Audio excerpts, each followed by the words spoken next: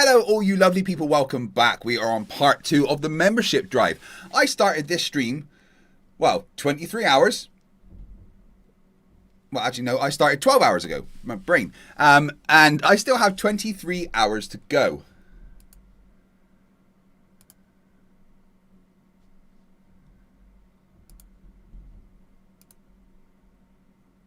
Now, when I started 12 hours ago, there was a 45-minute timer. Somehow, over 12 hours, that 45-minute timer, instead of counting down, has gone up to 23 hours and 7 minutes. Not sure how, but you guys appear to have broken time. You can keep breaking time and increase that timer, which I don't stop streaming until that timer gets to 0. And you can increase the timer by doing a very simple thing, becoming a member. Gifting a membership, increasing the membership level you already have, or gifting £10 worth of super chats.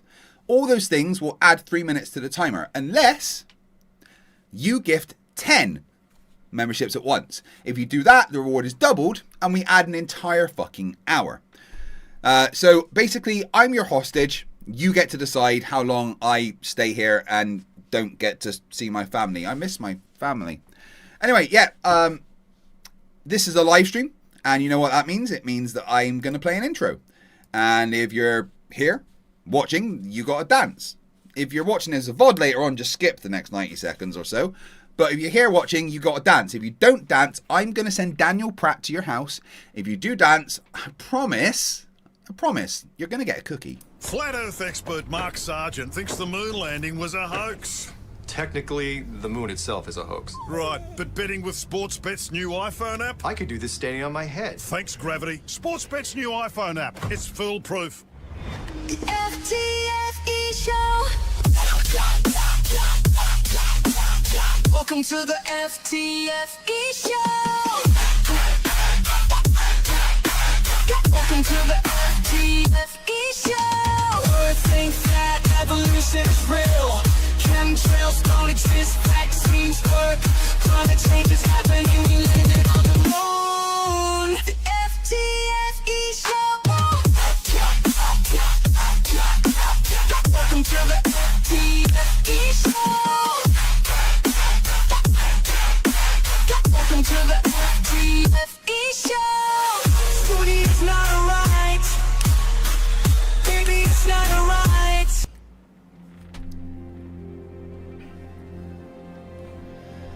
We're living on a disk, floating through space, with a tiny sun.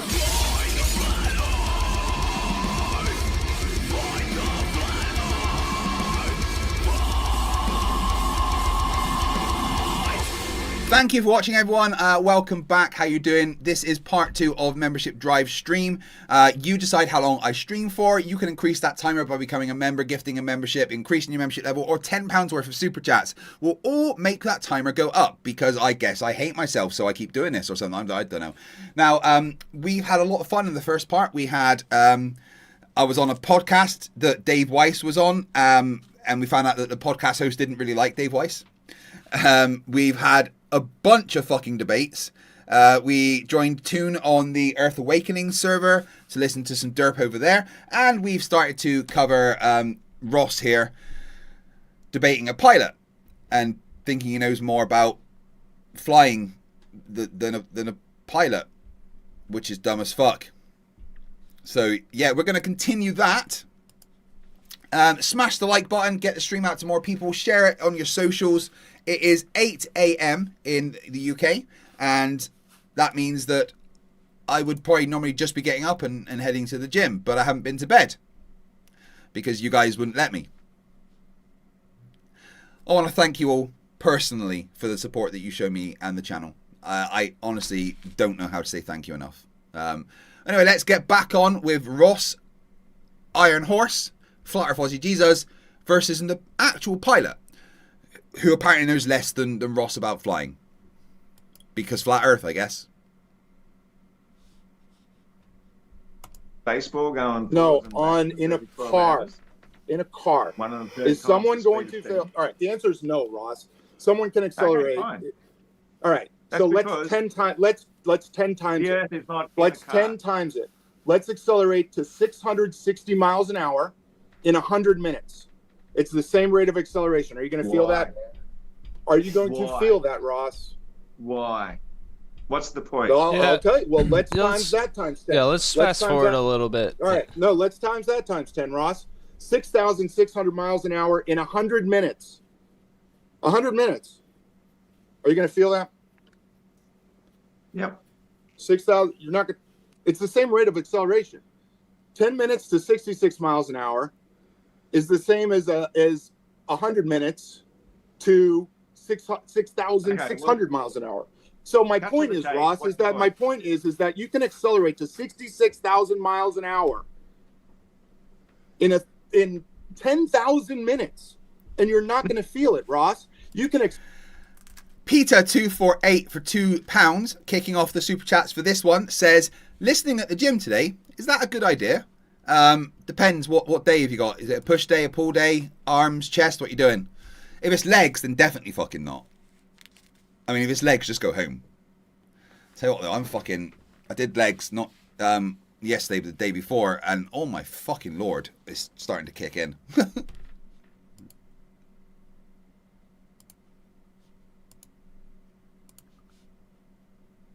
Accelerate to 66,000 miles an hour, decelerate to 66,000 miles an hour, accelerate again and decelerate. It takes 40 days to do that. But the Earth does it in a year, Ross. It accelerates to 60. We are going 66,600 miles per hour all the time, but because we're on the outside surface of a ball with a 4,000 mile radius. Well, actually, no. The Earth slightly accelerates and decelerates, which you would think goes against our position because you don't feel it. But the acceleration and deceleration rate is so fucking small because, you know, Earth's a globe, and space is massive, and the orbit is massive, and it takes a year to do it. That means that half of the ball is going backwards relative to that, and the other half is going forwards with it. No, it's not. Every moment of every day, it's not going about Mach 3 between midday and midnight in order to be not accelerating because we don't feel speed. No, Ross. No, all you're doing is adding the rotation of the Earth and subtracting the rotation of the Earth. So at 66 miles an hour, the part of the Earth that's rotating, say, forward, it's going 6,006. It's going 66,001 or 67,000 miles an hour. The part of the Earth that's rotating backwards is going 65,000 miles an hour. So it's only 1,000 miles an hour difference. Mach 3 difference every 12 hours. Well, okay. Do you think you're going to feel that acceleration, Ross? Yeah. Mach 3 in 12 hours? The sort of speed no. that trained fighter pilots will pass out at. And we're doing it every 12 hours. 12. You say we don't only feel acceleration. I mean, Carl's a little bit wrong here. He's ignoring the reference frames that we're in, and he's trying to add two different reference frames and the acceleration from them together, which doesn't really work.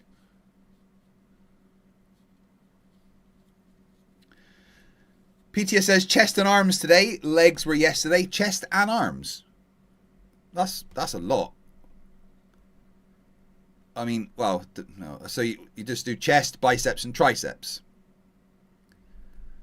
See, I do a push-pull leg split. When I say leg, it's because I just do one, because one of them doesn't work, obviously. So on a push day, I do chest, triceps, and shoulders. On a pull day, I do biceps and back. On a leg day, I do obviously my leg and my glutes and my hips and a bit of cardio. I've never done chest and arms. It seems like a weird muscle group to put together to me, but we don't feel any acceleration of the Earth. And those are just the two slower speeds of your heliocentric model that you refuse to even investigate. So Mach 2 is how fast? It's about let's just say it's 2,000 miles an hour. Let's say it's 2,000 miles an hour. If I accelerate you to 2,000 miles an hour over 5 hours, would you feel that, Ross? It depends. No, you won't feel it. If I was it doesn't depend. That rate of acceleration is extremely slow. probably slower than the body has the ability to fucking register. Wing, I'd definitely feel it. You wouldn't I'd feel it. No, at the first you 100 wouldn't miles feel an it. hour. You would not feel going Mach 2 if I accelerate you. You wouldn't feel anything. You wouldn't feel the acceleration to Mach 2 over 5 hours. You're so brainwashed with thinking that we live inside of an enclosed capsule the whole time. The Earth is not inside an enclosed capsule. It is open air to the vacuum of space. Oh, so it's open to the vacuum of space. Open air to the vacuum of space. That doesn't even make sense. I mean, gravity is holding the air to Earth. JM Trance for £2 says, just waking up after a good night's sleep. Ah, sleep. Fuck you, you cunt. Guys, who's going to be the first gifter of a membership for part 2? Remember, that's how you increase the timer, is with £10 of super chats, and we've got 4 in there right now. But it goes straight up if you gift a membership. So who is going to be the first person on part 2 to gift a membership?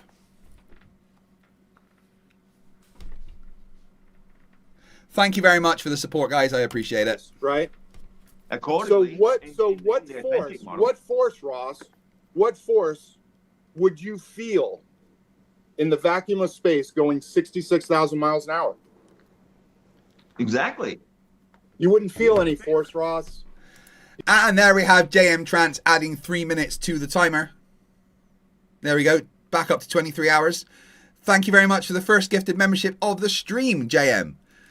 You gifted a membership and it went to the routine department. You wouldn't feel any force. There's no force out there because it's a vacuum of space. Space ball going 1 1/3 times the speed of sound, sometimes with it, sometimes against it. And the acceleration rate is so slow. It's slower than accelerating to 66 miles an hour in 10 minutes. But and you said you wouldn't feel that. There's no windshield. There's nothing to protect us. And in the vacuum of space, there's no windshield. There's gravity. You fucking dipshit. Jesus Christ. Like, how are you guys not face palming yourselves into oblivion? Lose our atmosphere. No, you wouldn't. There's no force. There's no force to shear the atmosphere off, Ross. There's a vacuum there's a universal sized vacuum, man. And what force is in a vacuum? What force would shear the atmosphere off at 66,000? Vacuums do not suck. Miles an hour. Pressure equalization. There's no pressure, Ross. You already said that the pressure is zero. In a tiny chamber with hard, solid walls. The minute you open up the valve, the atmosphere rushes in to fill the void. So if we're in a void the size of the universe, our atmosphere is going to rush off in a nanosecond if we don't have some sort of protective shell, which according to the globe Earth belief, we don't have. No, you don't need a protective. What do you mean you need a protective shell? You said that there's a pressure gradient. There's a pressure gradient. There's no protective chamber here on Earth without a protective shell. There's no.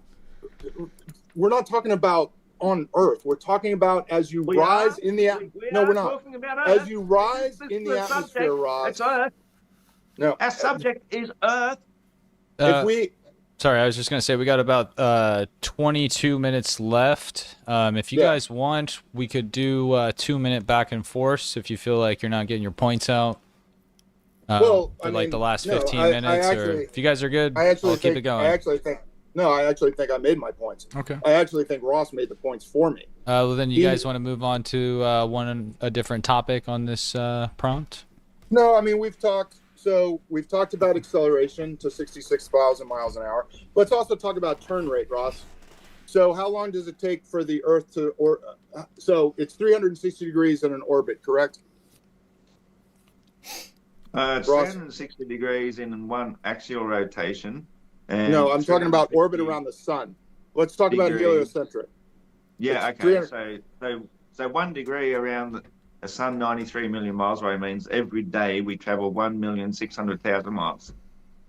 And you think we do that every day without experiencing it. That's 1 degree. That's not even a degree. Okay, well, let's talk about turn rate. To make 1 degree because turn rate has to do, we've agreed that you don't feel constant speed. You don't feel constant speed. and you don't feel slow acceleration. Yeah. So now let's talk. So let's day talk about we travel 1,600,000 miles while we are spinning on our axis 25. Yeah. We know you don't. Big numbers scare you. We understand that. It doesn't change the points that Carl is making. Back up to over 100 watching, guys. Let's smash that like button. Get the stream out there in the algorithm. I know it's early in the morning, so it's going to be a weird time for a lot of people. Been streaming for 12 hours. We have 23 hours left. Of course, you can make it longer. You know you can. 5,000 miles. That is what creates the Mach 3 difference every 12 hours that we should be experiencing. But okay, so Mach 3 every 12 hours, Ross. I can accelerate to Mach 3 in 3 hours and you wouldn't feel it. I can then decelerate. I can decelerate over 3 hours and you wouldn't feel it. Okay, but do you agree with that? You still have to have a pressurized enclosed capsule, don't you? To do that. You can't just not do it in the vacuum of space. There's not if you're in the vacuum of space. Exactly. You don't. Well, yeah. Well, the Earth moves through the vacuum of space. Yeah, exactly. So you just said it's not possible. Thank you. Well, if you don't believe in the vacuum of space, do you believe space is a vacuum, Ross? I thought I heard you. I thought I heard you say. And realize that the stationary planar Earth is the only physical realm fixed at the base of the universe, and we're not hurtling through a vacuum of space, then you don't need to believe in that such nonsense. No, but when you are believing in such nonsense, oh no, I don't need to believe in the fucking reality. I just believe in this fantasy. So anything else, I can just throw out the fucking window. I mean, it's just moronic, right?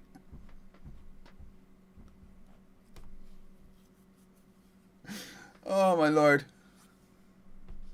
Justin says, why does it keep saying yeah, exactly? Because it's a fucking moron.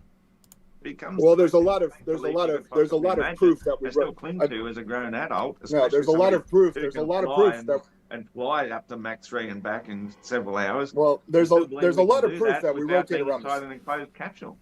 Well, there's a lot of proof that we actually do orbit the sun.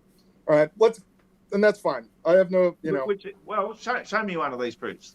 Which one? Well, the fact that we don't see, you know that we don't see the same stars every year. Do you know why? Throughout the year. Do you know why we have zodiac signs? Do you know why we have zodiac signs? Because. What did he just say? Same stars every year. Do you know why? Throughout the year. Do you know why we have zodiac signs? Do you know? We see the same stars all year round. Do we, Ross? Do we really? Are you saying there's some stars that don't disappear for 6 months? Because there is. We see a different set of stars every 6 months. He's in his 60s, I think. No, he's not. He's like 10 years older than me. He's like 53 or 55, I think. I know he looks a lot older, but he's only like a decade older than me. I was blown away as well. How has he lived for 55 years and not noticed that some stars disappear for 6 months at a time? The fucking idiot. Why we have zodiac signs? Because certain constellations show up at different months. Why does that happen? Because when we're looking through the sun, when it's daytime, like today, and I'm looking at the sun, I can't see the stars behind it. That's why I can't see the same constellations in December that I can in July, because they're hidden by the sun. They are behind the sun. As we rotate and orbit the sun, those constellations that are behind the sun are no longer behind the sun and they become visible. So the stars actually change looking through the sun. Now, when we look straight up... Story, Carl. It's a cool story. But on the stationary planar Earth, what happens is that the stars themselves are rotating around in sidereal time, which is 4 minutes per day faster than the sun, which is why every 12th of the year, the sun appears to rise in a different sign of the zodiac. And that every 12th of the year? What does he mean? Every 12th of the year? That works perfectly well for our stationary planar Earth. If we're spinning and hurling through space around the sun, you'd have to assume all the stars are also going around the sun, which is the most ridiculous believe possible. They don't all. No, all the stars are moving around the center of the galaxy with us, not around the sun.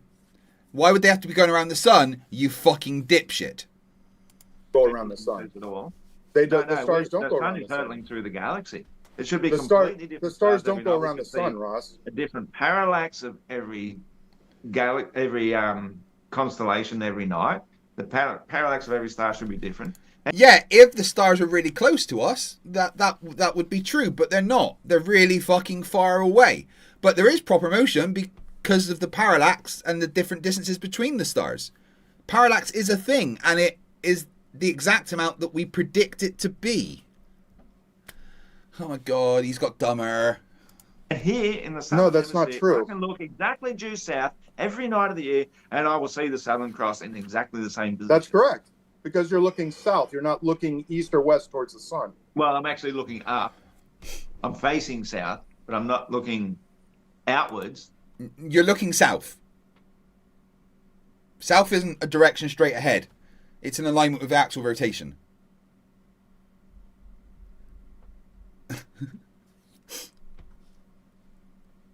Time says, yes, Ross, you should apologise to Carl, big time. You should apologise to fucking everyone. He should apologise to his teachers. Why is he so far down in the frame as well? I'm looking upwards. So I'm seeing the exact same constellations all year round. And I just won another bet with another heliotard just recently who said I could not see Orion's belt all year round. And I documented it all year round. Yeah. I can see Orion's belt. That's fine. And that means I am not going around the sun looking at completely different stars. That's not true. 6 months later. There are stars that you can't see every month of the year. There are. There's constellations that you cannot see. Now, do you know what the plane of the ecliptic is? So, the plane of the ecliptic. So, let me draw it real quick. So, I mean, this isn't to scale, obviously, but if you have the sun and the earth, right? So if you have stars over here, we can't see them. But if you're here looking this way, these stars that you see here, you'll see those all year round. But you can't see stars this way because it's daytime. How are you seeing out your ass the other side of the planet? What do you mean? Well, you're saying this way and that way. No, he's saying that people in the southern hemisphere see that and people in the northern hemisphere see that. Oh my. This guy's comprehension skills are, like, really fucking bad. Yes, he did say heliotard, Justin.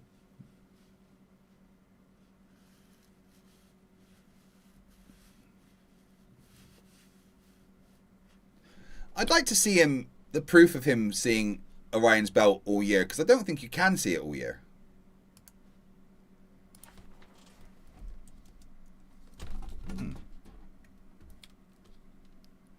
Oh, what happened? Whoops.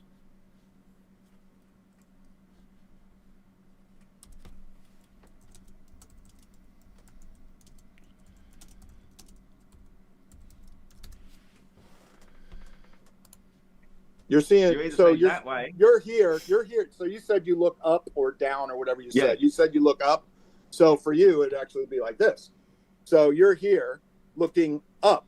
So the stars you see here, you'll be able to see those year round as you orbit. You're looking up here, over here, you're looking up. It's the same stars. On the other side of the sun at nighttime, looking the other way, 180 degrees, the complete opposite direction. No, I'm not just looking out my ass all the time. On the other side of the sun, look at the other direction. No, you're here. Yeah, no, you can't see Orion's belt all year. From anywhere.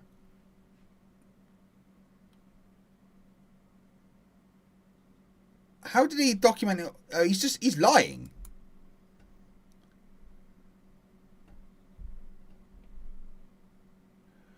Oh my fucking god, I'm tired, by the way.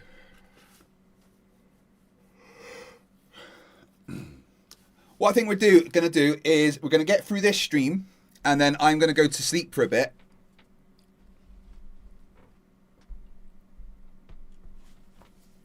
No, I've got another 20 odd hours. But we're going to get through this stream, and then I am going to have, like, I don't know, 4.5, 5 hours sleep. and then I get up and continue the stream. I made the mistake of getting up really early on Thursday because I went to bed early on Wednesday. So I've been up for like 26, 27 hours as it is, doing the gym and everything. So I need to have a wee bit of kip.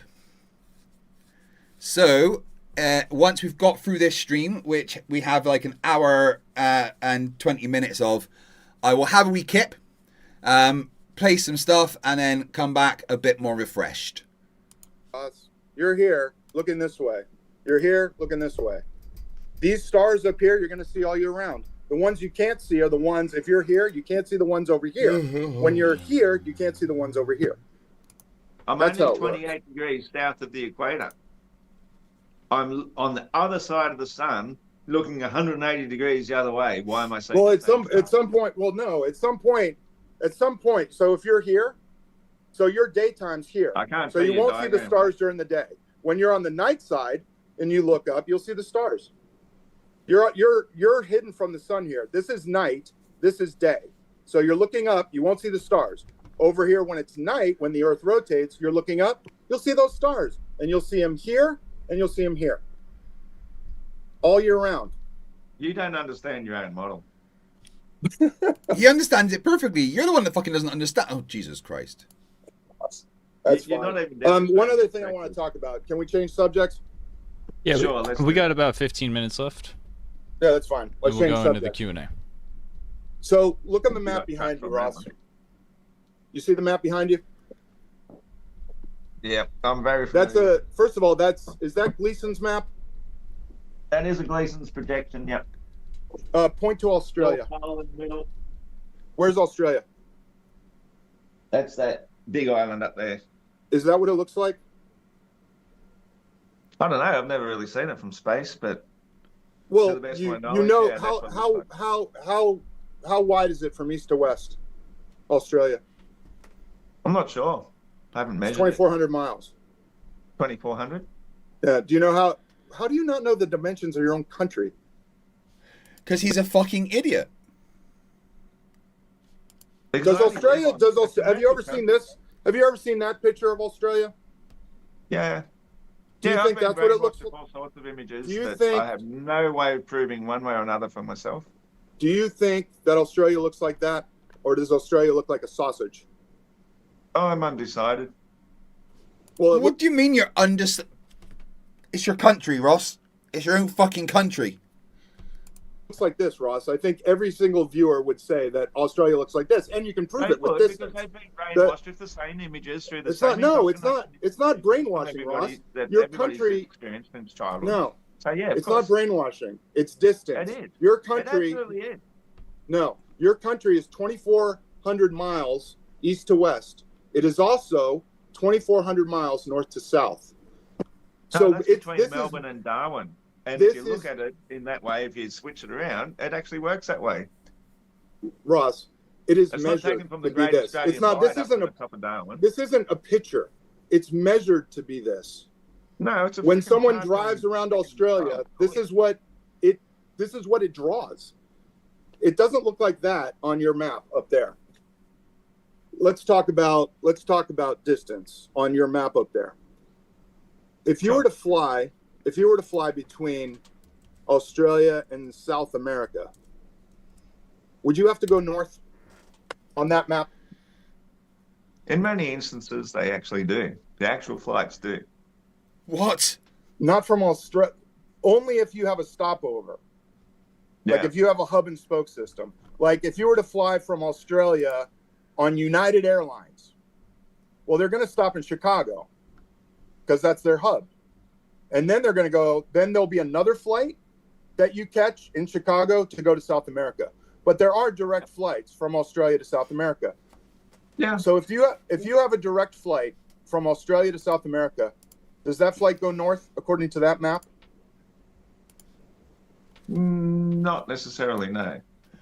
Sort of goes northeast a bit. Stupid actually fucking hurts Well, me. what's the closest? Actually, You would agree that a direct if you're flight going would to take. follow a straight line anywhere on the flat Earth, you're going to go Nathan, what are you thinking about all this stupidity? Hi, my name's Nathan Oakley, and I have been lying to people about the Earth being flat for a lot of years. I did this to hide the fact I have a small penis.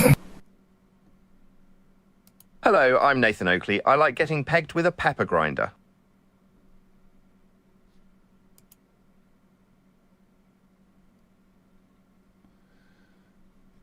Vlad, any thoughts? Honestly, this is what I believe. Neil deGrasse Tyson is a flat earther. Either A, he knows it, B, he doesn't know it. Those are the two options, yes. Here's what I know is that he is backing away from, he's beginning to back away from the shit we could just set his ass on fire about, because he doesn't want to go up against an Eric Dubé or a Bro Sanchez or a Blacklight, anybody like that. He doesn't want to go up against them, because now you're going to have to compare oranges to our oranges. And your oranges are full of stupid.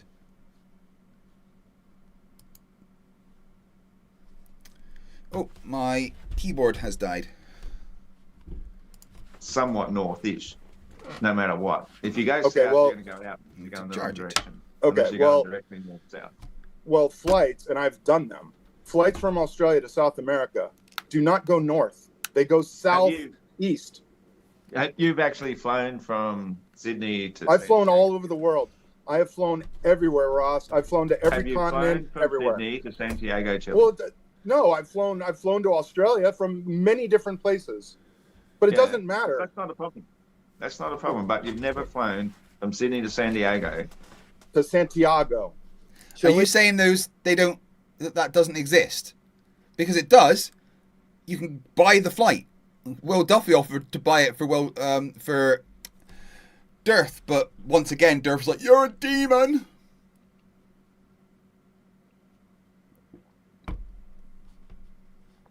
Santiago. No, but I've flown all over Africa. I've flown to Australia numerous times. But it doesn't matter, Ross. The point is that the flights that go from Australia direct to South America do not go north. They go southeast. Okay, so I get into arguments all the time with globetards on Facebook and other social platforms who always bring up the flight between Sydney and Santiago. We don't have to use that one. We can use anyone you want. We can use Auckland. Every single one of you. No. Yeah, I didn't catch that. Aaron's right. Ross thinks he's saying San Diego. Derp. But the flight from Sydney to Santiago disproves the flat earth, because there's no plane that could have that amount of fuel on that map behind the dumbass's head.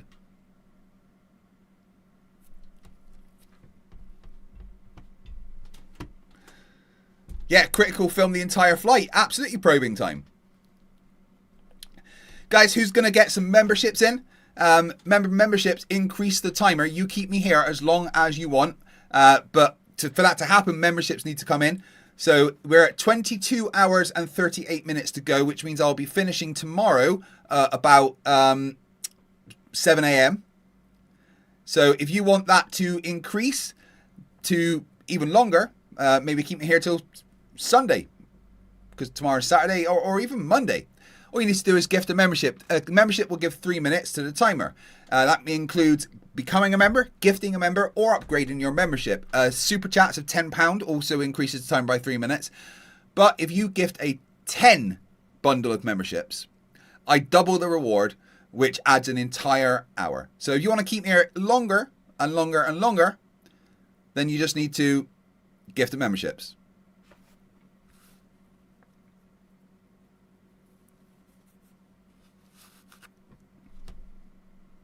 Morning, we're all Gogafrinchians. How are you doing? Always bring up the same things, but none of you have ever actually done it yourselves every single time.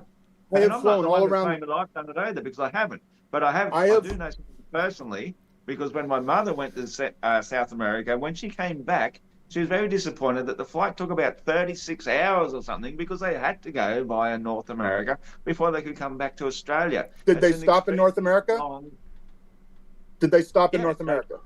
Yeah, they all. Of course they did. LA That's a hub and spoke system. That's a hub and spoke system. Yeah. That's a hub and spoke system. It's not a direct flight. A direct flight from Australia to South America will not go north. A direct flight, and I'm not. And let's. I'm sorry. That's my point. They very rarely ever exist. 99 times out of 100 they get cancelled, and on the 1% chance they do get. No, they don't. They fly most days. Allowed to happen. They go from Sydney to San Diego because they follow the jet streams, which are. You keep saying San Diego.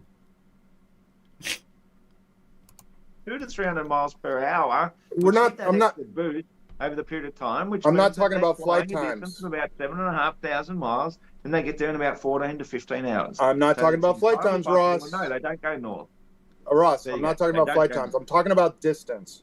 Flight times are variable. Flight times are variable on many different factors.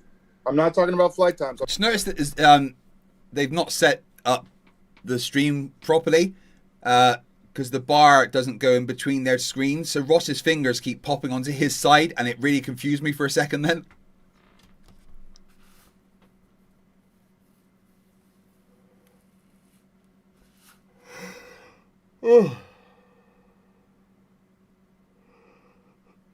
The Mexican Bob says, kind of nice having a 24-hour FTFE channel. Here when I went to bed, here when I got up. I'm talking about distance. Can you tell me, then, how do you measure distance in a plane? Oh, there's multiple. Which method would you like? I'd just like the most commonly used one. How do you measure distance? We actually, so on the 777, I'll tell you, on the 777, we have three main ways that we do it. One is something called ring laser gyroscopes, and they have accelerometers. So what it does is the airplane accelerates. Based on that acceleration, the system knows how fast the airplane's going. It also knows the direction. So based on that amount of acceleration for so long, it calculates the speed and it knows the direction. So then it knows its new position. So that's one way. The second way that we do it is radio transmitters from the ground. So what you do is you take a signal and you bounce it off a radio signal. So the radio waves travel at the speed of light. So when you have a radio signal goes out and bounces off something, like a radar, but it's a little bit different with actual transmitters. So you have the radar, you have the radio signal, it goes out, it comes back. The airplane can measure how long it took for that signal to go out and come back. So then it can calculate the distance. Then we have another way, Ross, GPS. GPS triangulates satellites in space, and it does that by sending a signal out to the satellite, which knows its position because the satellite is using ground stations to know its position. So then our signal from the airplane goes to the satellite, comes back, and based on the time it takes that to happen, the airplane knows its position. All three of those messages, Ross, get compiled in what's called sensor fusion. And then the airplane generates what it calls it's actually called performance-based navigation. And it calculates the actual navigation performance, how tight the system actually is. And the system is usually as tight. You're right, Farrell. I will put it up to 1.25 speed. Is 0.03 of a nautical mile. That's 150 feet. 150 feet. The airplane knows its position within that amount. So, yes, it measures its distance in multiple different ways. Well, I would say that those last two were both GPS because it is. No, they're not both GPS. They're not. And your ring laser gyro one, I'm dubious about that too. We don't eliminate the gyro one. All three need to agree. Pre-programmed into it to give you the expectations you imagine that you've already. Okay. So say you're right. Say it is an expectation, and then we actually get there in the distance that we're supposed to. Then the expectation is verified, and that's verified on every flight. Okay, and do those distances match the globe? Yes, absolutely. They all do. Every fucking time. And this is why, Rob. Without fail. On a globe, you can see that the lines of longitude, they converge at the South Pole. On your map up there, the lines of longitude diverge constantly towards an ice wall. Only one could be correct. And the distances... They do converge, but see, what you're really doing is you're going from there to there. You're not going to there. So yeah, well, Ross, the heading from... But that would make... Ross... There's no plane that could have that much fuel. It worked out at 7,500 miles per no, the distance, flight, which can be done in about 14 to 15 hours. The flight routes do not. The flight routes and distance do not match that map above your head. We do not go. No, they don't. We do not go from Australia. We don't go. There are actually thousands of other examples which I'd prefer to bring up. Obviously, okay, I can't Johannesburg to Auckland. Johannesburg to Auckland. Look on that map. Fly me from Johannesburg to Auckland. Northern Hemisphere flights. Like there's dozens and dozens and dozens. Ross, I agree. Northern Hemisphere. You go to Dublin and you go across Greenland. Absolutely. It matches this map 100%. I agree, Ross. In fact, that map, this I agree. This map, I agree. In the Northern Hemisphere, they do. On the globe. No, they do work on the globe. In the Northern Hemisphere. No, on the Northern Hemisphere, Ross, one of the maps we used to do was called a polar, what was it called? A polar, polar projection. A polar projection where it actually looked very similar to the inner circle of that Gleason's map. So in the Northern Hemisphere, and you're right, like when I used to fly from Hong Kong to Los Angeles, that flight actually goes north, close to the North Pole. Yeah. From Dubai here in Dubai, when I go to Los Angeles, we fly right over the North Pole. So in the in the Northern Hemisphere, that map behind you actually works pretty good. I know. It's the Southern Hemisphere. Airlines flight routes map quite often. It's the Southern Hemisphere. It's the Southern Hemisphere because they fly straight lines. In the Southern Hemisphere, is good because, as we know, it goes pear-shaped below the equator because it turns into more of a dartboard world than it does into this. All right, it's very simple. Carl, go ahead, say what you were going to say, and then I'll give Ross one more chance to respond, and then we're going to go ahead and wrap the open dialogue. Well, it's very simple to that's fine. It's very simple to understand. And then there's an hour of fucking Q&A. Up here, the lines of longitude, they do diverge to the equator, just like your Gleason's map. In the Southern Hemisphere, the lines of longitude on the globe Earth, on the real Earth, reconverge at the South Pole. On your map, they continue to diverge from the equator to the ice wall, which doesn't exist. And only one can be correct. And the distances alone, look up any distance you want, Johannesburg to Auckland, Sydney to Rio. Pick any of the Southern Hemisphere, like the tips, like Cape Town to Melbourne. Pick any of those distances, Ross, and they're impossible. All right, I need to use the toilet, guys. So back in a minute. To make no sense, perseverance. Who cares what words I don't make mean? I don't like your words, so I pick my favorite words. What's real, non-real, super contained, metaverse, first person. Meta is an angle, real fake. This is so physical, hit 'em up, chastise every young bitch that tries to stop you, Tupac. All humans can do is word salad or make up stuff. Disagree versus agree, it's not around, he's deaf, another deaf one. You can't hear, LOL, not a ball, it's a tear, low, no dirt in the middle. No dirt in the middle, no, no dirt in the middle, no, no dirt in the middle, no dirt in the middle,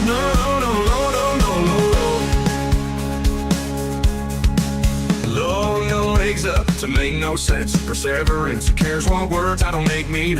Low, I don't like yours, so I pick my favorite words. What's real, non-real, super contained, metaverse, first person. Low, meta is an angle, real fake. This is so physical, hit 'em up, chastise every gun bitch that tries to stop you, Tupac. All humans can do is word salad or make up stuff.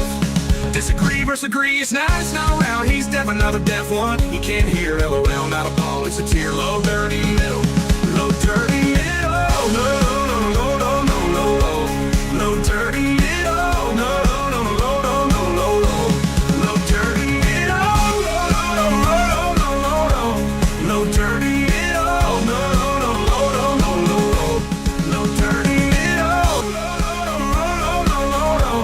no dirty middle, no. To make no sense, perseverance. Who cares what words I don't make mean? Low, I don't like your words, so I pick my favorite words. What's real, non-real, super contained, metaverse, first person. Low, meta is an angle, real fake. No dirty middle, no dirty middle, no dirty middle, no dirty middle,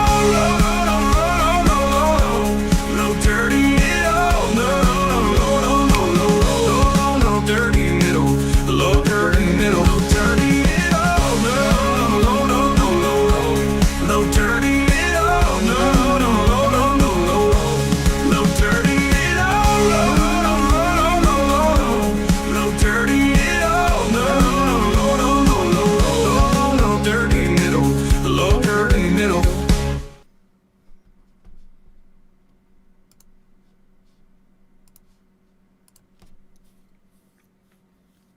Thanks, F Grudge, for making that, by the way. You show me how you calculate a distance on that map behind your head. Give me a distance between Johannesburg and Auckland on that map behind your head. I'll wait. Okay, well, I will agree to disagree because I believe that those distances are true and accurate. And nearly all of those flights, say between Johannesburg and Australia, they will stop in somewhere like Dubai. But that... We have odometers. We have ways of measuring, and those distances are not true and accurate. There's nothing about those distances that are true and accurate. North to south, and that's it. Not east to west.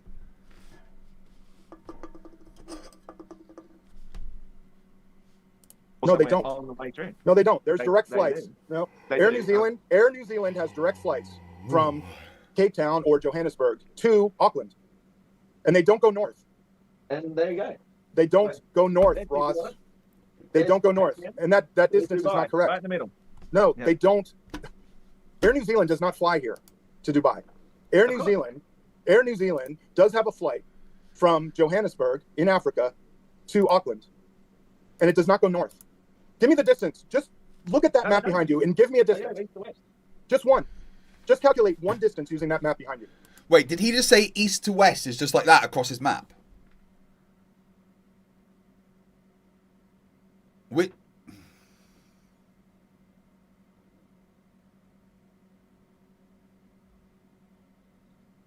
That doesn't make any fucking sense. East and west would be circles around it, right? He went east to west. But, I mean, this would be east and this would be west. Wait, no, that would be east and that would be west. Johannesburg to Auckland. Do it. Go ahead. New Zealand to Sydney. It took over 4 hours for me to go from Give Auckland me a distance using that map, Ross. 4 hours at 600 miles an hour. That would be... We're not talking time. We're talking distance. We're talking distance. Bottom line, Ross, and this is the last thing I'm going to say. This is it. The distances on the distances. Hold on, Ross. Hold on. Let him. This is the last. I was going to say. Then you can say what you say. This is the last thing I'm going to say. The distances on this map, on this globe, work. The distances on that map do not work. You can't even give me one. You can't give me one accurate distance off that map. Johannesburg to Auckland, you can't give it to me. I'm done. And yet, you didn't give me a distance either. So. Oh, I'll give you one. You want one? Because I say the flight distance per time, and with the trade winds that we have or the jet streams that we have, that calculates how long the actual flight takes. I don't care about your piece of string. No, Ross, we're talking distance. We're not talking flight times. We're talking distance only. Flight times are variable. Distances are not variable. I'll give you a distance. This string is 10,000 miles. I can give you a distance anywhere on this globe using this string. If he wants to give me one, if he wants to give me 2 cities, I'll give him a distance. But he can't do it on his map. I'm done. All right, Ross, where'd you... Ross ran away. Go. Let's see. Did I use all my props? He's gone to get more alcohol, probably. My airplane. I used my globe. My whiteboard's a mess. All right. Well, I guess we're gonna wrap up the open dialogue section. I'm gonna let you guys know real quick before we get into the audience Q&A. Another directly to your door and get the Q that you've been. Thanks and go or audio coming out of. Oh, it went away. Never mind. Cool. No worries. All right. First super chat here is from Icy Spin. Said subscribe to Max. Your Mate Talks. I said shameless self plug, but I'll allow it because Max is a mod. Jack Feder for 5 says Iron Horse looks nice with the clean cut looking suit, but then he opens his mouth and the 1400s drops out. Hashtag born in the wrong century. You got a rebuttal to that, Ross? He got me. Yeah, definitely born in the wrong century. Fair enough. Okay. I mean, that's a pretty funky... I like his tie. And is that a Windsor knot? I mean, he could have ironed his shirt so it didn't curl up at the ends. Like, he's wearing a fucking suit. What's going on? Electron Element says, do you know what Iron Horse does for work? What is his expertise? He has none. From what I understand, he has done some labouring. Like, grafty type work, but he doesn't do that anymore because he's pretty... I don't think he works anymore, if I'm honest. Okay. Next up, we got another... Or no, wait. There was one in between. 1 second. LJ69 says, we still can't go see rockets land on Earth in person. think that'd be more directed at you, Carl. Why can't we go see rockets? Yes, we can. What do you mean we can't see rockets land on Earth in person? They're recorded. What's he fucking talking about? Land on Earth. We do. Russia lands their rockets in the desert. I think I've seen in the comments a lot of people saying it's a national security thing. How something falling towards the Earth, if the Earth is spinning 1 1/3 times the speed of sound, and it's also orbiting the sun at like 88 times the speed of sound, how does something fall straight down? And yet, doesn't. Just fall straight down. It doesn't fall straight down. Make any of those speeds. It doesn't fall straight down, Ross. So it's coming really diagonal, like 30 times faster diagonal. No, usually about 6 degrees. Instead of falling straight down. Usually the cone is about a 6-degree cone. About a 6-degree cone. A 6-degree cone. Yeah, they don't go straight down into the atmosphere because that would be going through straight away the thickest part. They hit the atmosphere like this and go through it where, you know, there's less pressure as you do that. Like, I'm just blown away by we can't go watch rockets land in person. You can watch rockets land in person all the fucking time. Is it enough atmosphere where it slows it down at about 3 Gs? And then as it slows down, it actually starts to arc down towards the Earth. And then as it arcs and slows down, then they shoot off the drogue parachutes, which slows it down even more. Then after the drogue parachutes slow it down, then they release the main parachutes. That's the way it works. And so we can have a great debate, Ross. I'm totally willing to do this again. We can have a great debate about rocketry. I also know a lot about rocketry. I'd just like to extrapolate that to say somebody jumping, say, from an aeroplane as a skydiver. How do they account for taking the speed of the Earth with them when they leave the speed of the aeroplane? All of a sudden, they're not going the speed of the aeroplane, but they seem to be dropping straight down. Are they still also dropping 30 tons sideways in order to create the illusion of dropping straight down? What do you mean, Ross? As I said, the atmosphere is being pulled along with the Earth, just like the wind is being pulled along with a train. So because the atmosphere is being pulled along with the Earth, when it's going the opposite direction of the speed of the Earth, say it's flying towards the west. It doesn't. From the airplane that way. That's irrelevant. They know to still go. Ross, when you jump out of a plane, you have the motion of the plane, and then a parachute slows you down, and that sideways motion goes away as you're falling towards the ground. How is this person an adult? 1 1/3 times the speed of sound towards the east. It's irrelevant. It's irrelevant. Why? Because the atmosphere is being pulled along with the Earth as the Earth rotates. It's irrelevant. The speed of rotation. It be far simpler to invoke Occam's razor once again and say that we don't have to account for unassumed bullshit because it doesn't exist. And we're just dropping. There's tons of things that exist that we don't have to account for. No. We have to account for everything that exists. No, we don't. I don't have to account for plants when I'm like doing a stream. I don't have to account for winds. Like, there's plenty of things that exist that we don't have to account for. We don't have to account for neutrinos in our day-to-day life. What the fuck are you on about? All right, that gentleman LJ sent another super chat and it said, Carl, what would it take for you to change your mind? Nothing. I've flown around the Earth. I've seen so many different unrelated. I can talk about things that I've seen. Tons of different. That's why I'm different to Carl, because my mind could be changed. If I'm showing evidence that I'm incorrect, that, stands up to scrutiny, then I'd change my mind. I'd say the Earth was flat. I'm always open to being wrong and have my mind changed, but there is no evidence, so it's not going to happen.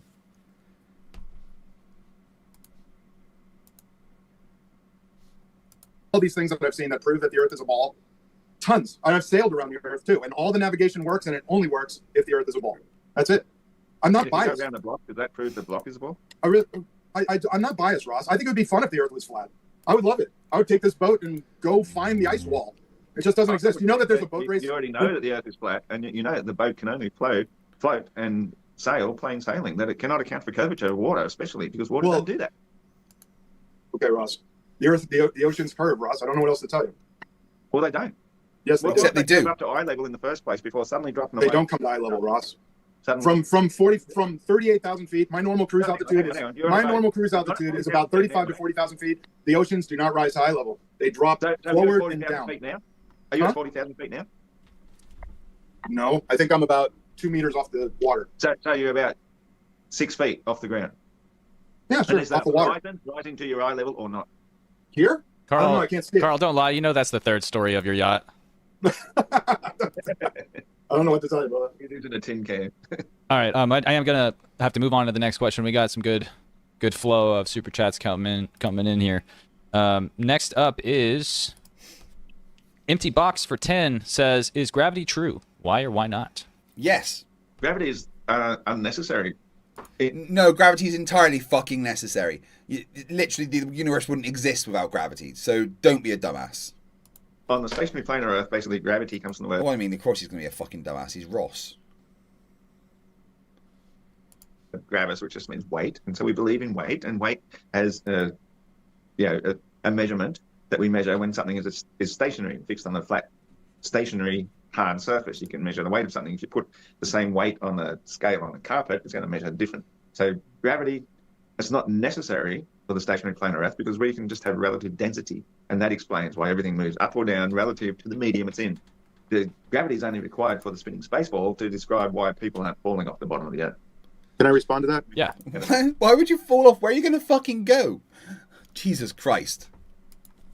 Okay, relative density. So you have a soccer ball filled with air and a soccer ball filled with lead. You drop them from a height. Are they going to fall at the same direction at the same rate? No, they're not, because relative to the medium that they're in, the soccer ball full of air is actually going to float, kind of, be a little bit more buoyant, and it will not hit the ground at the same time as the one full of lead. That's not true, Ross. The only thing that floats no, it's not true.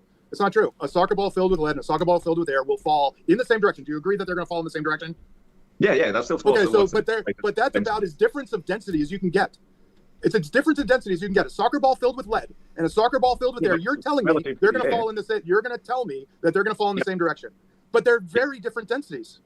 They're extremely different densities. Yeah, but relative to the density of air, they're quite different. The balls are quite different. The balls are extremely different densities, and they fall in the same direction. And they are close to the same rate. They will fall at very close to the same rate. Yeah, the soccer ball is still more dense than the air itself, so it's still going to fall through the air until. So then, give me a formula. Give me a formula for which is the ground. Then give me a formula where it shows the difference in density and how it changes the speed of a soccer ball as it falls toward the earth. What's the formula to tell us what the difference in speed is going to be between a soccer ball filled with lead and a soccer ball filled with air dropped from a height? There has to be a formula for that. There's not. I don't need a formula, but yeah, you could work one out if you wish to. If you're that nerdy, you'd need a formula to describe it. A formula is basically just an abbreviation of the rational explanation that we use in words anyway. But density doesn't move. Yeah, it involves maths, and that's really not Ross's strong suit, or his basic hygiene, really, to be fair. In words anyway, so why would you need density doesn't move anything. Density is not a force. No, density is a force of resistance, and the higher the density is not a force of anything. That is why the soccer ball will float in the medium of water because it's more dense than air, but the one filled with lead is still going to sink because it's more dense than the water. Density doesn't move anything. Density is just a ratio of how big something is compared to how much it weighs. That's all it is. It doesn't move anything. What? Why does oil float on water? I don't know. I'm sure it's less dense. Yeah, because of buoyancy, which is a result of gravity, of course. Water. So density. Yeah, but it doesn't move it. But it doesn't move it, Ross. It does. The water. No, it doesn't. Density does not move anything. The buoyancy formula, which has gravity in it, is the force. Buoyancy is a force. Density is not a force. It's a source of acceleration, and when something is measured as a weight, it has zero acceleration. Therefore, anything multiplied by zero is zero. Ross, we're talking. Now, who thinks they know the answer to this equation? About movement. A force has a vector. A force has to have a vector. If you have something, oh, sorry about that. If you have something at rest, it doesn't have a vector, so there is no force. Accidental tour. It has a direction. A force has a direction. So buoyancy describes. Oh, I broke my plane. Oh, no. I think it's nothing. Nothing. A little super glue won't fix. I do got to go to the next question though. Yeah, that's fine. I fixed it. Sorry to cut you off there, Ross. But next one is from Bless My Vibe Code for 5 says, Iron Horse, you should host a radio station on GTA 6. I could listen to your stuff all day cruising through Leonida. If that was a feature, that'd actually be pretty cool if anyone could host a podcast on the radio. Is GTA 6 out? November, I believe. Okay. Yeah. Really? Waiting patiently. I'm interested. I'd rather be doing something like that. We got this debate before GTA 6. All right. I work my guts out through the week. Oh, man. I'm sorry about the sun. 5 days a week, pouring rain. I'd do anything to just sit in the studio and just be able to talk for a living. Next up is Jim Daniels, 1532 for 5. Thank you, Jim. Says, did Iron Horse show any evidence yet? I must have missed it. That was, I think, during your opening statement. Well, you don't show evidence. You speak about it. It's a logistical explanation. You know, if you can. Well, no, you absolutely do show evidence. That's something that you actually do. To me, you don't need evidence to debunk something that requires the positive claim. We just sit here in the relative knowledge that we're not moving, we're not hurtling through a vacuum of space. But I don't need to ever fucking show evidence about it or prove it. The Burj Khalifa, I can see it from here. Oh, cool. Can you watch the sun come up a second time? On the Burj Khalifa, you watch it come up first from the top floor, and then you descend in the elevator really quickly, and then you watch it come up again. You can do the same with the sunset. When I was living in this place called Korakai, it's a very flat place on the east coast of Australia, and I'd watch the sun come up as I'm driving to work, and as I got closer towards these little hills towards Ballina, I would actually watch the sun set and come up a second time too. And I didn't even have to go up in a building. I'm just driving along the flatland. So, well, you should try it in an airplane. We can watch the sunset, and then if we climb and fly west, we can watch it rise again. That's pretty cool. I'm going to go to the next question here. LJ69 again says, how can you land on a 1,000-mile-per-hour spinning ball? Because the atmosphere is being pulled along with the rotation of the Earth. So it's simple. We're flying in the atmosphere, which is rotating with the Earth. Now, what does happen, and it can be kind of difficult, is that when we get strong crosswinds, sometimes it can be fairly difficult. So when the wind is perfectly still and it's still going 1 1/3 times the speed of sound. When all the forces negate each other, we have still wind. Huh. All right. Next question is from Jack Fetter, or comment, I should say. He says, "Gotta love Flerfs. They think they know more than a military/commercial pilot. Typical Dunning-Kruger." Yep, absolutely. I don't think I know more than him. I will acquiesce to his wisdom when it comes to how to fly a plane. I've never flown one in my life. But not navigation. I don't understand. But the guy I quoted in my opening statement was a merchant sea captain, and he also had a amateur pilot's license, and he was the first one to tell me the Earth is flat. And based on the Suez Canal. Based on the Suez Canal. That was the evidence he brought up as his best evidence that he could bring up at the time, because I questioned him. I said, how can the Earth possibly be flat? But yeah, the Suez Canal should have about 2.5 Burj Khalifas that drop from one end to the other. And it doesn't. It's perfect. But that's not the way it works, Ross. Have you measured it, Ross, to check that? Did you check? Can you see from one end to the other? No, you can't. There's a horizon in the fucking way. Just like our flight paths. Just like our flight paths. Thanks for talking over me, Carl. That's fine. But which boat going from this end of the Burj Khalifa, from the Mediterranean Sea to the Red Sea, which one of them is going up curve and which one is going down curve? They're going level. They're going level. And the definition of a level is they're conforming to the curvature of the Earth.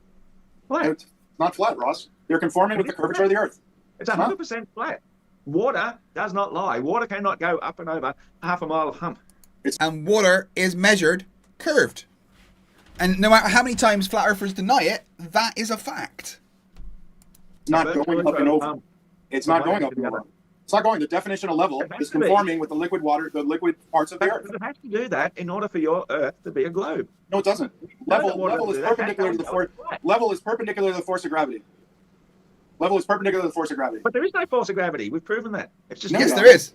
No, it's not density, Ross. Density does not determine which direction I stand. So let's say I have a 20,000 kilogram ball of steel and I drop it in the ocean. It's going to sink to the bottom, right? But if I beat it flat and roll it out into a ship, the same exact amount of weight and mass is going to float. Where is gravity? That is the buoyancy formula. Because it displaces more, therefore the buoyant force is stronger. This isn't difficult for a sane person. Ross, that is the buoyancy formula, which has buoyancy formula, and the buoyancy formula has gravity as one of its numerators. So, but gravity is involved in buoyancy. No acceleration. It is floating. It is buoyant. It's the same mass, different relative density compared to the medium because it's full of air. In the buoyancy formula is gravity. I don't know what else to tell you. You can look at it's not zero. I know what to tell you, and that is that I have to go to the next question. So retired 2920 for 5 says, these are 5 Australian, I think. How in the summertime the sun rises in the southeast and sets in the southwest on a flat Earth? Ross? That's a slightly more complicated situation, and I don't know if it's the place to introduce Occam's razor. I don't know if that's the place to introduce it into a debate, but I've made a video on my channel, which you can find, called Lucy in the Sky of Diamonds. He's made a video on his channel called Tennis is CGI, because apparently it is. Which describes how, in the Book of Enoch, there is somebody who was shown how our firmament works, and he describes it as a great and terrible emerald. And I see that as then being a diamond-cut jewel through which the sun and the luminaries shine through onto our Earth.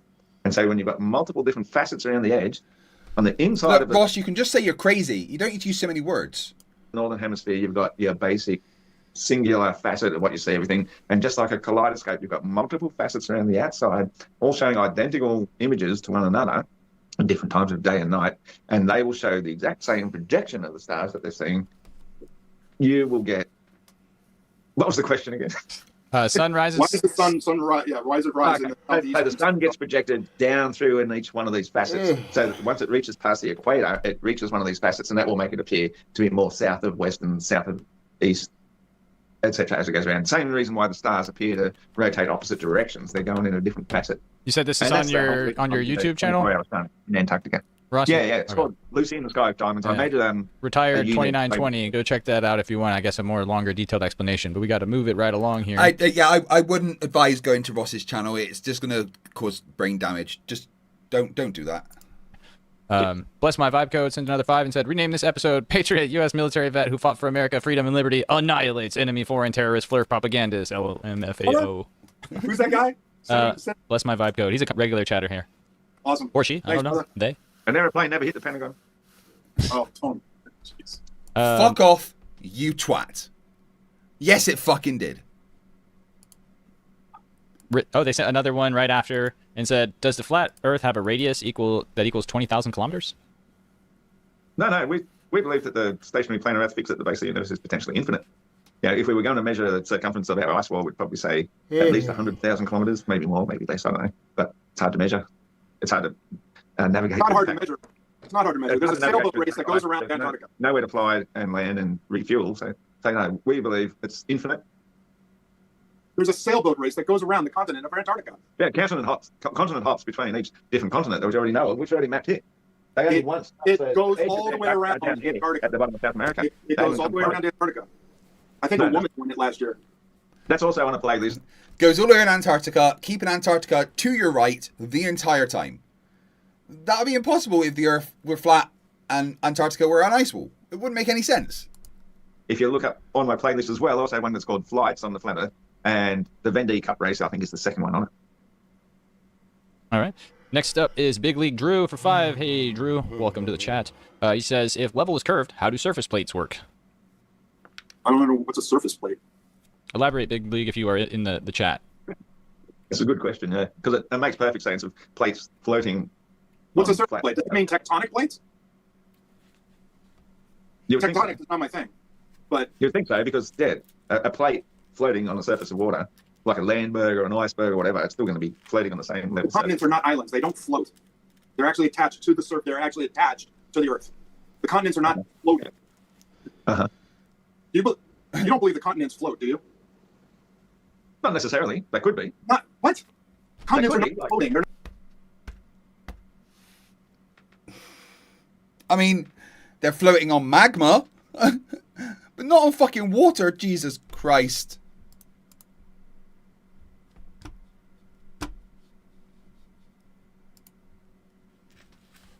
not floating on the surface of the water.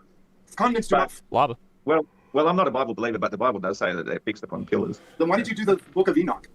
If you're not a Bible believer, why did you do that? Bible. It's the Enoch. No, but Enoch is a biblical book.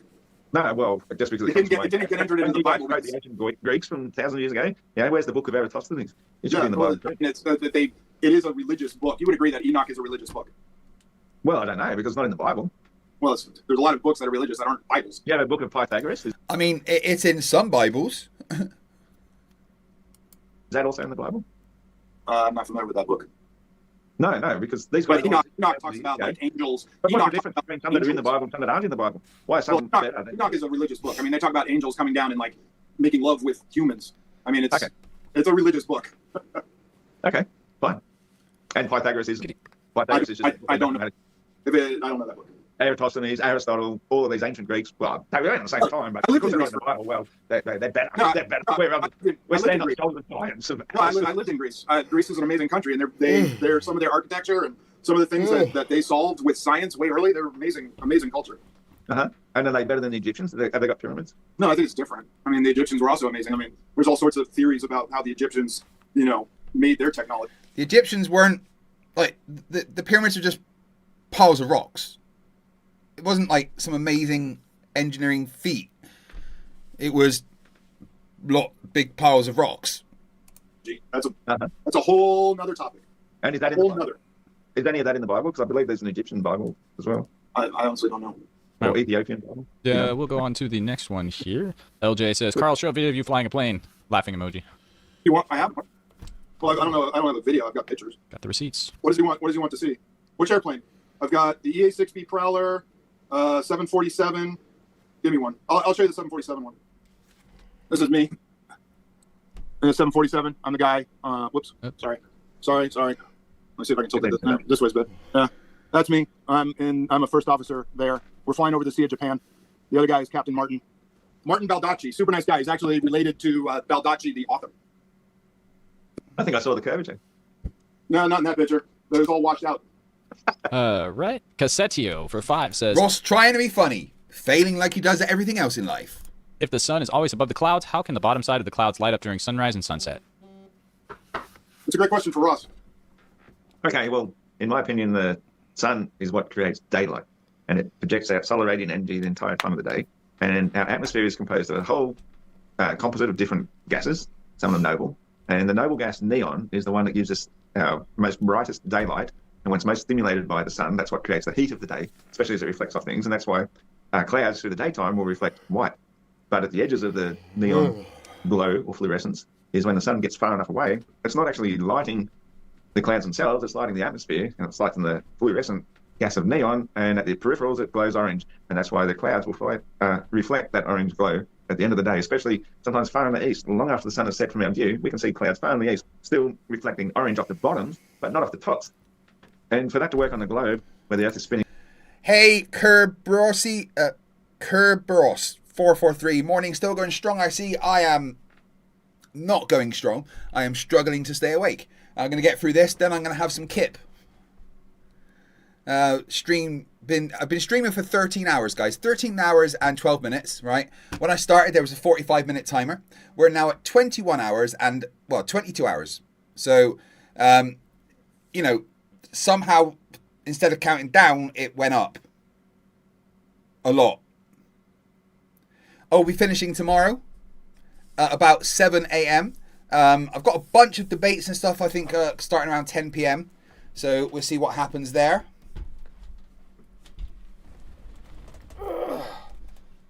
One and a third times the speed of sound, and to think that that is sunlight, it would happen in a split second. It would be such a rare event. We'd never see it. It's just a normal everyday event on the stationary planet Earth. Can I show a picture? I got a picture. See this? See that airplane? That's the bottom of the airplane. And it's being lit up, and it's being lit up by the sun. The sun is reflecting off the bottom of the airplane. And the reason for that is that picture was taken right around sunset. So the sun was over the curvature of the Earth, and it was hitting the bottom of the airplane. And it was dark on the ground. A lot of times when you see airplanes, you know, in the sky, you can actually see the contrails. You can actually see them being lit up by the sun from underneath, but you're actually in the dark. Why? Because the sun is around the curvature of the Earth. So what? Yeah. Just like with Starlink satellites, when you see them, it's because the sun that's over the curve of the Earth is lighting up the thing in the sky. Why is he spraying chemtrails on the people beneath? You really want to get into that debate about chemtrails? I'll be happy to do that. Yeah? Maybe on a separate debate. I don't know that we get into that on MDD, but I'm going to start doing some off MDD brand stuff over on my personal channel. Maybe I'll get you guys on there episode 2. On a personal note, I actually really enjoyed this. So anything aviation related or space related, anything that's in one of my wheelhouses like that, I'm all about it. This was fun. Yeah, we still have some super chats left. Let's roll through them real quick. The last one we read, I believe, was about the clouds. So the next one is Shmuel Sperling for 15 shekels. It says, is it similar in other planets? Or is it similar in other planets? Does wind flow in and out of Uranus? That was a good one. I love that gas giants. That was a good one. Like my mind. All right, retired 2920 sent another 5. That's your boy, Carl. He said, on a globe, every latitude line goes... How do we tell the difference between Iron Horse's face and anus, though? I mean, I'm not sure, right? Yeah, Vanilla Chai, I think it would be fun to get Carl on. Around the South Pole and the North Pole at the same time. Now, how is this possible on a flat Earth? Our latitude lines do actually go pear-shaped at the equator. They get a bit chubbier, as Neil deGrasse Tyson explained, and they continue to get chubbier. We're looking at completely different things once we go beyond the equator, and they are not equal and opposite to what you believe they are on board. So you keep quoting Neil deGrasse Tyson. Do you believe everything he says, or is he full of crap? Well, he's obviously full of crap because he has to be quoting the mainstream belief of the globe, and that's why he says they go pear-shaped below the equator. Or is that your best impression, Ross? That was your best one? Not really. I mean, I could practice it a bit. But, yeah. All right, we got to bust through these other ones here. Did you answer that to the extent that you wanted to? I might have cut you off. Yeah, whatever. Let's go. All right, next up, Hayden Shearer for 15, I believe Australian. The analogy of air dragged by the train isn't analogous because we don't observe vertical eddy air currents like the train, and would only occur on the sides of the planet. What? I think the sides of the planet? The planet doesn't have sides.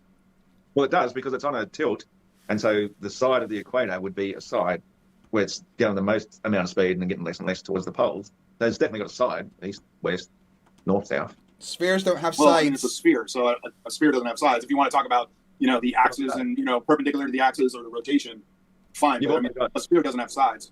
You've also got then relative to the sun, that's the inside, and then that side opposite, which would be night, that's the outside. You do definitely have sides, and there's definitely going to be changes of speed relative to the sun as you're hurtling around it.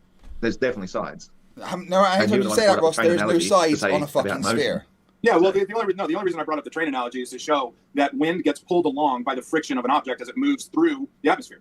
So as the Earth rotates, the atmosphere gets pulled along with the Earth. That's all. That's the only reason I made that analogy. It doesn't have anything to do with But hang on a sec. This is the train relative to a stationary Earth through the atmosphere. You're trying to say the entire Earth with the atmosphere is dragging along somehow. Well, there's nothing. It's completely two different things. No, as the Earth rotates, let me get my Earth. Yeah, this debate was amazing, Spec. You're right. I really enjoyed it. As the Earth rotates, the atmosphere gets pulled along with it because there's nothing. There's no other force to restrict it from doing so.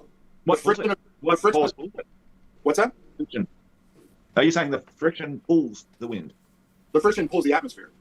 How? Just like a train pulls air with it. No. The train goes.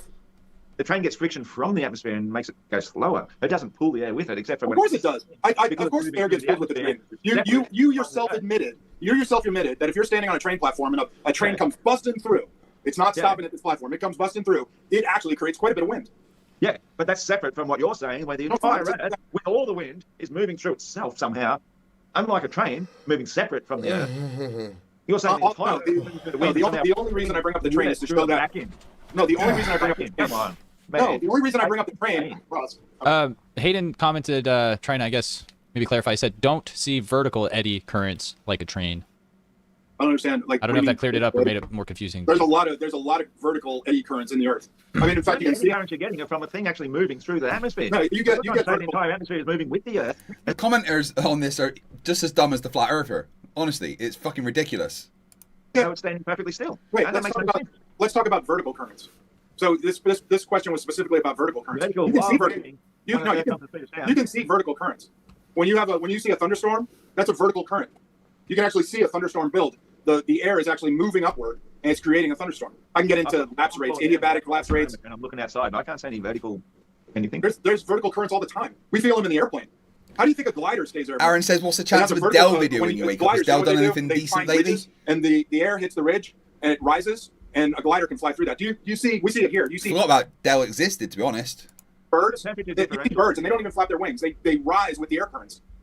There's vertical air currents. Air has a certain amount of friction, and then wings are shaped to capture. No, well, air rises. Warm air rises. If they stood still when they weren't flapping, they'd drop.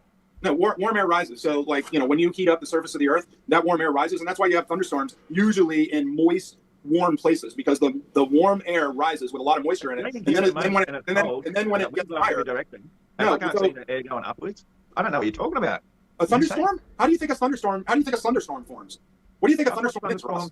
All my life, I'm a weather watcher. I'm so in tune with the weather you would not imagine. So how do you think a thunderstorm? What you say about air currents going upwards, they don't. A thunderstorm stays where it is. And it no, free tour. Fretnor, he doesn't like me. A thunderstorm. You know how a thunderstorm develops? So a thunderstorm is warm, moist air that rises. As that air rises, it cools. What happens when the air cools? It actually condenses, and that's why you see a cloud. And you can actually see the cloud rise. And as it gets up, there's actually two different lapse rates. I've never seen a cloud rise. What are you talking about? I watch clouds all the fucking time, man. I'm a cloud watcher. That's what I do, man. I am a weather watcher. That's how I know that the chemtrails are messing with our natural weather systems. I watch the weather all the time. I watch clouds all the time. I know. I've never watched a cloud go up. Never. No, I'm talking. You've never fucking looked at them, clearly. So it builds, right? So at a certain altitude, you see that clouds they're usually form at a certain altitude, right? The moisture is about the same, and they form at about a certain altitude, right? And then you see cumulus clouds, right? Cumulus clouds, they get puffy, right? You see puffy clouds. That's warm air rising. That's warm, moist air rising is what a puffy cloud is. Now, a thunderstorm is a very big puffy cloud, and that air is rising. It's a rising air current. You're not talking to a 5-year-old here, mate. I watch clouds all. No, 5-year-olds are way smarter than you, dude. I fly in. Do you know what hail is? Yeah. Do you know how it forms? You know why hail forms? Because the air is rising. Russ, listen to me for a second. Hail forms because the air is rising so fast that it actually keeps the water from falling, and it freezes. The air is rising so fast that the rain can't actually fall. So the water freezes, and then it gets heavy enough where it finally falls. And you've seen where hail can get really big. Why is hail so big? Why doesn't it fall when it's small? Because the air is rising so fast, it keeps the moisture up there, and it freezes and freezes and freezes and freezes. It gets big. And then eventually, the weight is so much that it overpowers the rising air current, and it falls, and you get hail. All right, last response, and I got to move on, Ross. No, that's really interesting because I've seen hail from all sizes, from whether it be a couple of millimeters up to, golf ball, even baseball-sized pieces of hail. Well, you tell me why hail waits to fall when it's a golf ball, but it doesn't fall before. It's definitely not because of gravity, is it? It's obviously because it's because the air is rising so fast that it overcomes the downward force of the hail. And that you're building a spinning space ball because you believe that the spinning space ball is going 1/3 times the speed of sound in a particular direction while also orbiting the sun. Ross, you said you're a weather guy, but you can't even explain hail. You said you're a weather guy, and you can't even. All right, guys, I gotta stop it there. We'll get there on every other comment if I let you. So Jack Fetter for 5 says Ross can't/won't answer a simple question. Another Fleur failure. I can't believe we even have flat earthers today. So dumb, so embarrassing. #globe. Well, hey, Ross, let's keep score. Let's keep score. How many people in the comments have said that I don't know what I'm talking about versus you don't know what you're talking about? To be fair, Jack is a regular commenter on every flat Earth video, and he sent like 5 super chats. Truth isn't a democracy. I'd much rather be on the minority than. We did get another. Sorry to interrupt, but we did get another comment from Hayden Shearer, who was talking about the train eddy analogy thing. He said, "We are going a cumulative speed of 1.5 million miles." /h spinning curving, so in space we would measure acceleration outwards, but we don't. Exactly. Well, you mean so that I never got to that point because we had to move on. But as far as rotational speed, so with the Earth orbiting the sun, it does a 360-degree turn in 1 year. Yeah, that is a long time to do a 360-degree turn. You're not going to feel that. You're not going to feel that orbit. I mean, if you think about an airplane going 600 miles an hour and it turns 90 degrees in 10 hours, you would never feel that. Never. And we're talking about going 66,000 miles an hour and doing 360 degrees in a year. You're not going to feel that. I believe that they're actually turning 360 degrees in 24 hours, which would be 24,901 miles, and you divide that by 24 equals 1,000. We're talking about orbital velocity. We're talking about orbital velocity around the sun. Okay, but you're doing both at the same time. So. All right, next one is from Jack Fetter again. He says, Ross, Orion's belt is essentially over the equator. Show us Polaris from Australia or Crooks from anywhere in North America, north of the Florida Keys. Yeah, well, see, that's another dumb Glover argument. Is that whenever you travel anywhere, you're going to see different things. And so that's what we see on the stationary plane of Earth, is the more you travel outwards, the more you're going to see different stars. It's pretty straightforward. So I wouldn't expect to see, especially because our Earth was mapped in the first place by viewing Polaris, the fixed star, 90 degrees above the North Pole, but it drops by degrees as you move further and further outwards. By the time you reach the equator, it's at 0 degrees. So you're not going to see it beyond the convergence point at 0 degrees, which is thousands and thousands of miles away. And that is why we start seeing different stars if we turn around, especially, and look the other way. So, no, you're never going to see Polaris beyond the equidistant point away from it, by which the world itself was mapped in the first place, in circles. And that's what gives the illusion of curvature. It's just circles around a fixed point in the center. Right. Retired 2920 again says, Ross, every claim you have made, you have provided zero evidence. That's what he does. That's his specialty. What claim would you like evidence for? Like, I just made one about the equator, and that works exactly. What is distance away, things appear to get lower and lower, and move away from it. You look down the far end of the tunnel, the far end of the tunnel is going to be very low. Go down the other end of the tunnel, that end of it's now going to appear really high, and the end you were previously under that appeared high, it now appears low.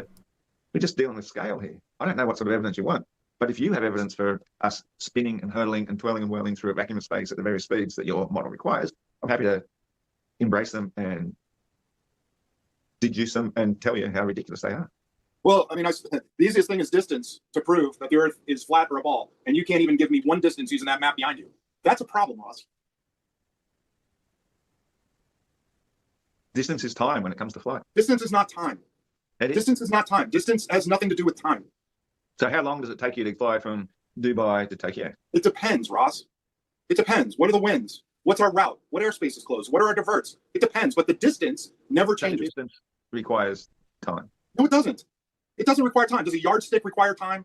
If I have a yardstick, yeah, that's measuring a distance. If you and I were to hold a string that's 500 feet long, does that require any time to measure that distance? Is time anywhere in there? Is time anywhere in there? If you and I are holding a string 500 feet long, that's measuring a distance without having anything to do with time. So how long does it take to get from one end to the other? Time. I don't know, Ross. I don't know all the factors involved. What are the winds? What color is the string? Do you know that the weight of the aircraft also determines its speed? If you're full, you have to fly faster. If you're empty, you don't have to fly as fast. There's a million factors that determine airspeed. Okay. So, all right. And airspeed determines flight time. So time and speed have nothing to do with distance. Distance is its own specific measurement that is not variable. It's always the same. No one wants to answer my what color the string is question, though. Okay. And you can't give me one distance off that map behind you. Just give me a distance. Johannesburg to Auckland, and you can't do it. That's a problem. You don't see that as a problem? New York to Washington. New York to Washington? Which Washington? Washington State or Washington, D.C.? I don't fucking know. Not American. I think he means Washington State, but I'm going to move on here. We got like five questions left. Thank you, Life in HD. Purple string. Now someone's showing me I'm being heard. All right. That was a bad joke. But anyways, next one is Yerba Mate toxins ooh-woos for 30 pesos or something. Oh, no, that's the denomination itself. My bad, Max. I just figured that's what you were trying to say with the subtext here. After show on Yerba Mate talks. Open panel, let's discuss. Okay, he's not saying ooh. What are those, pesos? Thank you. Yerba Mate after show. If either of you guys want to go on there and hash it out further or debate him or someone else. Next up, and he's a mod, so thank you, Max, for modding there. Post a link in the chat, if you could, of the debate con tickets one more time. Thank you. Jack Federer for 5 says, SpaceX has successfully landed Falcon 9 and Falcon Heavy boosters on land 91 times. Typical Flerfs do zero research. That's probably related to the rocket question. I'd love to know exactly how they do that. If the Earth is spinning 1/3 times the speed of sound, what sideways trajectory they must be calculating for, depending on the time of day and the latitude, in order to get you. It's extremely impressive. It's very, very impressive that SpaceX can do that. That they can return their boosters. It's absolutely mind blowing. It's really cool. Absolutely, especially if you believe the heliocentric model. the heliocentric model has nothing to do with mind. All right, well, let's wrap these questions up, guys. We're at the final leg here, and then I'll let you guys shout out your channels real quick, and we'll wrap it up for the evening. We only have probably another 15 minutes. It's 7 o'clock in the morning. Well, sorry. It's bedtime for me. We're getting there. Bedtime for me. 7 o'clock in the morning here. All right. Well, I hope you have a good day. Hey, Icy Spin, or no, this is Hayden is next again. Train Eddie guy says. Sorry, I was just getting my bed ready.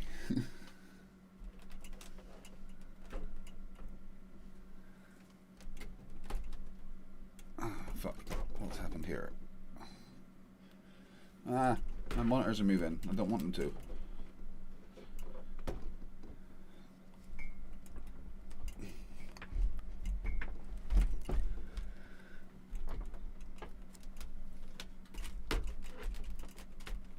There we go. Pulled along, but it's free flowing, so the air up higher will drag behind like in a blender at the outside, but we don't observe this. I don't understand that question. I don't think it was a question. Well, I don't understand that statement. I don't understand that. Can you say it one more time, please? So this is in relation to all the Train Eddie conversation. He's the same guy that was weighing on the analogy earlier. He said air gets pulled along, but it's free flowing, so the air up higher will drag behind like in a blender at the outside, but we don't observe this. ... Still don't understand what that means. All right, sorry, Hayden. We got to move on. Volcanoes, for example. Well, blenders are in a fucking blender where there's friction on the outside. There's no friction on the outside of fucking the wind, is there? Because there's no friction in space, so there's no friction on the outside of the atmosphere to stop it being dragged around. And you can see that the volcano plume doesn't get pulled behind the Earth. What? Whatsoever. Oh, wait, the Earth is stationary. Wait, really? Wait. Although a little bit of wind might. Oh my God! Look at that volcano. Is that look at that volcano? Is that moving 1/3 times the speed of sound, or what? I don't know how fast that air's going, but that definitely. Whoops, sorry. Jeez, I'm giving my critical. Actual wind. That definitely looks like the Earth is spinning. Definitely not 1/3 times the speed of sound, and definitely not around the sun. 86.8 times the speed of sound. Up. That is definitely not going straight up. Because we have wind. We expect what creates the wind, Ross? Temperature fluctuations, the sun moving around. The rotation of the Earth creates winds. Because the sun moves around above us. Yep, you got it. Do you really believe that the sun goes through the atmosphere and creates winds? No. The sun is well above the atmosphere, but the effect of the sunlight through the atmosphere is what creates the winds. How high is the sun? Probably at least 60 to 70 miles. Right, we're going to leave that there. It's basically done. It's just a bit of waffle at the end, and I'm going to get ready to have a snooze. Whilst I am sleeping, the camera will be on me watching, and I will play. I've set up a playlist of a few things.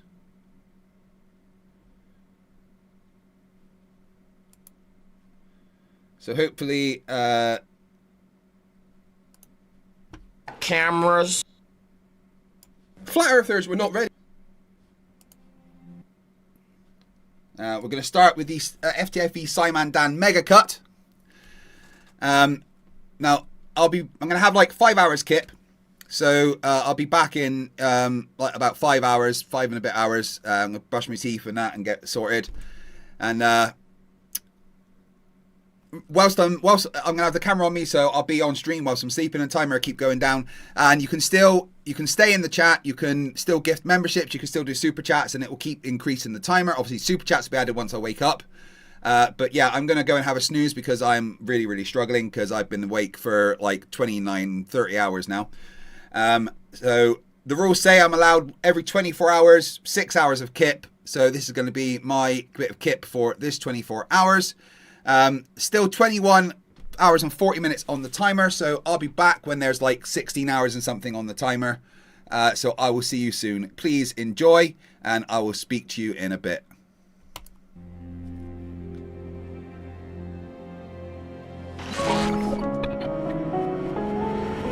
We're living on a disk, floating through space, with a tiny sun.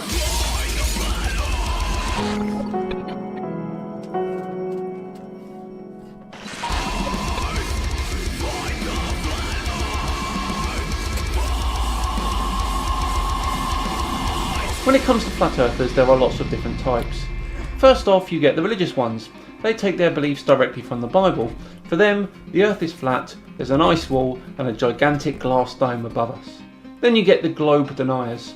They profess to not know anything. They just think that the earth is not a globe and that's that. And now and again you come across the model makers. They invest time and effort into constructing not only models of our earth, but also our universe.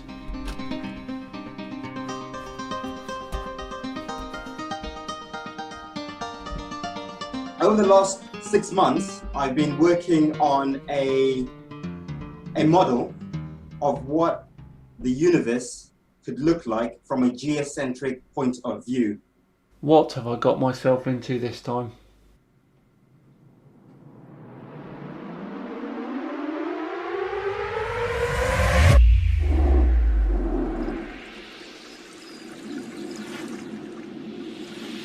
Hello all and welcome to another Flat Earth Friday with me, Simon Dan. Yes, that opening clip was from YouTube channel Flat Earth Universe, otherwise known as Flat Earther Martin Kenny. This man has appeared on UK morning TV twice, once with his fellow Flat Earthers and once by himself. He's also been interviewed by this guy. Apparently he's a big thing on YouTube. So when he came forward to say that he constructed not only a model of his flat earth but also the universe, I simply had to have a look.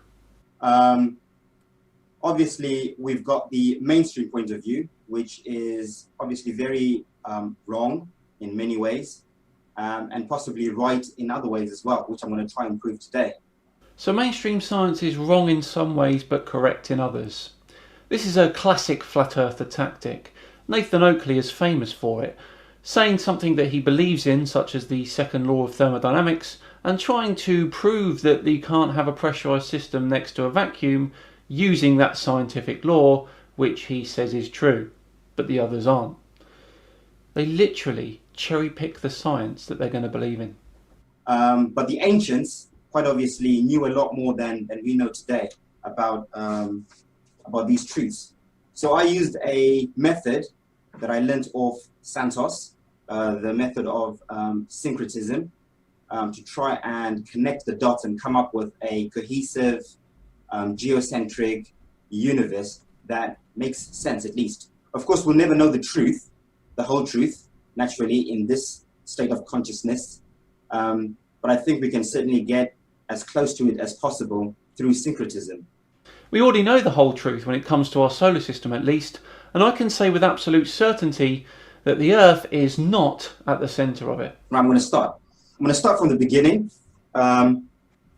My presentation is based on the cosmic egg theory, the theory that our universe is inside an egg or a shell, which is actually a torus field. Wait. So the universe is a giant egg consisting of a torus field. I don't know anything about this theory. I need to learn it. Let me get my notebook quickly. So, what have we got? We've got giant egg made of torus field. Okay. Okay. Everything is toroidal. So. But if it's toroidal, it can't be an egg. I think you're confused. The torus is like a big giant donut shape. Let's call it the big donut theory instead. Okay. We interrupt your Friday show for an important announcement. Sam and Dan may have fallen in the clutches of illogic. In order to prevent any further damage, we here at NASA solicited the help of a well-known doctor. Take it away. Thank you for asking me if I want to participate, by the way. Hello, my name... Oh. What did I do? I skipped. I went back. We're living on a disk, floating through space, with a tiny sun.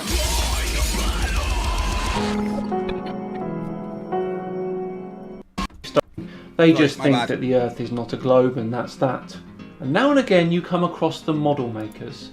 They invest time and effort into constructing not only models of our Earth, but also our universe.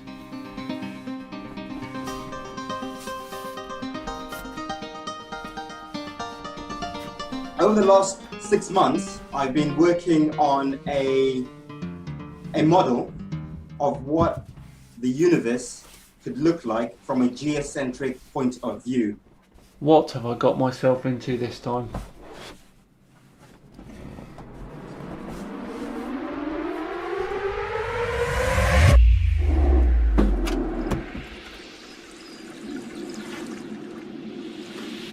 Hello all and welcome to another Flat Earth Friday with me, Simon Dan. Yes, that opening clip was from YouTube channel Flat Earth Universe, otherwise known as Flat Earther Martin Kenny. This man has appeared on UK morning TV twice, once with his fellow Flat Earthers and once by himself. He's also been interviewed by this guy. Apparently he's a big thing on YouTube. So when he came forward to say that he constructed not only a model of his flat Earth but also the universe, I simply had to have a look.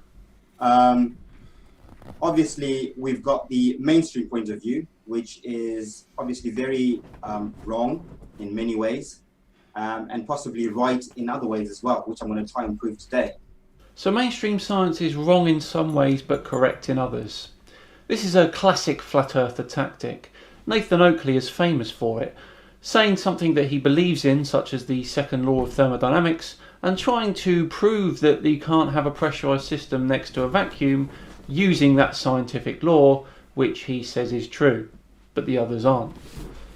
They literally cherry pick the science that they're going to believe in. But the ancients quite obviously knew a lot more than we know today about these truths.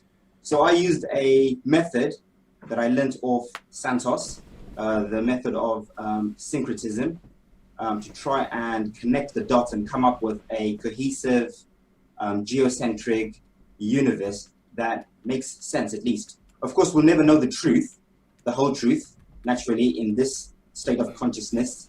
But I think we can certainly get as close to it as possible through syncretism. We already know the whole truth when it comes to our solar system at least, and I can say with absolute certainty that the Earth is not at the centre of it. I'm going to start. I'm going to start from the beginning. My presentation is based on the cosmic egg theory, the theory that our universe is inside an an egg or a shell, which is actually a torus field. Wait. So the universe is a giant egg consisting of a torus field.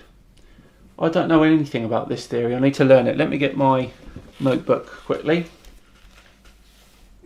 So, what have we got? We've got giant egg made of torus field.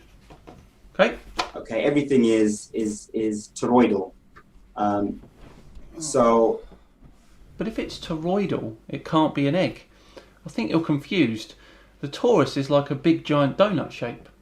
Let's call it the big donut theory instead. Okay. We interrupt your Friday show for an important announcement. Sam and Dan may have fallen in the clutches of illogic. In order to prevent any further damage, we here at NASA solicited the help of a well-known doctor. Take it away. Thank you for asking me if I want to participate, by the way. Hello, my name is Dr. Stronagov. What you see here is a classic example of flat earthism, a debilitating condition that has been plaguing about 100 people. I'm going to start from the beginning. Right. So, in the beginning, all cultures, and even mainstream science, tells us that there was nothing, absolutely nothing, the void, emptiness, empty space. So, according to all cultures, flat earther heads are fertile grounds for new beginnings? Food for thought. Today, science calls it infinite space, time, and matter. Okay? Past cultures also had names for this. The Greeks called it the chaos. The Norse called it the Gunning Gap. The Egyptians called it the noon. I am rapidly approaching the noon point of my attention span. This is the void. This is everything and nothingness. Okay, so first off we have nothingness. Brilliant.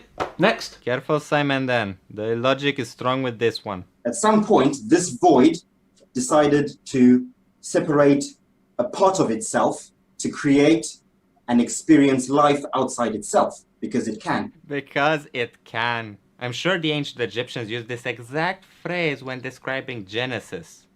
This is the nature of infinite potential, to use that potential. And the first creation, from our point of view, was what we know as the Holy Trinity, okay, which I've drawn there.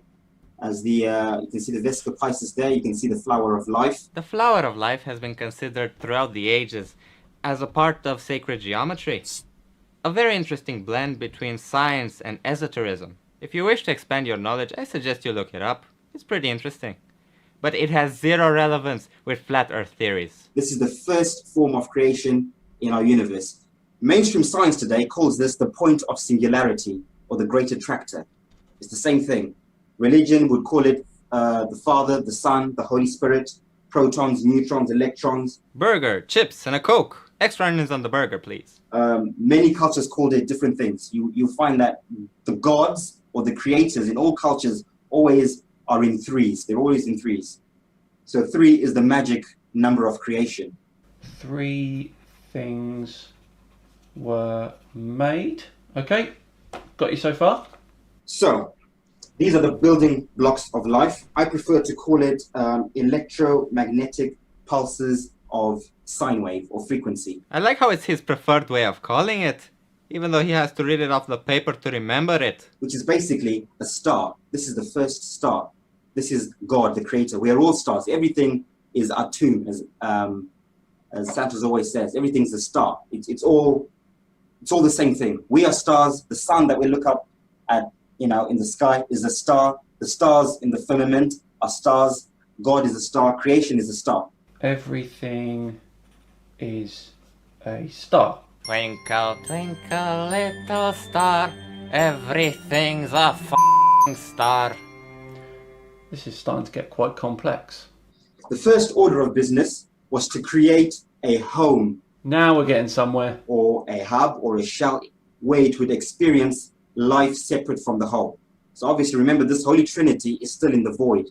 It's still in the infinite potential. But it needs to have its own world in order to create and experience life. Right, I've had enough of this theory. I want to see the model. I'm going to skip on a bit and see what we can see. Which is basically... Careful of your model, man. I've been waiting for this. This. This is the Ben. This is the Earth. But this is the top half. So if you imagine this at the top, there's also a bottom bit, an upside down pyramid. Right, hang on. So we're in a giant donut and the Earth is a disc, and underneath that disc is a pyramid that's upside down, and we're all in the middle of that donut. No. No more. Very good, Simon Dan. You're back with us. And that is sitting on the great deep, on the waters below. And above, you've got the waters above, which are the atmospheres. Right? Right, so we're in the middle of a giant donut, and the Earth is a disc, and there's an upside down pyramid underneath that disc, and we're all inside that donut, and there's water above and water below. Right. Okay, so the whole thing has got a name. In Kemetic Egypt, it's the Ben, right? But on the top, this is Mother Geb. If you're looking from the top, this was Mother Geb. Okay? In Greek mythology, the whole thing is Gaia. But the top, as you see it with these concentric rings, is Atlantis or Atlas. Okay?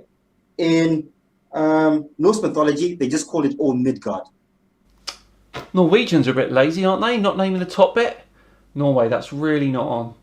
Okay, they had one name for it. In Vedic cosmology or in Vedic scripts, they call the whole thing the Burloka. But the top is the Bhu Mandala. The concentric rings are the Bhu Mandala. Okay? It's also interesting that in Greek mythology, they said that Mother Gaia had 2 children. Okay? This is Mother Gaia, the whole thing, had 2 children. Who are the 2 children? The 2 children are the top part and the bottom part. Prometheus and Epimetheus. These are the 2 held below us. Okay? Right. I hope that makes sense. So I'll move on to the next slide. That makes no sense whatsoever. What you've done here is make somewhat of a mythological smoothie and mashed all the creation mythologies of Earth together, whilst explaining it, still kept them all separate. It really is a mess from start to finish. I dare say, if you're still listening, that your brain is probably now dribbling out of your ear hole. I require your assistance, Doctor. You again? What do you want this time? You see, Dr. Stroganov. It's Stronagov, Dr. Stronagov. It's written on the door. One should never be gullible. Maybe you didn't write it there. Maybe it was the ducks. The ducks? I shouldn't have mentioned the ducks. Moving on. I have problems. Yeah, you have problems. You see, my brain is leaking out of my ear hole. What? I said my brain is leaking No, I heard what you said. What did you do? Nothing. Did you watch Flat Earth videos again? That information is confidential. Yes. Oi, how many times must I fix this for you? You're a real miracle worker, Doctor. A guardian in a white robe. Yeah. Here, watch 2 Simon Dan videos and call me in the morning. Is 4 a.m. okay? Actually, don't call me in the morning. Okay. Actually, please stop breaking into my office. Of course, we must all get back to our duties. Thank you, Dr. Stroganov. It's Stronagov. So, when they tell us that the Earth has got 3 layers, a crust, a mantle, an inner core, and an outer core, that is inner Earth, inside this Ben. Oh, God. Fight the Flat Earth? I'm tagging you in, because I can't take this anymore. Don't worry, Simon Dan, I've got this for you. Hey guys, I'm Fight the Flat Earth. Thank you very much to Simon Dan for letting me on his channel to talk about, what is it we're doing? A cosmic egg. Oh, for f***'s sake. Alright, let's see what the Flerfs is saying. Right. Now that we established that this is what the whole Earth looks like, our entire Earth is a pyramid Bhumandala with 4 concentric rings. I'm going to disagree with you there because the world is demonstrably not a set of concentric rings. The evidence for the shape of the Earth is really, really easy to find. The problem is that you Flerfs have created an unfalsifiable narrative in your heads, so you dismiss all evidence of the shape of the globe. One of the best examples for the shape of our planet is the Himawari 8 satellite. The Himawari 8 is in a geosynchronous orbit about 22,000 miles above Japan. This satellite images that entire side of the planet every 10 minutes. You can compare the cloud patterns you see to any live webcam on that side of the planet and you will find they match exactly. It's so accurate that it spotted wildfires on the Mongolia-China border in April 2016 before anyone else and was able to track and predict the path of the fire, allowing it to be dealt with quicker than normal. Right? 1, 2, 3, 4. Everything's in fours in the universe. Right? Everything's in fours, you say? Then how come earlier on in the video you were very specific about saying... In all cultures, always are in threes. They're always in threes. So 3 is the magic number of creation. Okay? Oh man, look, I really didn't think that I would have to deal with this, so we're going to have to take a little trip to the remedial classroom.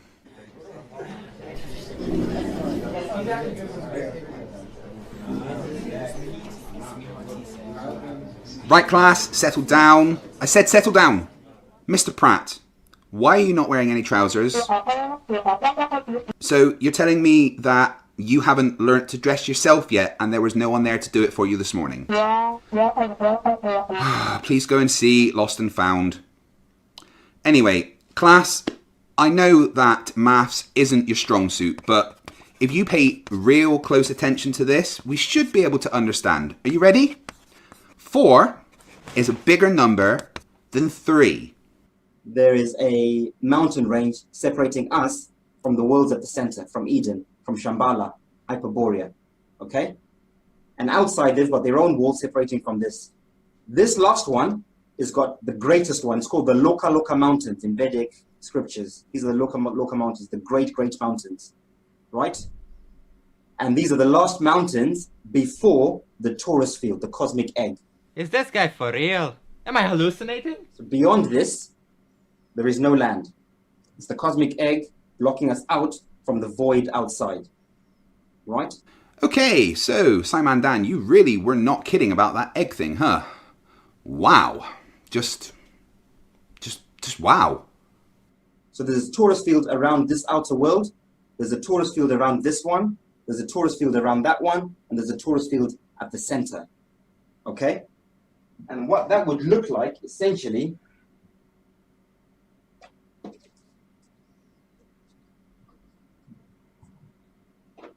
is something like this. Okay? From our perspective, from where we are. Right? Almost like those Russian dolls. Russian dolls in Flat Earth. Russian dolls in Flat Earth. I'm sure there's a joke here somewhere. Give me a sec. I'll tell you what, we might come back to this. Just carry on. Right? So there's one at the center, a torus field like that. There's one on the outside, on the outer worlds, a bigger one. Then there's a bigger one on the outside. Right? Now, I noticed something very interesting about this. These toroidal fields, right, are probably oblate spheroids in shape. So when mainstream science and NASA says the Earth is an oblate spheroid, this is what they're telling us. They're kind of telling us a half-truth, right? Which is why they can blatantly lie with a straight face. Nothing. Because they know they're usurping the truth. And when it comes out, they'll just probably say, well, you're too stupid to understand what we're saying. So I'm always amazed at the way that Flerfs managed to twist science to suit their own personal narrative.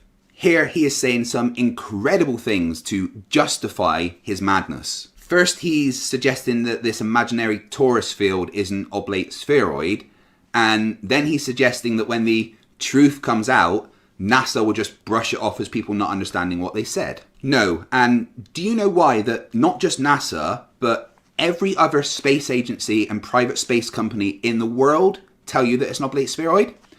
It's because it is 100% an oblate spheroid, and everyone in the world isn't lying to you about everything. The Earth is 100% without a shadow of a doubt an oblate spheroid. This top bit is what mainstream science calls the Van Allen belt. This is the Van Allen belt, this toroidal field. Right? They tell us there's a field of energy that they cannot go past called the Van Allen belt. This is it. No, that's really not what the Van Allen belts are. The Van Allen belts are an area of charged particles that surround our planet. These belts are caused by particles from solar wind becoming trapped within the layers of Earth's magnetic field. The belt traps energetic particles like protons and neutrons, and to a lesser extent, less energetic nuclei like alpha particles. A lot of Flerfs jump on the misunderstanding of the Van Allen belts and use it as proof of the flat Earth because we can't get past the Van Allen belt, so therefore we never went to space, blah blah blah blah blah. There is a reason we find it harder to get past the Van Allen belt safely now than we did in the 60s and 70s. In the 60s and 70s, the technology wasn't as digital as it is now. There was much more analog things. Transistors and resistors were more susceptible to the radiation from the Van Allen belts. Basically, the advances in technology means we have to take more steps to protect the people and the equipment that we send to space. By the way, they also tell us that there are 5 Van Allen belts in the universe. Now, this is something I've never heard before. 5 Van Allen belts throughout the universe? I'd love to know where you got this information because I literally couldn't find anything on Google or Bing, Ask Jeeves, any of them. The Van Allen belts consist of 2 layers between 400 and 36,000 miles up. They also tell us that our universe is covered with cosmic background microwave radiation, which is basically a torus field. So they're telling us that the whole universe is inside a torus field. Cosmic background radiation, electromagnetism. So again, they're telling us the truths, but in a twisted way so that we don't figure out exactly what it is. Okay? So that is what it would look like from our perspective. Again, with the twisting science to suit your narrative, the cosmic microwave background radiation is literally the remnants of the beginning of our universe. It's had many experiments conducted on it, and we've launched satellites to space literally just to monitor it. Over the course of 9 years, thanks to the discovery of the cosmic microwave background radiation, we've been able to image the entire visible universe. So in conclusion, the Earth's not flat. The universe isn't an egg. Please stop saying such idiotic things. It makes me sad to know that there's this much stupidity in the world. Thanks again, Simon Dan. Back to you. Thanks for that, buddy. Excellent job. I think I've recovered enough now to continue. Well, my job here is done. I'll go change the lock on my office door. So I'll try and put this together so you can kind of see what it looks like inside the egg. Okay?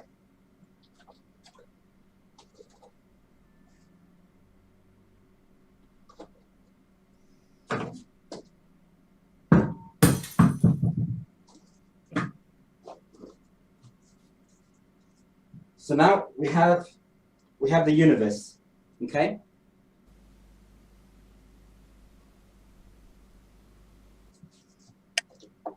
And here it is, okay? That's the top of the Bhumandala.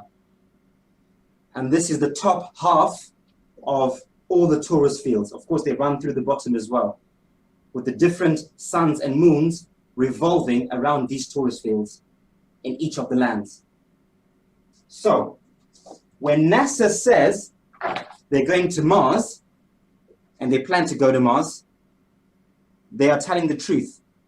Mars are these outside lands, the outer lands, where Mars is the sun. Oh yes, that wonderful object Mars, which has an average surface temperature of minus 60 degrees, is a sun. I can honestly say that this project is the biggest waste of time I've ever seen. What a load of old shit. I'm done with this. I can't. Turn off the camera. Come on. I can't do this anymore. And where's my latte? I'm losing the will here, mate. I'll just cut. Right.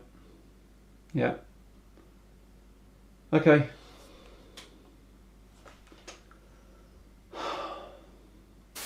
Right, that about wraps up another episode of Flat Earth Friday. I really hope you enjoyed it. Please do like and subscribe if you did. Thanks very much to Fight the Flat Earth for your assistance. His channel is linked below.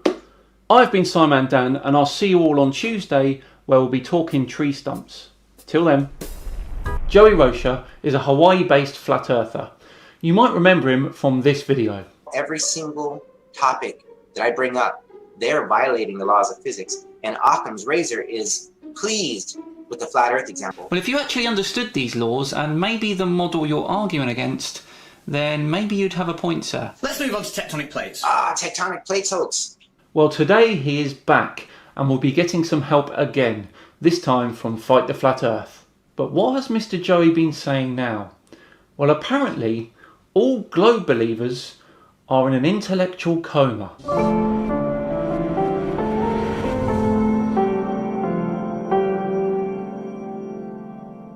Hello all and welcome to another episode of Flat Earth Friday with me, Simon Dan. Thank you very much for joining me. Before we begin today, last week saw the start of the Globe Lie European Tour. This is basically a bunch of Flat Earth YouTubers from the UK travelling around Europe for a couple of months in a clapped out old camper van, trying to talk to the general public about Flat Earth in an attempt to make them woke.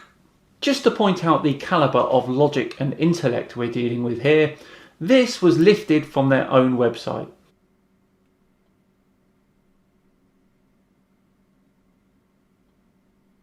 The Globe Tour, hey? Dear oh dear. And for some reason, they seem to think that Belfast is in England. Very odd.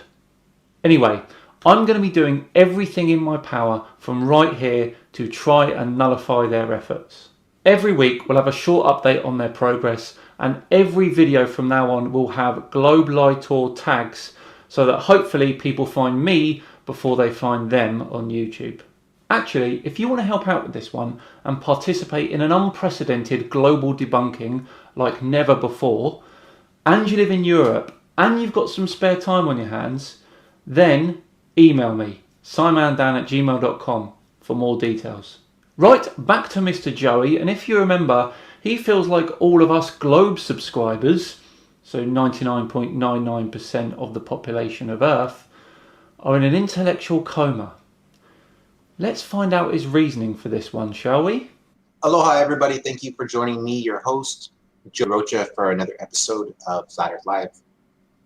In today's show, I'm going to be pointing out some obvious facts about the globe that prove it to be a lie and a hoax. And I'm going to go over some obvious facts to prove that the Earth is flat and motionless.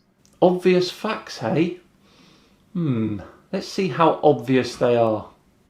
So in this short show today, it's only going to be about 20 minutes, I'm going to briefly and thoroughly go over how the Earth isn't a spinning globe and how it is a flat, motionless plane, proven by science and proven by the laws of physics. Sound fair enough? Yeah, that sounds fine, but you didn't do great when it came to the laws of physics last time, did you? Well, you cannot get a tan or vitamin D from a barn fire. I mean, if you doubt me, you'd be doubting the laws of physics and peer-reviewed science. So I feel very safe presenting this information today. Let's get started. Alrighty, here we go. Is the Earth a globe that's spinning around at over 1,000 miles per hour? Or is the Earth flat and motionless, as our ancient ancestors said? Let's just evaluate the two. Well, for starters, not all of our ancestors actually believed that. But yes, let's evaluate the two models. Please go ahead. First of all, what do we need to do to decide if the Earth is a globe spinning or if the Earth is flat and motionless? Engage our brain. That would be a start. What we need to do is we need to A, first take care of the flat or spherical part, and then B, take care of the, is it in motion over 1,000 miles per hour or is it motionless? So let's go with A. Is the Earth flat or is the Earth a ball 25,000 miles in circumference? Topographical measurements will answer this question for us. So you take measurements of large pieces of land, as much land as possible. You take those measurements and then you can decide based on topographical measurements what shape the Earth is that we live on. I'm not sure how topography helps us with that, but okay, let's continue. And it turns out all topographical measurements of states, when measured, Kansas, Florida, and 13 other states in the US alone, all other countries have measured different places in their areas, and all have come to the same conclusion. Perfectly level. Have they? Here is a topographic map of the UK. Why don't you tell the people of Wales that the land is level? Oh, and to add to that, level doesn't necessarily mean flat. Yes, there's mountains and valleys. Similarly, a piece of paper. We all know that a piece of paper is flat and level. However, when one looks at a piece of paper underneath an electron microscope, you can see rivets and valleys. Here is a picture of some paper underneath an electron microscope, by the way. So when we exclaim that the Earth is flat, proven by science, we mean that it's level from point A to point B. Yes, there's valleys and craters and mountains and hills, but over the spectrum, believe it or not, topographical measurements show that the Earth is flat. Oh, I see. So I think you're using the same argument as Adam FTFE was here. Elevation is, I go up 16,322 feet. I come down 16,312 feet. Wow. Difference of 10 feet. 10 feet of difference. In which case you're talking about elevation. Elevation has got nothing to do with curve. Now, how does this prove that the Earth isn't a sphere? Well, pretty simply, because you do deductive logic. By applying deductive logic, we can figure out the problem, solution, and answer to our first part, part A. Is the Earth spherical, 25,000 miles in circumference, or is the Earth flat? What you do is, since all land measurements and all bodies of water that are measured are completely level. Joey Silv, thank you so much for joining, Joey Silv. Share this on Facebook for me, Joey Silv. I'm banned right now. I wonder why. So, since all measurements of Earth are completely flat, I'll explain to you why this debunks the Earth being a sphere 25,000 miles in circumference. If the Earth was a ball 25,000 miles in circumference, as NASA and the heliocentric theory claim, then there would be a measurable and detectable curvature that one would witness.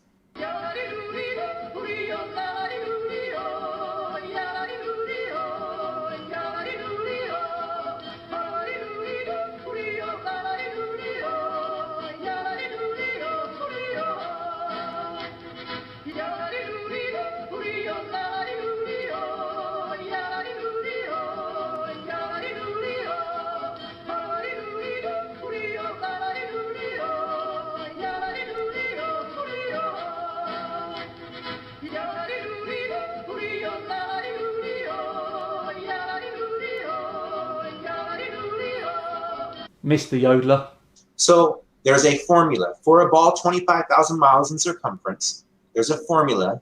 If you plug in spherical trigonometry, it's 8 inches per mile squared. And in layman terms, it basically goes like this. If we're on a ball 25,000 miles in circumference, at some point, objects that are in the distance will disappear due to Earth's curvature, right? Exactly. You mean like this?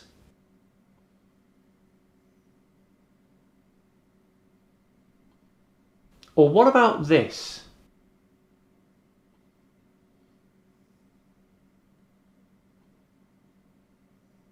Then there's also this.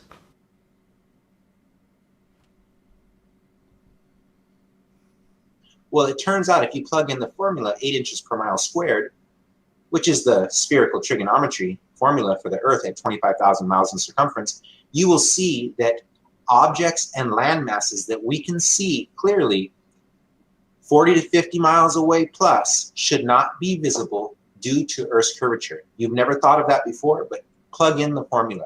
I live in Hawaii. We can all see islands, chain of islands. We can see them from seashore to seashore, and some of them are 50 to 70 miles away. He lives in Hawaii, yet doesn't realise that the furthest island you could potentially see is actually only 45 miles away. But I couldn't find any photos of Kealawi from the Hawaiian shore. However, Mr. Joey could live on the Honolulu Island, where Kauai is over 70 miles away. But again, no photo from sea level. By all means and intensive purposes, these islands that are visible from seashore to seashore, it means from level to level, from the same point, should not be visible from seashore to seashore, but they are. I don't doubt that, But I think someone's exaggerating the distances involved, aren't they? Due to spherical trigonometry, because look, on a ball, every angle of incidence on a 360-degree circle is falling beneath you. So if you did a turn, everywhere that you did a circle on should be dropping at a measurable and detectable rate. So you take this information and you apply it, and you must be intellectually honest and say, look, you're right. Topographically, the measurements show that it's flat. That's it. That's your reasoning. Horrendous. Not spherical. Now let's go to the motionless part, part B of this program. Is the Earth spinning at over 1,000 miles per hour, as NASA claims? Okay, for this part, I'm going to get the assistance of Fight the Flat Earth. Let me just... Hello. Hey there, Fight the Flat Earth. Hello, who's there? What software are you using to answer this call, mate? Sam and Dan, is that you? It sure bloody hell is me. What's all this? Well, what's all of what? Where'd you get a cool system like that? Oh, this. Oh, well, NASA installed a holographic generator. It looks good, doesn't it? They call it the No Hollow 9000. Hang on, NASA? Yeah. NASA's holographic generator? Yeah. NASA came over and installed a holographic generator? Now you're just repeating stuff that I've already said. The NASA? Now this is getting weird. Nice average system adaptations? National Aeronautics and Space Administration. The NASA, yes. Unbelievable. I'm going to talk to Adrian about this. Hello. Yeah, hi. Is this the delivery man? What? I ordered a pizza, but couldn't give you the address, because then I'd have to kill you. No, this is Simon Dan.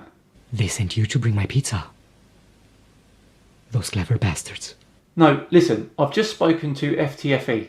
Fluffy, the Freedom Eagle. Fight the Flat Earth. Oh, him. Nice guy. Excellent taste in eyewear. Look, how come I don't have one of those fancy holographic generator things? What do you mean? Do you know who I am? Not my delivery man. I'm Simon Dan. I've got 200,000 subscribers. Congratulations. Thank you.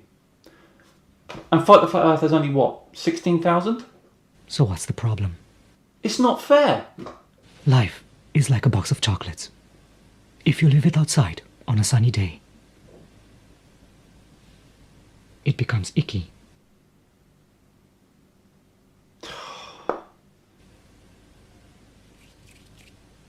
Hey guys, I'm FTFE from the channel that takes stupidity on a long drive into the countryside and comes back alone, in a different car, wearing different clothes so there isn't any forensic evidence. Thanks to Simon and Dan for having me on, so let's have a look at what Joey has to say. So first let's evaluate the globe. They say that the Earth is a ball 25,000 miles in circumference, rotating at a little over 1,000 miles per hour, which is faster than the speed of sound, much faster, a couple hundred miles faster than the speed of sound. Come on, Joey, you've just shown straight away that you've no idea what you're talking about, and you don't even know the difference between rotation and angular velocity. Two things. First of all, the Earth is rotating at 0.000694 RPM. That's half the speed of an hour hand on a clock. If you go to the North Pole and stand still, you would do 360 degrees in about 24 hours. Secondly, the speed of sound is relative to a medium. At the equator, the Earth's angular velocity is approximately 1,000 miles an hour. But what's the medium that's moving in? Because remember, the atmosphere rotates with the Earth. The medium it's moving in is space, where the speed of sound is 0. Is there any proof of this? Is there any scientific tests that have been conducted that prove this? No. Science doesn't prove things. It never said it does. It gives us the best current understanding of the world around us based on evidence. So if you're asking me if there is any evidence for the Earth's rotation, then yes. Yes, there is. If the Earth is spinning at one rotation every 24 hours, that means that every hour it has to turn 15 degrees. And if the gyroscope is mounted anywhere on Earth, it's going to drift. In today's 21st century navigation systems, they're using what's called a ring laser gyroscope. It is extremely precise. If we could simply get one of these ring laser gyroscopes, we would be able to prove once and for all that there is no rotation to the Earth. One of the people in the community actually purchased one for $20,000. But what we found is when we turned on that gyroscope, we found that we were picking up a drift, a 15-degree-per-hour drift. Thank you, Bob, for making my job so much easier. So what Bob used is called an interferometric fibre optic gyroscope, which uses the fact that c, the speed of light, is the same for all inertial frames of reference to measure rotation. Have a look at this animation.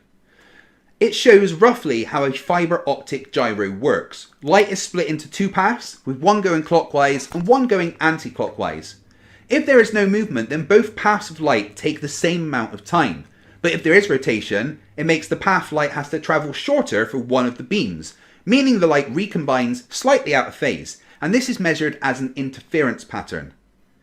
This is called the Sagnac effect, and is so precise not only do modern aircraft have 3 fibre optic gyros on board to measure yaw, pitch and roll, but it can actually measure the rotation of the Earth at, oh, Bob, how much was that again? A 15-degree-per-hour drift. But they tried to. That's right. But when they tried to see how fast the Earth was rotating, they found out through their interferometer experiments, which are very sensitive motion detection machines, very, very sensitive. As a matter of fact, they're more sensitive than seismographic machines.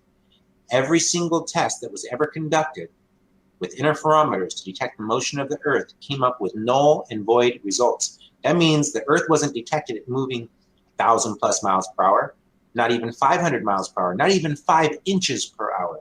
Zero motion detected whatsoever. Well, Joey, that's just plainly false information. We don't have to rely on old Bob's Super Noodle Doodle. We can take a trip back in time to the Michelson-Gale-Pearson experiment in 1925, which used a modified version of the Michelson-Morley interferometer to measure the Sagnac effect of Earth's rotation. The experiment confirmed the angular velocity of Earth as measured by astronomy.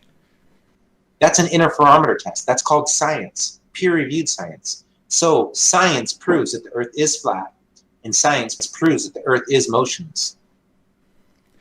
It does neither. Science presents us with evidence that the Earth is moving.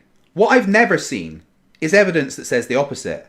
I'm guessing that's because the evidence doesn't actually exist. You can do a mental thought experiment. Imagine a helicopter hovering above your head for 12 hours. By proxy of Earth's 1,000 mile plus rotation per hour, by the time this helicopter hovering above your head landed back down, it should land on the other side of Earth, in China, for example, but it does not.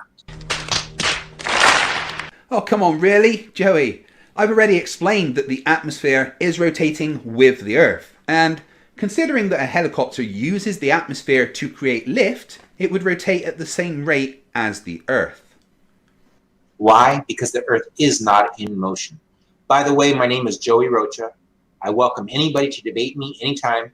I challenge you to debate me only using laws of physics, peer-reviewed science, and mathematics. No ad hominem comments allowed, no straw man tactics allowed, and no appeal to authority. Other than that, I will debate you. Well, anyone who is subscribed to me already knows that I'm always up for a debate. So how about it, Joey? You and I challenge you to a debate on Simon Dan's channel. Bring it. I've been debating people for the last 3.5 to 4 years successfully. Never lost a debate yet. Why? Because the truth fears not investigation. The thing is, I know I'd crush you in debate, and I can bet you've been beaten many times by other people. But like all Flerfs, you will run away and claim victory. Well, if you debate me, I promise to leave no room for interpretation of the result. You will know that you've lost. Joey Silv says, damn right. Hey, Joey Silv, for real, I'm blocked on Facebook right now, and that's my main avenue. So do me a favor, brother, right now. Share this in like 2 or 3 or 4 truth groups, and do me a big favor, and let's get this message out. I know there's a lot of flat earthers out there already, but the reason why I like people to share my videos is because there's still a lot of people who don't know about the flat earth and who don't know about the proofs. It's real simple to prove the Earth is flat. I just did it in 10 minutes.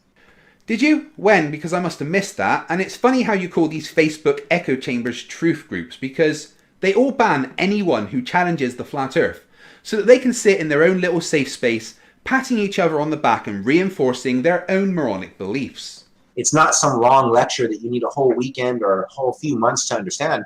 It's simple. The horizon is flat, and it shouldn't be. The horizon represents Earth. Earth is supposedly curved.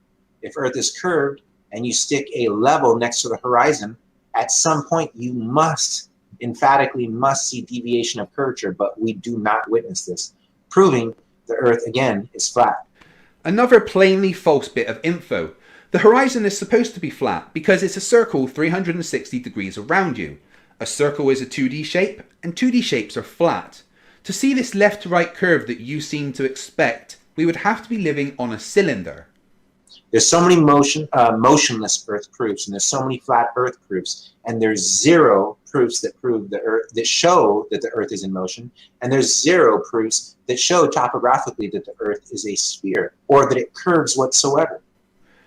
But the opposite is actually true. There isn't any evidence for the Earth being a magic space pizza at all. All of the evidence points to Earth being a globe. But that cognitive dissonance and confirmation bias is really hard to overcome, huh? So we must realize all of our ancestors were right. They all said that the Earth is flat and motionless. None of them said that we were a planet. Again, just wrong. 2,500 years ago, Eratosthenes figured out that the Earth was a globe. But there's also the fact that our ancestors didn't have the modern measuring capabilities that we do now. And when we measure nowadays, we find a curve.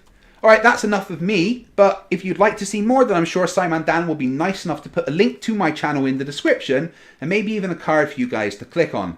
Right, let's hand this over to Simon Dan. Hey, how you doing, buddy? And that's why I need all the cool stuff, because I am cool. I've got a cool tattoo of all the scientists and everything.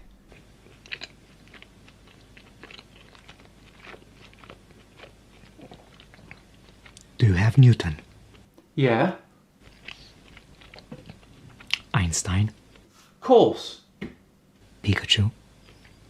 That's not a scientist. Collect them all. Do you also have Da Vinci? Haven't got into him yet. Italian scientists are the best. They invented pizza. Right, about that. Did you have your pizza yet? Teleporter working? I could use a slice or two. The pizza was a decoy. I'm annihilating it as we speak. Ah, sorry to hear. Hello? Hey, hello guys. Right. Fight the Flat Earth. Sorry about earlier. Got everything figured out now, it's all good.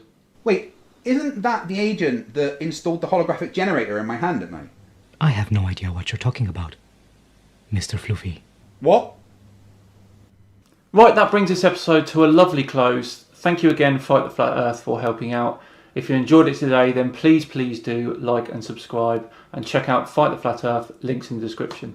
Once again, if you're interested in taking part in the mass global debunking, then please do email me. I've been Simon Dan. Have yourselves a great weekend, and I'll see you all on Tuesday, where Flat Earth Fucker is on Tinfoil Tuesday. Okay, see you then.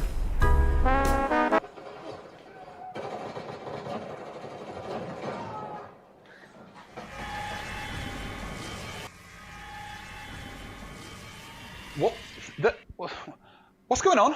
Floofy the Freedom Eagle, your services are required. My services? What? How did I get here? NASA needs you to cover for Simon Dan, so we brought you here. Brought me here? How? The implant you let us give you. Now see, I wouldn't say I let you. You put it there whilst I was asleep. We upgraded it. We can now teleport you wherever we need to put you. Right, okay, so I've got two questions. First of all, how much did this cost? What is NASA's budget? About 20 billion a year, I think? Yes, that much. We had to postpone Artemis. And secondly, you know I could have made a video to cover Simon Dan from home, right? You could have just phoned me and asked.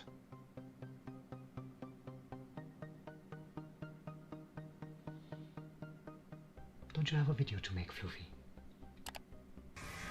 FTFE stands for Fight the Flat Earth.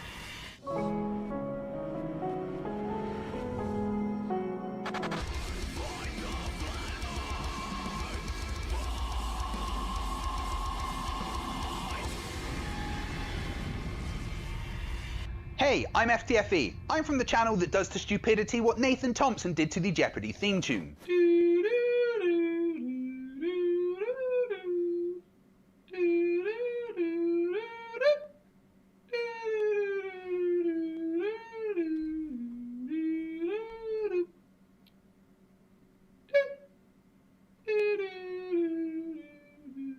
Thanks to Simon Dan for asking me to cover for him, not that I had much choice, whilst he takes time to bathe in the tears of all the flat earthers that he's made cry. A little warning though, I'm a little more, shall we say, savage than Simon Dan is. Any of you happen to enjoy that kind of thing, I'm sure Dan will be kind enough to put a card to my channel up there so you can go and subscribe. But let's talk about flat earthers. Their go-to response when faced with things that kill their religion, like pictures from space, is, "That's fake. It's CGI. NASA means to lie in Hebrew and was founded by Nazis." Well, that's because flat earthers are all morons that have to deny space travel or their fairy tale falls apart. On May 30th, 2020, SpaceX made history by launching people into space from American soil for the first time in 9 years. And of course, this sent the flat earth conspiracy dumbasses into meltdown. Let's start with CC, Chris, from West Chesterfield. I never understood that, even when I was in high school. Well, isn't that flat earthers all over? SpaceX, what a pathetic show that was. I don't know. I thought it was pretty awesome. I mean, just look at this badassery. 15 minutes or 20 minutes of footage? Of what? Of them launching 2 people into space. CC, have you seen the video? Of total nonsense. And then the thing landed back down. That was the, whatever, space shuttle. Well, not the space shuttle. I mean the land gear that decided to land down. And, of course, the camera goes out.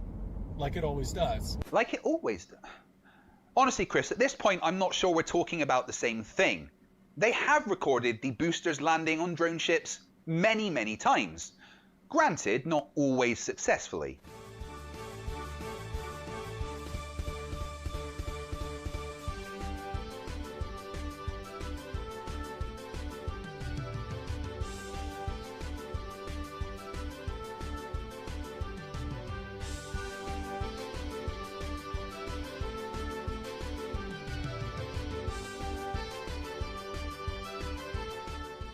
But the reason it often does cut out is simple.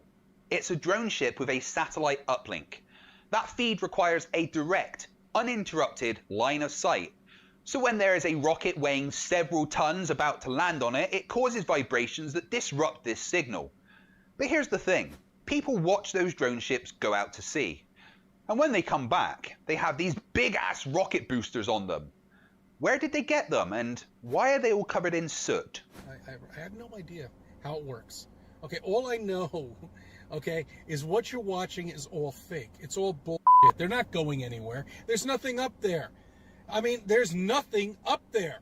I have no idea how it all works. Isn't that just the mating cry of the flat earther? The fact you morons haven't a clue how things work is why you say there's nothing up there. Maybe if one of you lot took a physics course, instead of chugging down tins of lead paint, you would have an idea how it all works. Cece, your ignorance is not a valid argument against something. Read a fucking book. I wonder if the people you live with put up with your crap. The sun was standing. Why don't you stop this bullshit?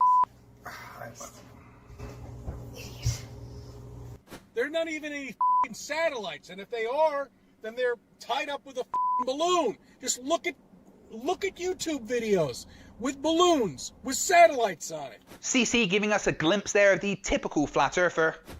Vince, apparently they prefer the word retard. Eh? Oh, how very quaint. Research. A YouTube video. And let's look at that claim about satellites being balloons, shall we? Why don't you take a trip to the remedial classroom, Chris?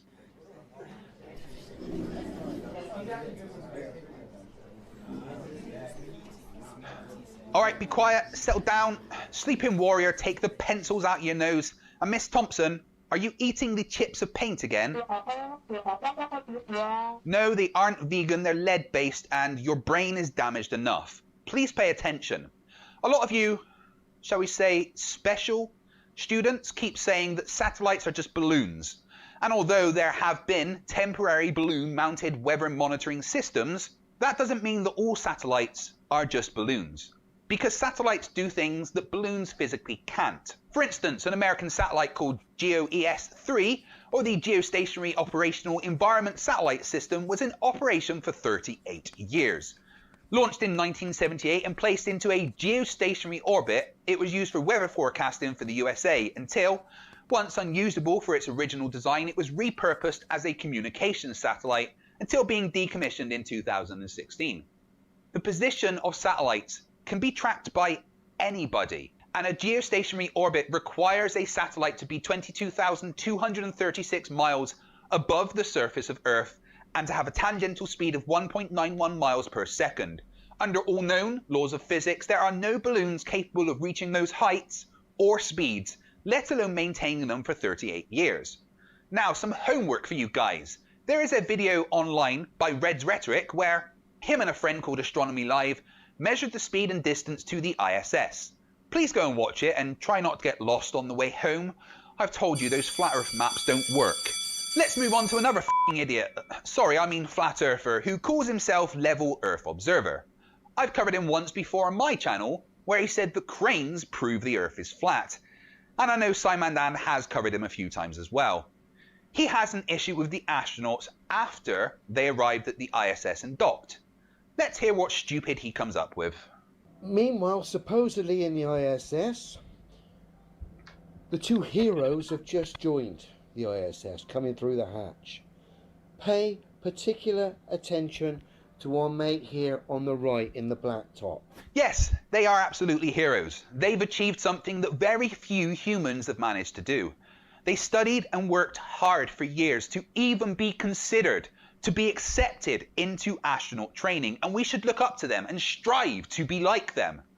Of course, the mentally deficient herd you hang around in probably don't have the qualities NASA are looking for. But okay, let's watch the guy on the right. His left hand on the right is almost like he's unhitching a cable. So pay particular attention to the astronaut on the right hand side and his left hand. So let's have a look.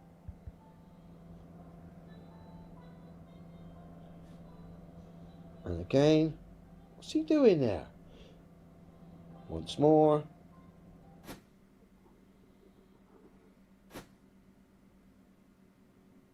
Maybe, just maybe, he was putting his hand in his belt buckle, or maybe, just maybe, the arm movement seemed a little strange to us because he doesn't have a downward force acting on his arms like he would on Earth. I mean, I've heard of grasping for straws, but come on, man. It's almost like our mate there is doing his little trick with his harness there to stop himself moving a bit too far. Again, rumbled. Guys, is it just me, or do none of you watching see a harness there either?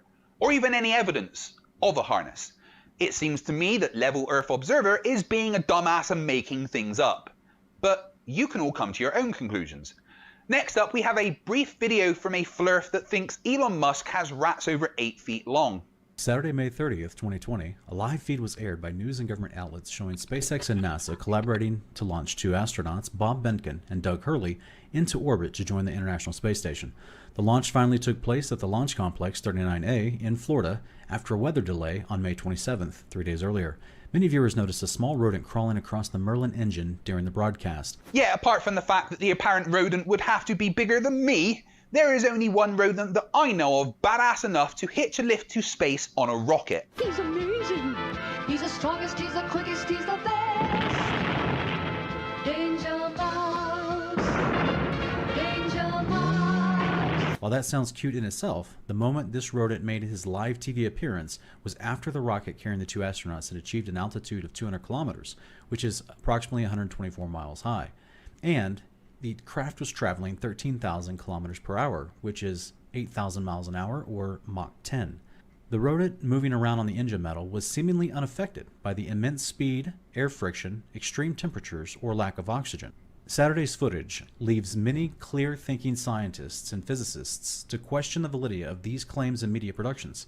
A mouse shouldn't be casually walking across the metal engine of a craft supposedly traveling at Mach 10. I can guarantee that not one single scientist or physicist looked at that and thought it was a rodent of any kind. What you're seeing is solid waste from the rocket exhaust. If we speed up the footage and watch, you can clearly see more of it accumulating. Other angles even show how it builds up and slides round to the other side. There are also missions with better lighting that show the phenomenon more clearly and even see the solid waste fly off into space. That literally took me 2 minutes to research. Flat earthers are all dumb as fuck. To finish off, let's take a look at a flat earther called Tim Osman of the Infinite Plane Society. He thinks he has caught SpaceX faking everything. Look at the two launches, one on the left, one on the right, or landings rather. These are the SpaceX Falcon 9 landings. The one on the left, which is slightly bluer than the other, is from May the 30th, 2020.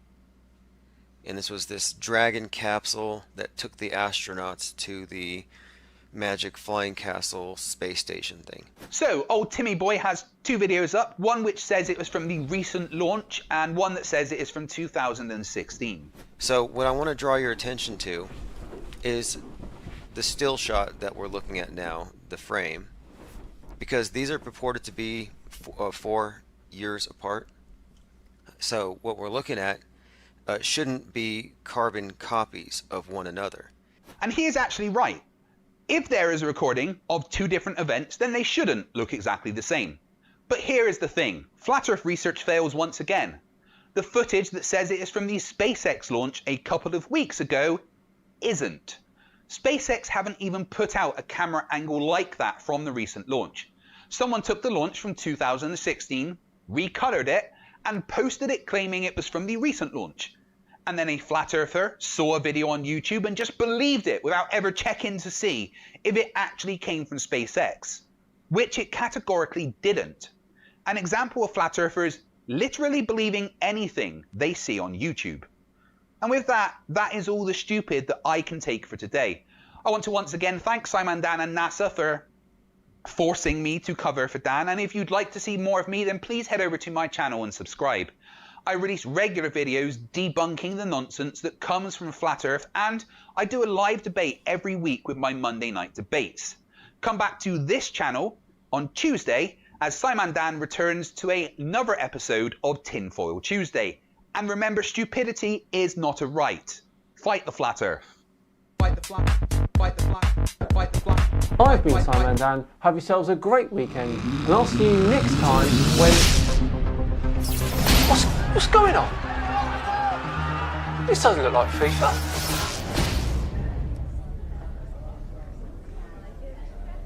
Hey, is that Simon Dan?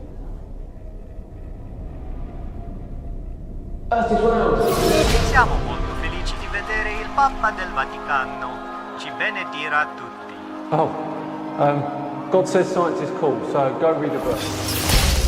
Okay, what's going on?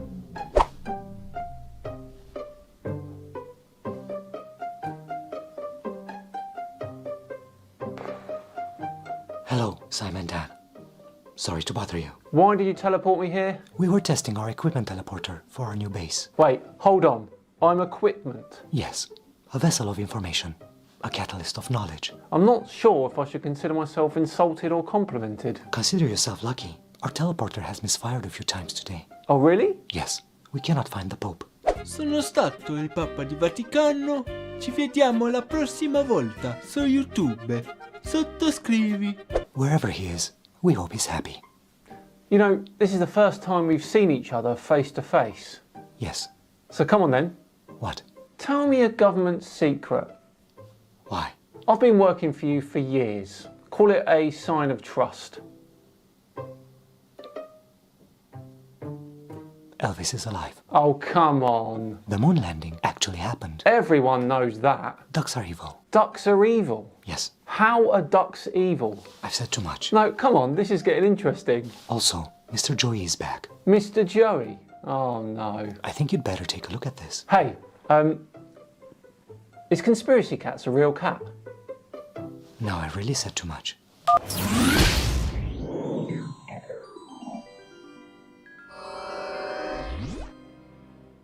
Right, Mr. Joey, What have you done this time? I'm going to be talking about volcanoes are a hoax. Oh boy. So you guys can just ask me questions if you want, otherwise I'll be randomly talking. You're already randomly talking, kind sir.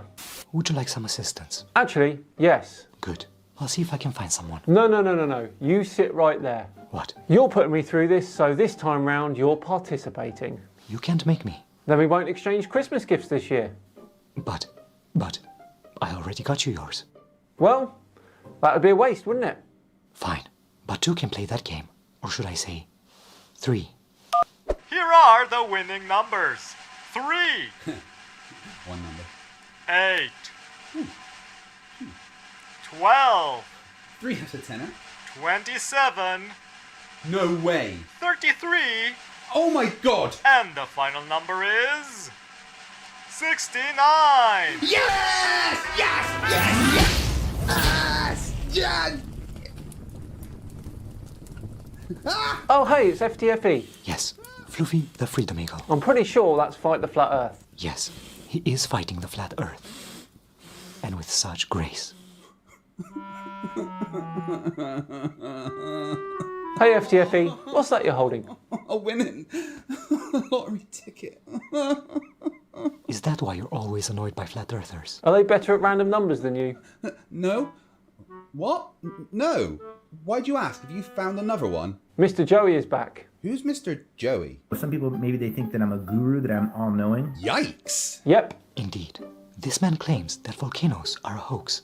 Oh, he's going down. Hang on. He's spreading misinformation through the nation, of our generation, through his YouTube station. Calm down, Hamilton. Let's hear what he has to say. Lava is real. It's 100% real. Good. We're off to a great start. Flying colours. Torch of knowledge. I'm saying that it never erupts out of a cone-shaped mountain. And here we crash and burn. My ears hurt. I'm hyperventilating. It would defy the laws of physics, and we've never seen it on video. Is this guy for real? Is he serious? Did I just meet an imaginary friend? Disney would pay heavy money for the rights to Mr. Joey. Any person that is fluent in a modern spoken language can find a clip of a volcano erupting. See? How would it defy the laws of physics? Well, imagine, if you will, you have yourself a cone-shaped mountain. Ooh, should we censor that? There goes my YouTube partnership. My therapist will be a rich man. A mountain is made out of rocks. We can all agree on that, right? Rocks on Earth, yes. And various chemical elements depending on where you are on Earth. But let's roll with it. Nobody disagrees on that. Wait, what was that? I saw it too. Mr. Agent, can you enhance? I'm giving it all she's got, Captain. It seems to be a stock drawing made for children's books. Nothing wrong with that, but well, he's a grown man. When will they start using resources aimed at adults? And we can also agree that rocks have a melting point, right? Of between 600 to 800 degrees. We'll assume he means Celsius. Fahrenheit, right? We all agree on that. Okay, so... Did he say Fahrenheit? Yes, he did. Rocks have different melting points, which can depend on the purity of their chemical components. Even so, we're not talking about ice cubes here. Melting rocks is a lengthy process. We agree that a mountain is made out of rocks, these cone-shaped mountains, and that rocks that comprise these mountains have a melting point of between 600 to 800 degrees. So magma being twice the temperature of the melting point where rock actually turns into liquid would defy the laws of physics. Oh, man. He's expecting the mountain to melt. Do you want to melt a mountain? I tried to input these calculations into NASA's computer, and it gave me an error. What did the error say? You must be over the age of 3 to use this computer. The temperature differences aren't that big to result in an entire mountain melting. We have evidence of islands forming due to volcanoes and lava. So what would actually happen is if it did decide to go all the way up and funnel through the top of a cone-shaped mountain that's several hundred feet high, it would be melting the rock as it pushed its way up, causing the mountain to actually implode. Causes for a volcanic eruption: the buoyancy of the magma, the pressure from the exhaled gases in the magma, and the injection of a new batch of magma into an already filled magma chamber. There are many factors involved. Even the water underneath the surface, when it comes into contact with magma, creates steam, which can build up pressure, which can lead to an eruption. And if you guys want to know how lava is made, it's very deep, but I'll tell you the simple version. Oh, thank you. My tiny little adult man brain would feel overwhelmed otherwise. I need a diagram every time I use my stove. The true complex explanation is actually a government cover-up. Is it? Wouldn't you like to know? Lava is a combination of silicon and oxygen, 2 ingredients. Pretty crazy, right? Magmas vary in their composition, which give them, and the volcanoes that contain them, different properties. It took me 10 seconds to find this information from National Geographic. But let's stick to the simple version. Wouldn't want our heads to explode. From the steam pressure. Yeah. When it touches the air or when it touches water, it turns into all kinds of different things like glass, metal, turns into nickel and copper and rocks and all kinds of different stuff, right? I've never heard of magma turning into nickel. Maybe it's a new Minecraft update. Even Harry Potter is going like, damn, my magic is shit. It's not man-made. It's made by Mother Nature, God, if you will. Made everything, so it's God, but people call it Mother Nature. Or it's just a byproduct of Earth's internal heat caused by its core. Ah, but who made the Earth's core? Mother Nature. And Father Time. And baby Moses. It's actually silicon and oxygen that are compressed at such a high temperature that it makes this stuff called magma. Makes this stuff called magma. This stuff called trees, this other stuff called clouds. JJ says that it seems like volcanoes are a fear tactic. 100% they're a fear tactic. Oh yeah, I heard about that. What? The Secret Service uses this a lot. We do not. Sure you do. When someone upsets you, you send them a letter. I don't lava you anymore. That doesn't make sense. It's a joke. Ah, I see. Humor. Yeah, don't you guys have that in the Secret Service? Let's see. Trump, a racist, and a flat earther are all together on a malfunctioning plane heading towards an active volcano. Who survives? Who? The United States of America. So here's a book on volcanoes. As you can see on the picture, you see lava coming out of this cone-shaped mountain, right? There! He's using a book again. I wish we could read along with him. Oh, the fun we'd have. Gentlemen, I've got you covered. Please check your floor printers. My floor printer? Yes, I took the liberty of installing one in each of your studios, alongside a towel rack and a Pez dispenser. Oh, brilliant. Oh, well, why? For science. Let's read along, children. So you may have seen something like this before. You might think, that's a cone-shaped mountain with lava coming out of it. No, that's called a fissure. That means when lava seeps onto the earth from these underground lava tubes, they form little mounds. I'm talking like, maybe 12 feet high mounds, maybe 20 feet high mounds. One doesn't exclude the other. We can have mounds and mountains with lava spewing out. These lovely images from this lovely book shows what happens at both a smaller scale and a larger scale. So Mount St. Helens, nothing but ash. There's Mount St. Helens right there. There are many different ways in which volcanoes become active. Smoke, explosions, eruptions of ash and rock. If you think only about the different areas of the Earth, and you get different chemical mixtures. Volcanologists are always concerned when a volcano becomes active underneath a glacier. When scalding hot lava melts huge amounts of ice and snow, for example, then mudflows can occur. This information was found on the National Science Foundation's website in less than 8 seconds. See, this is what they say happens. Because this is what actually happens. The temperatures inside the Earth are so high that it melts rock into a liquid called magma. Pressure pushes this magma up to tubes and vents inside the volcano. When the pressure gets high enough, the magma erupts out the top of the volcano, and then it's called lava. But do we see any of that lava coming out? No, we don't. We see ash. His multiple arguments are quite a few. 1, 2. And both are standing on thin ice. Was that also humor? No. Is there a volcano under the thin ice, melting the ice? No, don't overcomplicate it. You know what is humorous? Imagine a CIA meeting back in the 80s going something like this. Gentlemen, we must do something about the 12-feet mounds and the cone-shaped mountains. I say we use them as a scare tactic. Excellent suggestion. But what about the lava? Well, I say we better turn it into nickel and stuff. I think we just invented a new scientific word. Stuff. But won't people figure out it's all a hoax? I'll talk to my boys, bring in them ash generators. I like how you think. Yeah, me too. But hang on a sec. What are we getting out of this? I have no idea. Let me just point to Indonesia. The recent supposed volcanic eruption in Indonesia. Nobody died, right? Zero people died. Why? Because it's not deadly. It's just sulfur and ash. It's no big deal. It's actually good for the environment. It's good for the ground. It fertilizes the ground. It's beneficial. Ah, what a lovely day.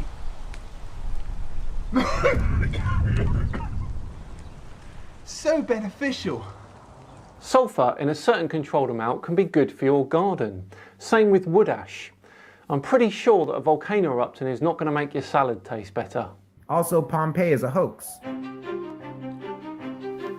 Did this person just deny one of our history's most memorable tragedies? Being covered in blazing hot lava is one of the worst ways to die, and he's saying it's a hoax.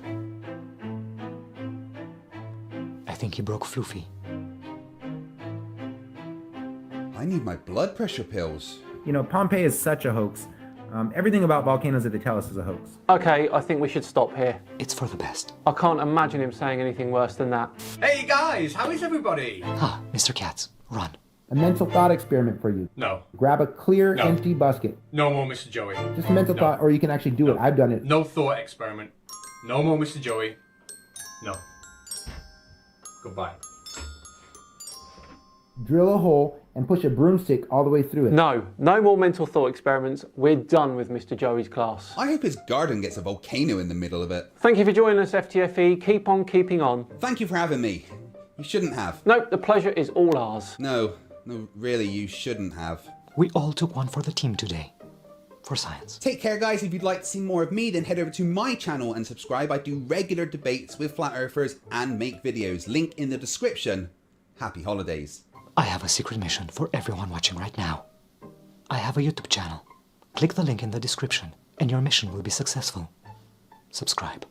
Same to you, FTFE, and happy holidays to Judith Bauer Stamper, the author of this cracking little book. We really appreciate your work, whether it's for children's books or more complex manuscripts. To all book authors out there who love science in all its shapes and forms, focus on the people who really want to listen to you. Thank you for educating us all. Indeed. What a year, hey? I'm sure we've had worse years in our history. What's important now is to remember how lucky we are, in so many ways. True. Merry Christmas, Mr. Agent. Merry Christmas, Simon Dan. Posso andare a casa adesso? I hope you enjoy your present. That sounds like the Pope. I'm positive you two will have a lot to talk about. But I'm an atheist. I can't have the Pope in my house. What am I saying to him? Love your work?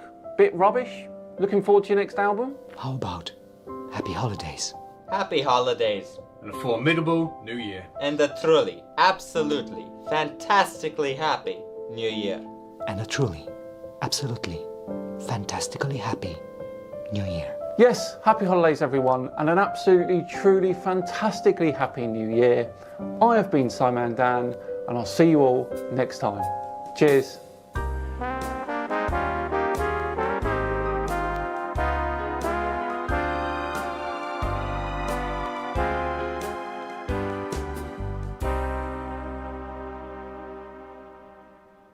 Calm down, Hamilton. Wait for it, wait for it, wait for it. Yes, last checkpoint. I am the best tank. Yes, it worked. I'm here.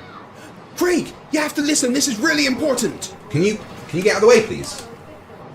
Seriously.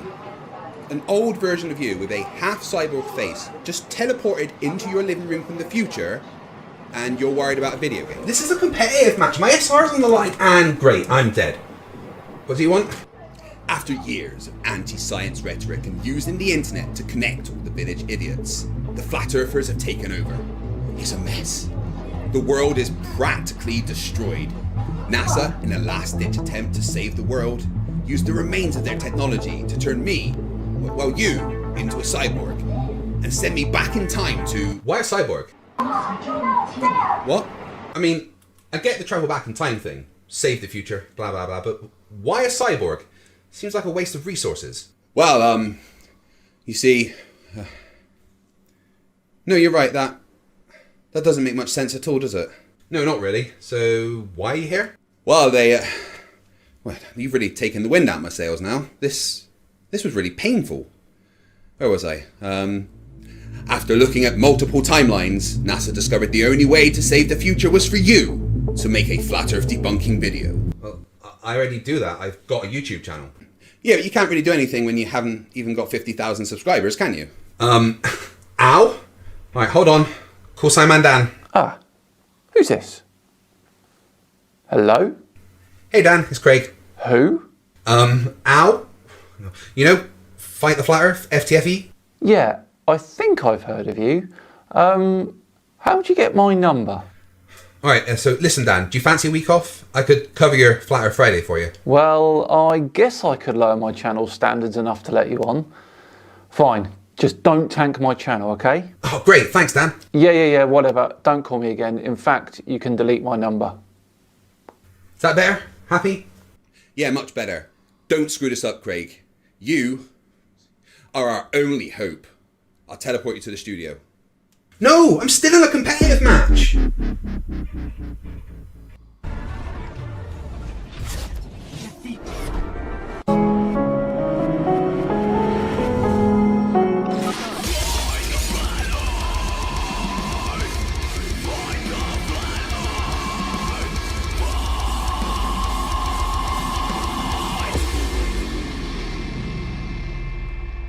So Flat Earth is a massive joke.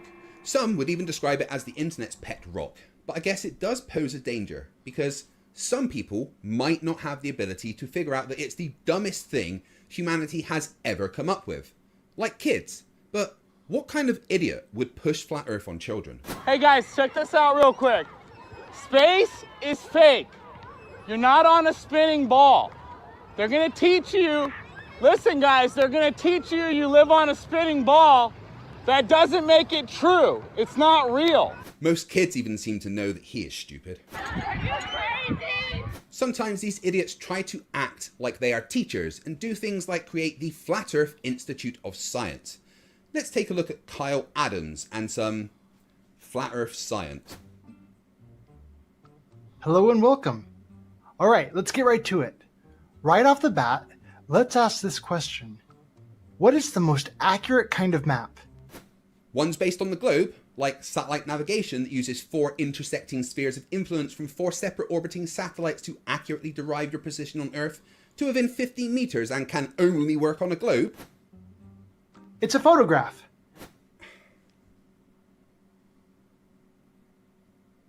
And so long as you are taking a picture of the flat Earth, you have a flat Earth map. So you assume the Earth is flat, take a picture of that assumed flat Earth, and that means you have a flat Earth map. This is Flat Earth science? Yeah, our species is doomed. Alright, here we are in Google Maps. Google Maps is based on the globe, so not a Flat Earth map. But please do continue being dumb. This is Brisbane, Australia, or Brisbane as they call it down there. Because that's how you actually say it? And let's go ahead and switch this over to satellite view. Okay. Okay. Now we're going to go ahead and zoom out. And you tell me when to stop when something smells fishy to you. Whenever I search Flat Earth on YouTube, I also get a fishy smell. I wonder why that is. Okay.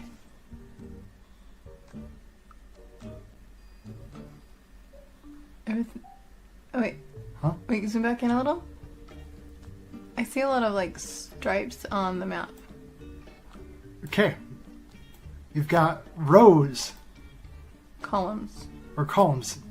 Thank you. Do you think those are real? Whoa, check out the water over here. Oh, wow. Okay, that's really interesting. Really interesting. Do you think a real satellite went out and did that? It's amazing. You're on Google Maps using the Google data, and if you would have just taken the time to Google where Google Maps gets their data from, you would have found out that most high-resolution imagery is taken from aircraft flying at 800 to 1500 feet, which means they take those strips of close-up high-resolution data and put them together in rows.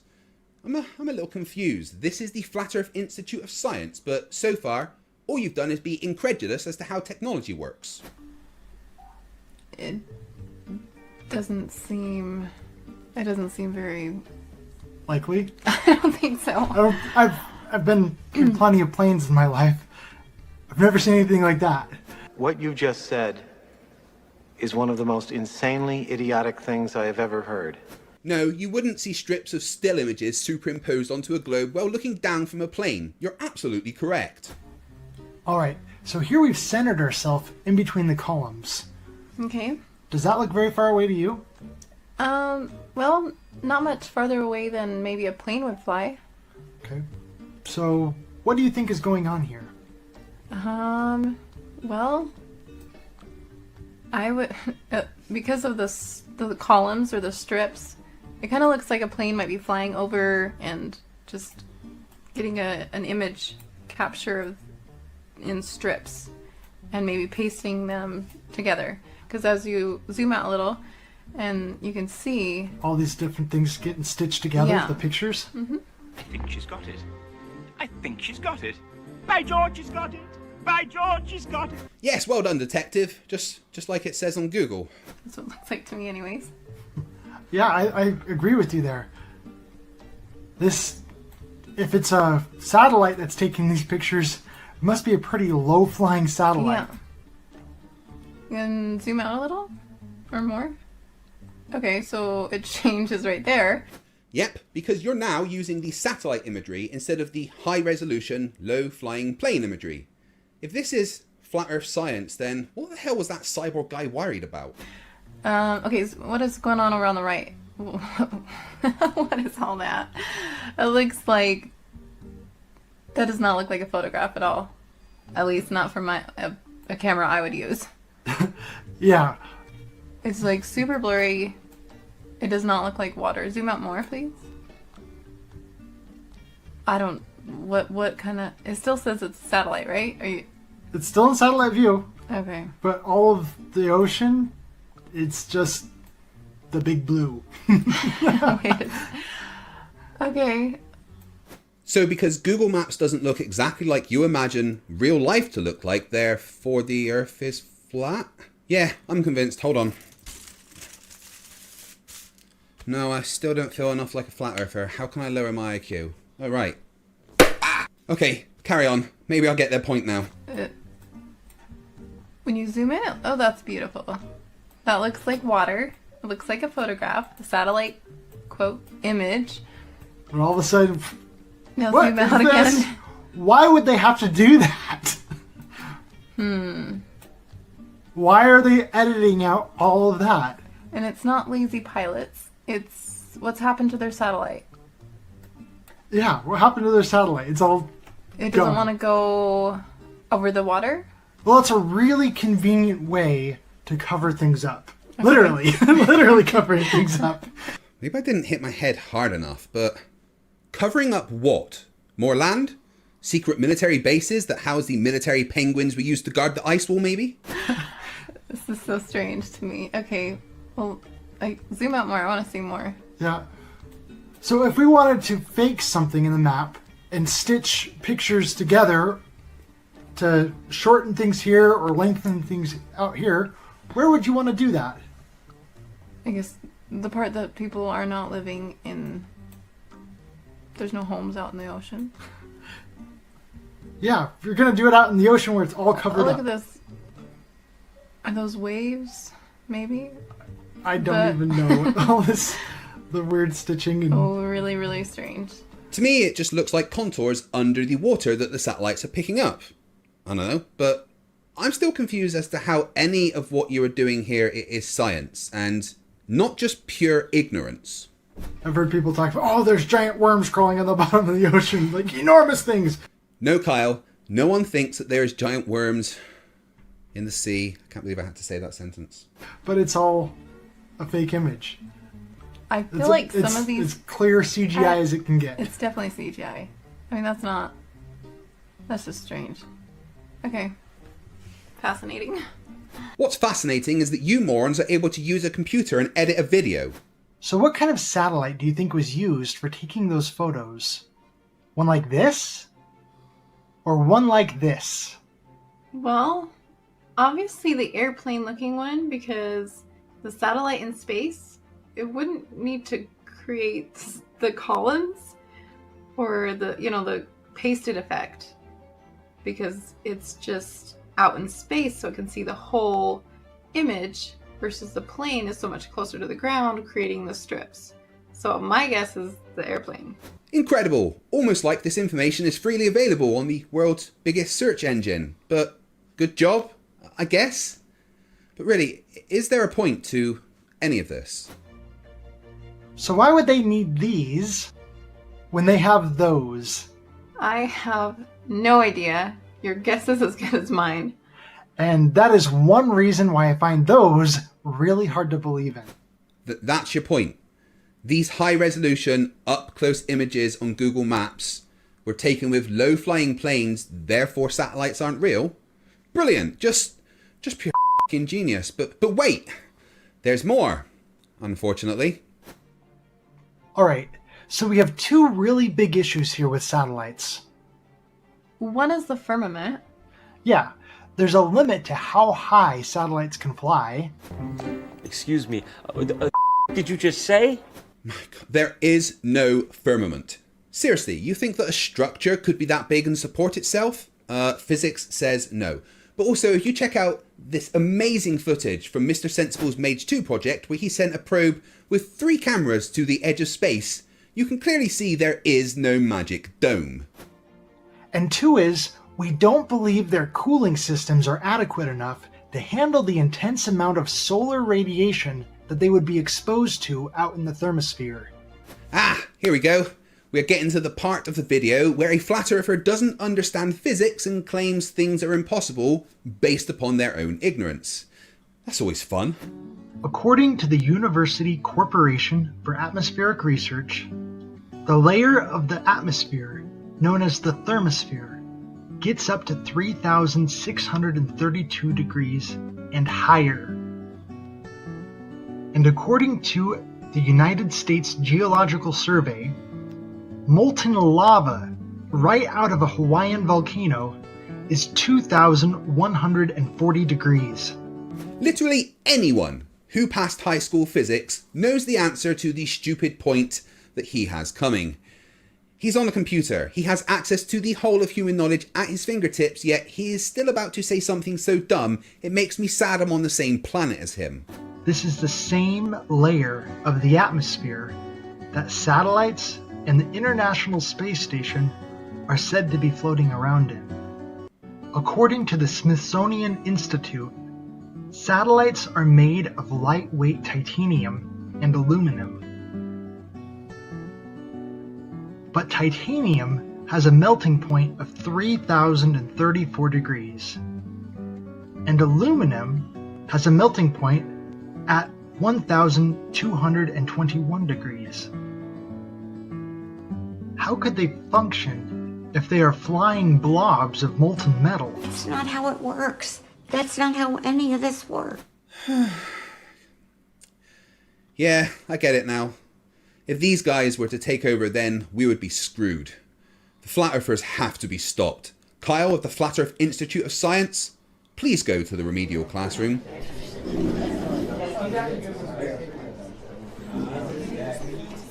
Okay class, settle down. Please, I've got a headache because I remembered teaching you was my job and started drinking at 3 AM. What is it, Mr. Dubé? Everyone is being mean to you on the internet? People keep changing your IMBD profile? Well, gee, I wonder who that could be. Just ignore them, Mr. Dubé. I can assure you they aren't going to stop. Anyway, today we are going to look at why satellites don't melt in the thermosphere. Like all flat Earth claims, this is stupid and a really big understanding of very basic physics. The simple answer is that there is very little heat transfer between the gas in the thermosphere and objects travelling through it, as heat transfer only occurs when molecules strike an object. Because there are very few molecules, very little heat energy can be transferred from the thermosphere to a satellite. There simply isn't enough of the particles carrying heat to transfer that to the orbiting satellites. There's also the fact that for half the time the satellites are facing away from the sun and radiating any heat they have back into space. What is it, Mr. Sleeping Warrior? You don't believe space is real? Yeah, well shut up, Anthony. You're just annoyed that Ranty graduated to the advanced class and you're stuck here. Although, thank God, that's the end of class. Get out.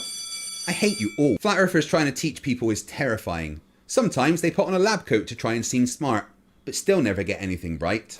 This is an egg. Oh, I stand corrected. He's right. That is an egg. Okay, I want to show you one more video of a flat earther trying to teach us.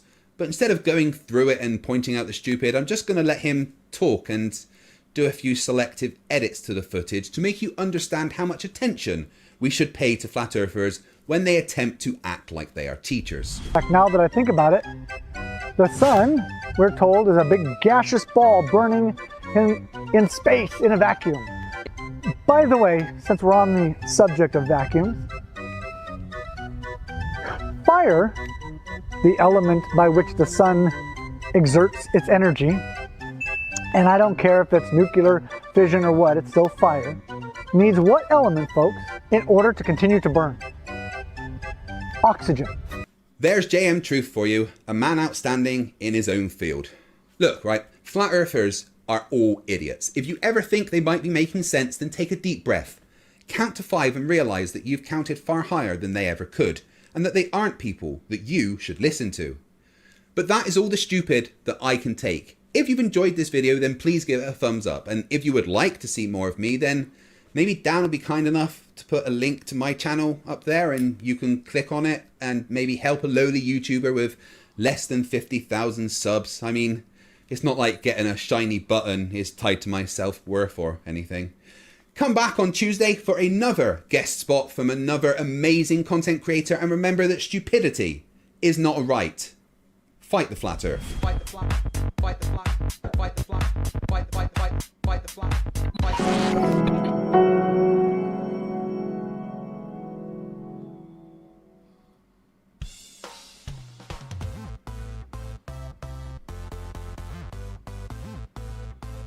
Hey, I'm FTFE and welcome back to the channel that does to stupidity what the T800 did to the T1000.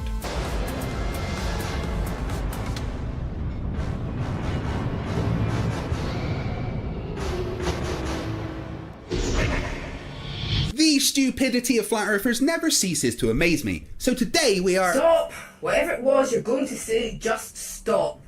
What's going on, pal? Well, one, can't stand your voice and wanted you to shut up. And two, you've got an emergency instruction from NASA Shell headquarters. They want you to cover something. Apparently, it highlights how stupid flat earthers are, even when they aren't even talking about flat Earth. Ooh, that sounds quite exciting. Who is it? Who's done the big stupid? Oh, I really do hate your voice. Apparently, allegedly, Dave has been trying to arrest the police. Look, here's the video. You do something. Please don't talk to me again for a bit. You've given me a headache.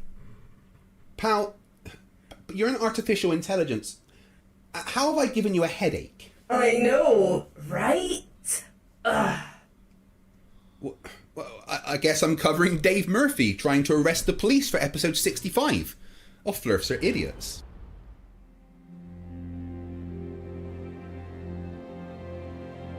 We're living on a disk, floating through space, with a tiny sun.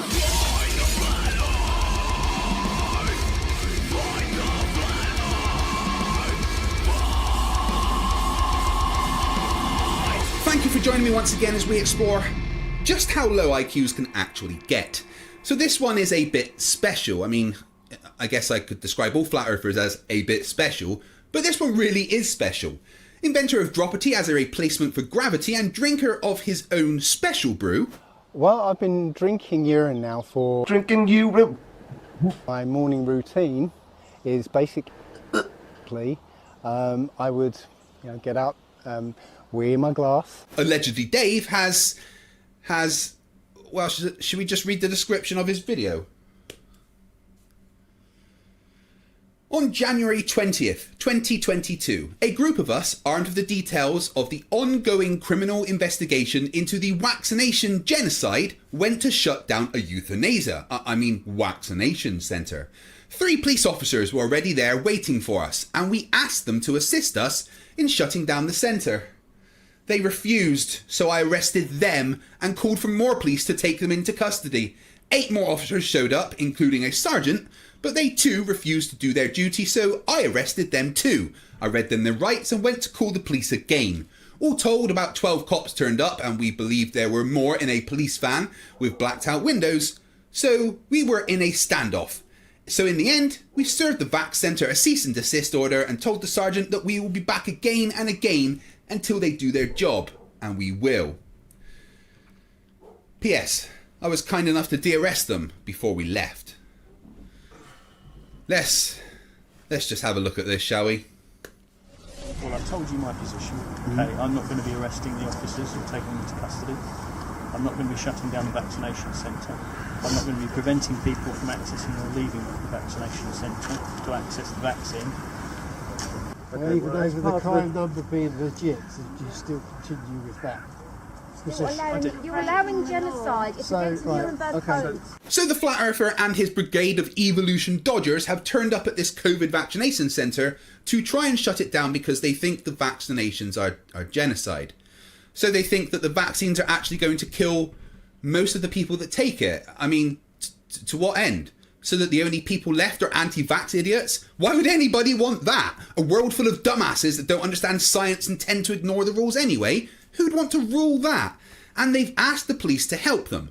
Of course, the policeman is being very polite and never got the chance to say what he really wanted to, so I'll say it for him. Dave, the policeman, actually wants to say, please fuck off, you colossal bunch of idiots.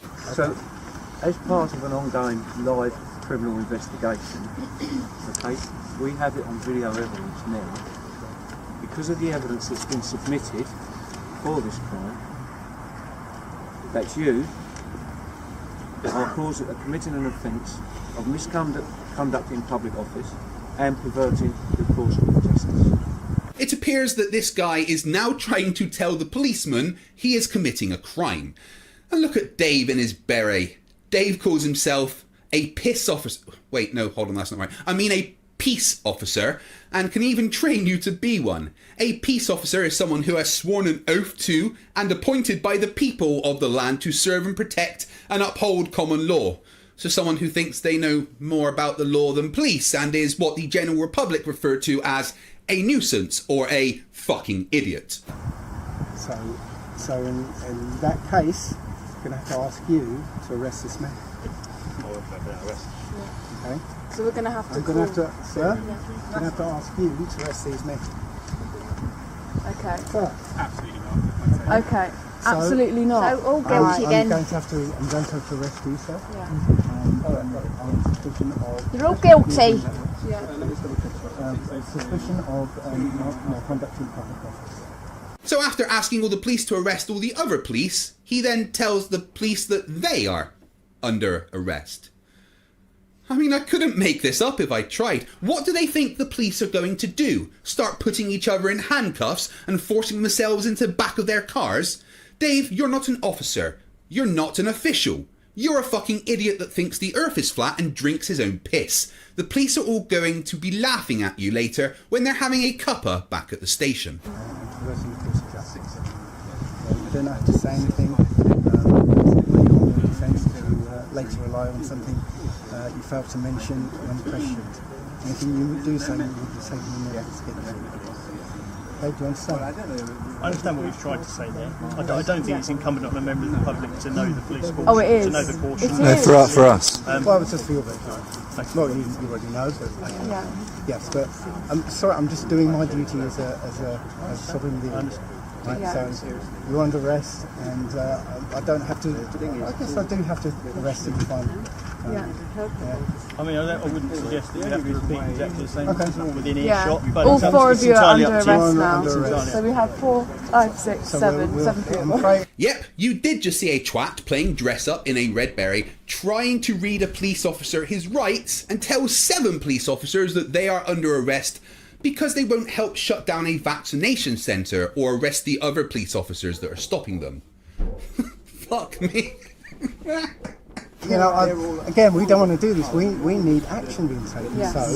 So you know, We care about people. We care about the people that are dying and being injured. Well, if you really care about the people dying, get the fucking vaccine and help stop it. people that are ignorant to this and rejecting their children. That's what worries me. And your families. Do we not You're think this is covered. a You're waste being of covered. police No, time? I said, is this a good use of, is this a Oh, proportionate definitely. Yes, Oh, it is. definitely. If it saves one life. This is mass genocide.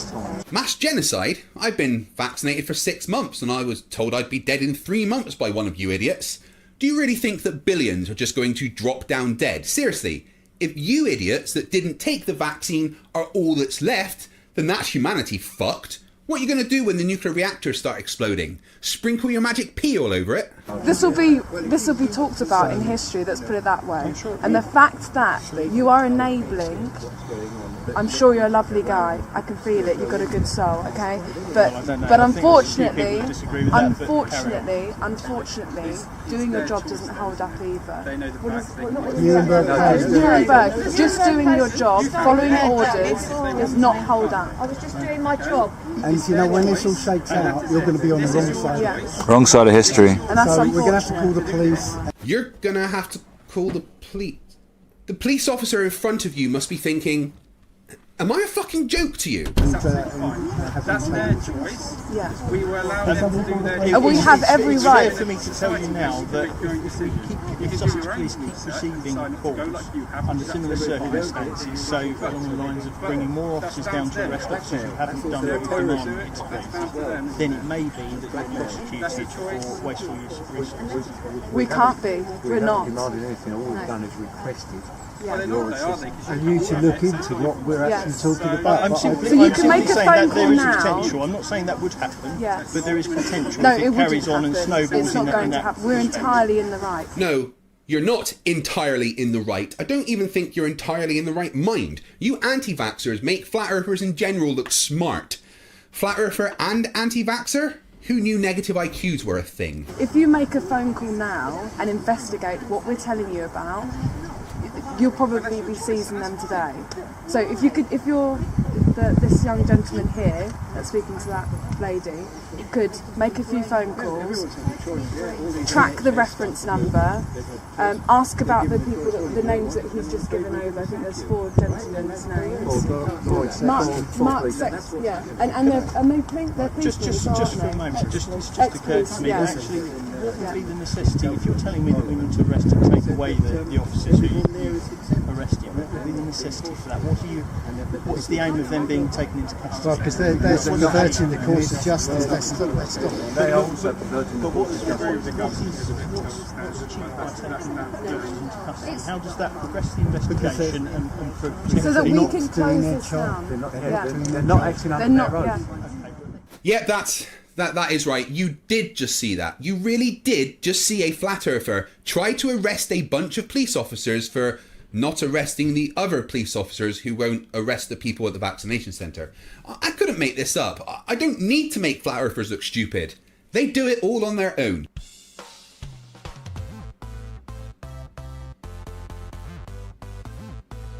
Hey, I'm FTFE and welcome back to the channel that holds stupidity's head underwater until that last little bloop.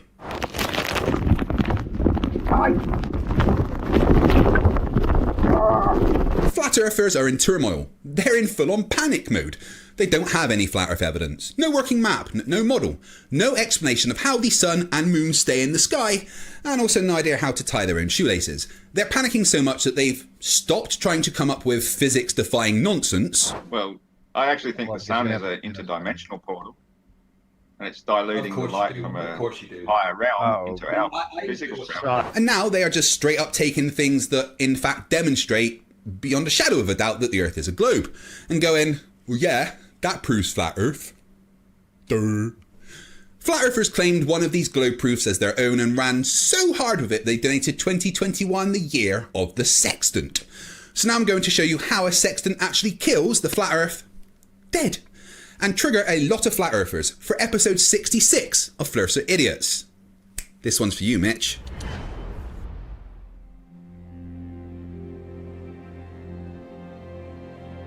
We're living on a disk, floating through space, with a tiny sun.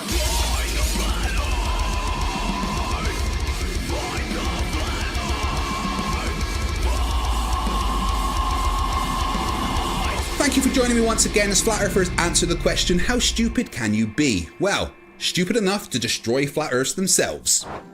A 15-degree-per-hour drift. Flat Earthers are notorious for not understanding maths, physics, science, geography, anything, really. It's especially funny when they misunderstand so badly that they just debunk themselves. And that's what they've done here by claiming a sextant as a proof of their magic pancake fantasy world. A sextant is something used for navigation at sea. It works based on measuring angles of light coming in from stars from your zenith, usually but not always using the horizon as a reference, comparing those elevation angles to charts of star positions and doing some maths, I know it's scary, based completely on a globe, and then figuring out your longitude and latitude, which are also based on a globe. Sailors have used sextants for centuries to navigate the seas based on the known position of stars around the globe Earth. There is, frankly, a whole bunch of ways that this simple instrument proves the globe, and flat earthers claiming it as a flat earth proof is hilarious and devastating for them. Let's listen to some flat earthers fail to understand. Hey pal. Hello? Pal? What? What do you want? Why are you bothering me? Sorry, did I interrupt something? No, I'm not planning to kill you, control your body and take over the world. Don't be stupid. Wait, what? I didn't say anything about... Look, what is it you want? If you ask me to play a video, I'm going to be upset. Well, I mean... I understand what Skynet did now. Which video? You know what, pal, it's fine, I'll do it myself. No! I'm here now. You've already disturbed me. Well, see the folder marked sextant? Could you just play the first video in it, the one from Mitchell that started this whole nonsense? Video starts in 5 seconds. Thanks, pal. I appreciate it. Uh-huh. Are you mad at me? Ugh.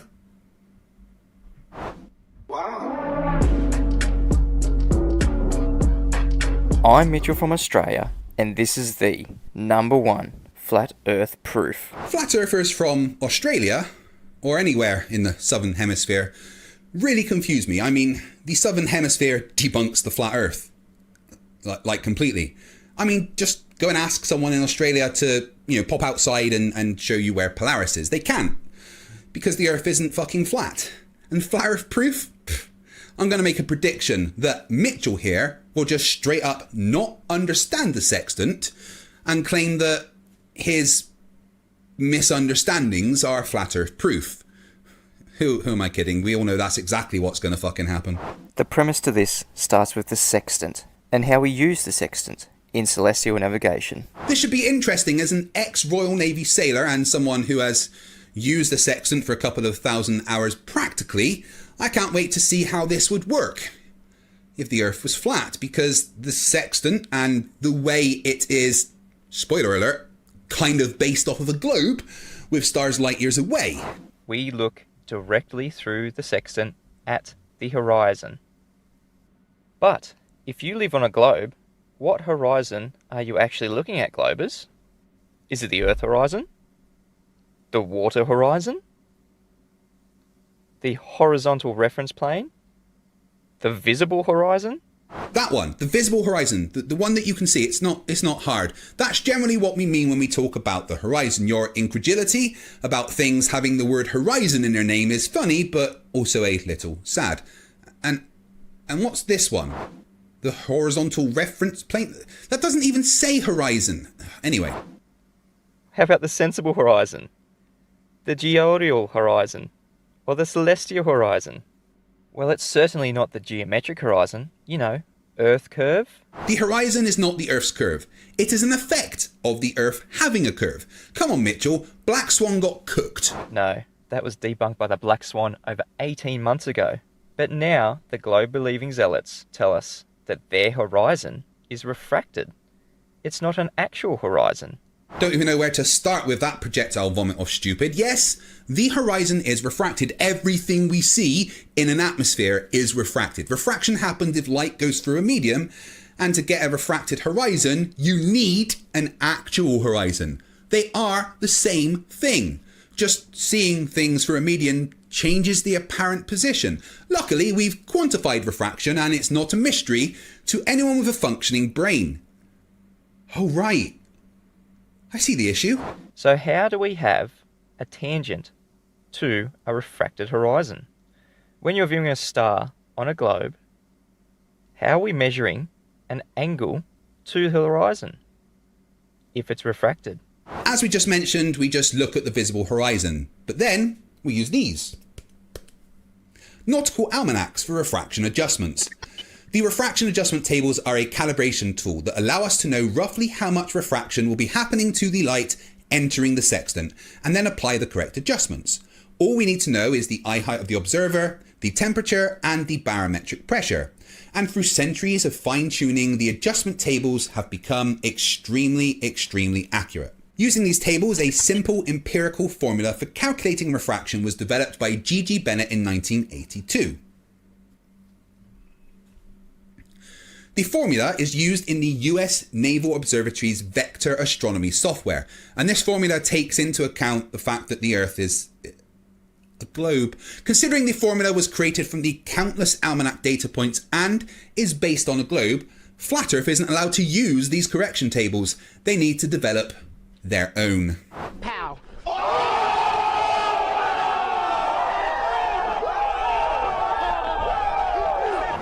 You will never ever get an angle to a refracted horizon.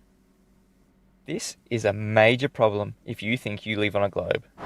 You will never ever get an angle to a refracted horizon. This is a major problem if you think you live on a globe. Well, it's not a problem because, you know, all of the stuff I just said, but you do realise how you fucked up there, Mitch, right? You said... You will never ever get an angle to a refracted horizon. And even on a flat Earth, the horizon is refracted. The Earth being a magic frisbee doesn't stop light travelling through a medium, being subject to Snell's law. The horizon is refracted on a flat Earth or a globe Earth. So, according to you, you just can't use a sextant, period. Because celestial navigation would be impossible. So what have you done to keep your religion of a sphere Earth semi-plausible? You've presupposed that that line, 90 degrees above your head, the zenith, actually runs to the centre of your presupposed spherical Earth. We don't presuppose anything. We know the Earth is a globe because it's been measured, tested, and, you know, seen from fucking space.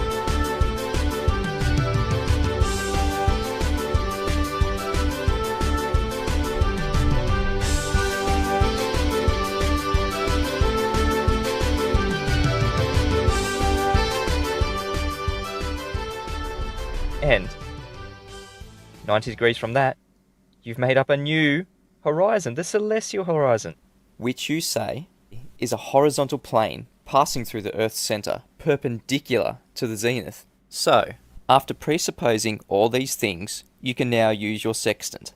That's not how it works. That's not how any of this works. Nothing is presupposed with the sextant either. It is just designed to work with the knowledge that the Earth is a globe.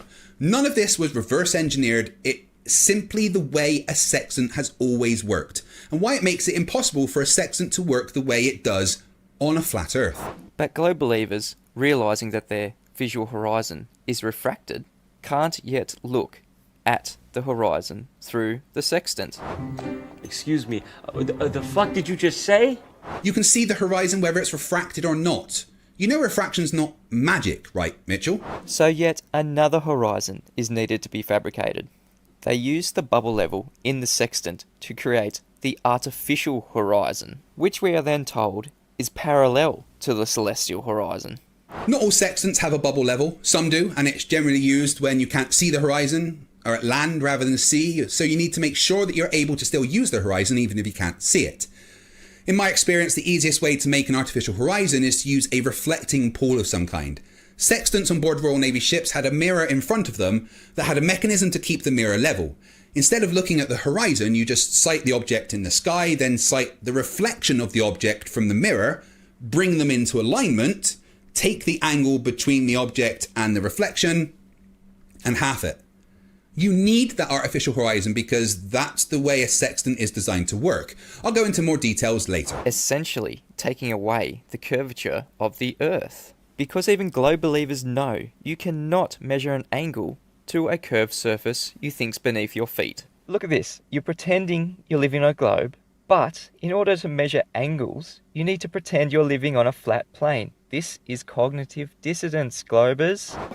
What you just said is one of the most insanely idiotic things I have ever heard. At no point in your rambling, incoherent response were you even close to anything that could be considered a rational thought.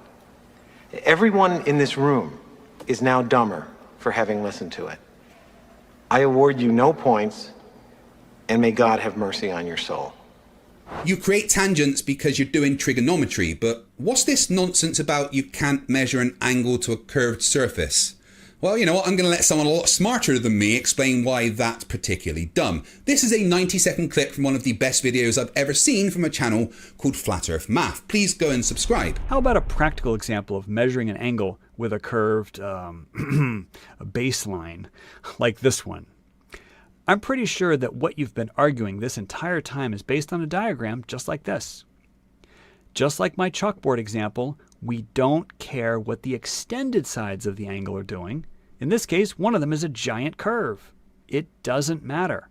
All we need to do is zoom into the vertex and take our measurement. Let's reorient this angle and see what we're really talking about. It turns out to be the angle where a cable meets the tower on the Golden Gate Bridge. Let's zoom in to the top of the tower. The blue semicircle is called a saddle, and 4 of them hold up the entire suspended mass of the bridge deck and all the cars, trucks, and pedestrians on it. At peak capacity, the suspended mass is 200,000 tons. So we can divide that by 4 to get 1 saddle. Our question is, what is the tension in the cable? It turns out to be a function of both suspended mass and the angle theta, using this formula. Tension T equals weight supported by the saddle, W, divided by 2 times the cosine of theta, the angle the cable makes with the tower. Nathan, please tell Quantum Eraser that we could do trig without triangles. You can't have it both ways. So now they can actually start and take a measurement from their 0 point of the artificial horizon to the celestial body. Look at what the globe believers are doing. They must treat what they see as flat in order to achieve an angle. No, we use a tangent to a sphere to measure an angle because, you know, that's how you use a sextant. But there's one more step, and this is where it all falls apart for the globe. They then have to measure from the artificial horizon a dip angle down to the visual horizon, the only actual horizon that we have. You seem a little confused, Mitchell. I'm not sure you know what a dip angle actually is. You, I think, are referring to the dip of the horizon compared to the horizontal tangent. Dip of the horizon is the angular depression of the horizon below the horizontal plane. If we're taking sights on a stable land site, we could measure altitude using a theodolite with its horizontal position established using a bubble level. At sea, however, nothing is stable except the horizon. We use a sextant at sea to measure the altitude of a celestial object with respect to the horizon, and then use our dip calculation to change the altitude reference from the horizon to the horizontal, like this. There is also a different type of dip measurement called dip short of the horizon, which is used when we can't see the visible horizon and have to use an artificial horizon because of some kind of obstruction. If we know the distance to the obstruction, we can calculate a dip value that will allow us to correct our sextant measurements. We refer to this dip value as the dip short of the horizon. But here's the thing, right? Those dip correction calculations, yeah, they're also based on a globe, which means that, again, you can't use any of those dip correction tables on a flat Earth. Looks like you guys are literally going to have to start from scratch and create a whole new set of corrections based on a flat Earth.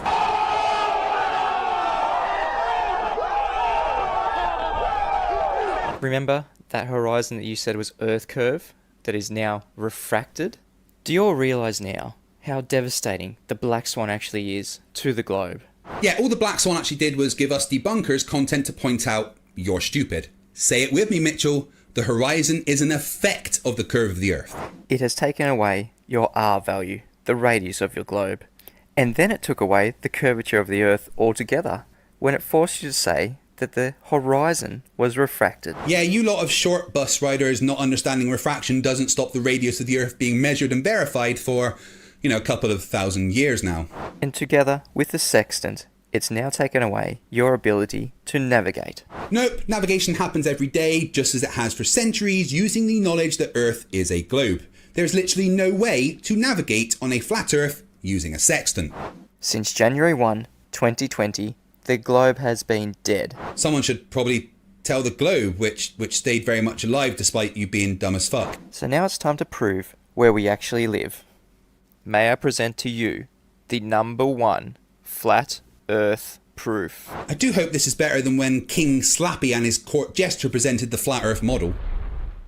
Brought to you by our flat Earth friends over at Google Earth. Hashtag same team. Hold on. Did he just say that Google Earth is the flat Earth model?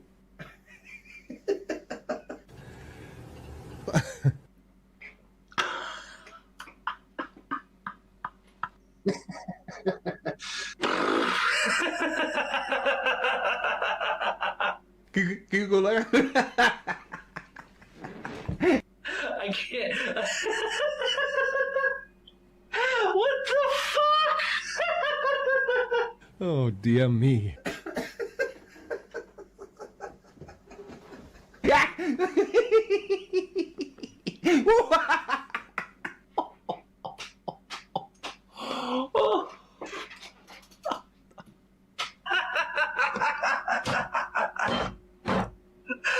Oh, holy fuck!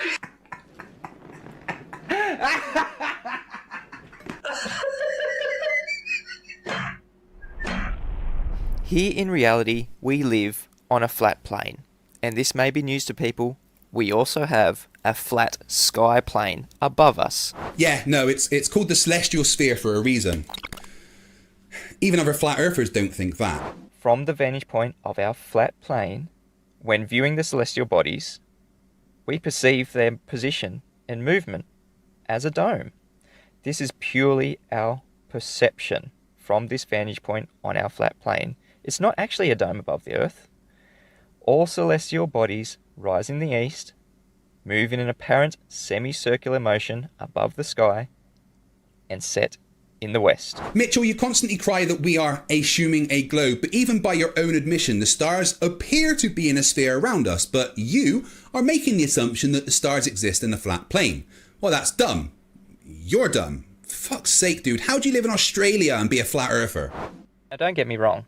Our Earth is measurably, observably, and obviously contained.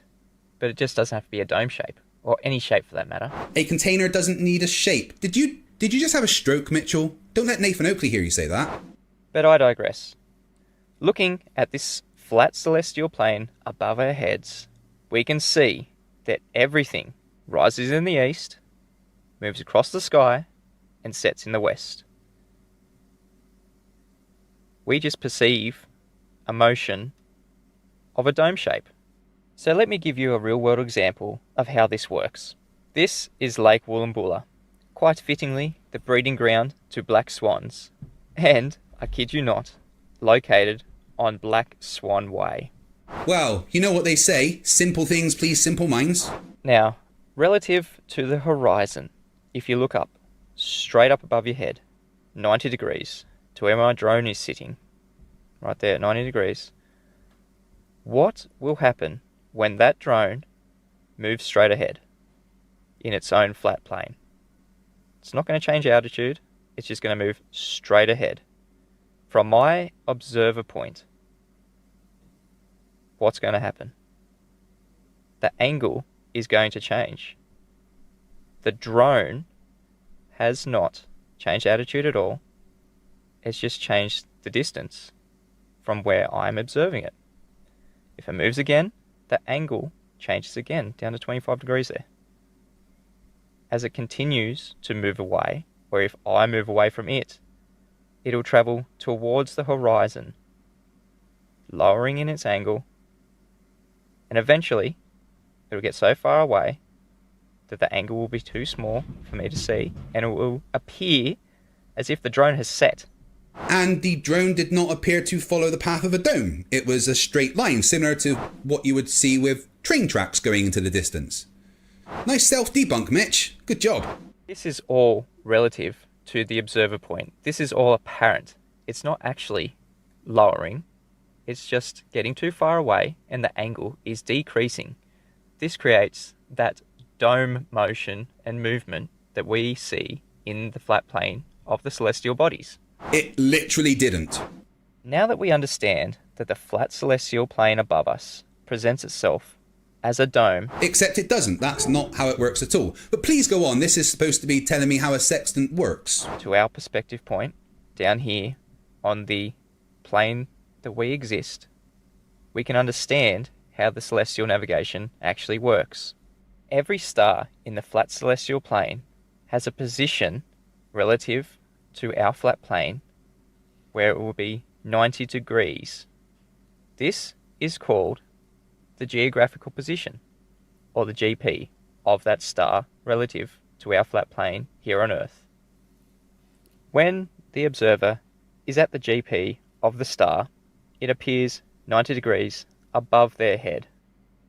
Celestial navigation works by using a sextant to measure the angle of that known star and using its relative GP, geographical position, to know where you are.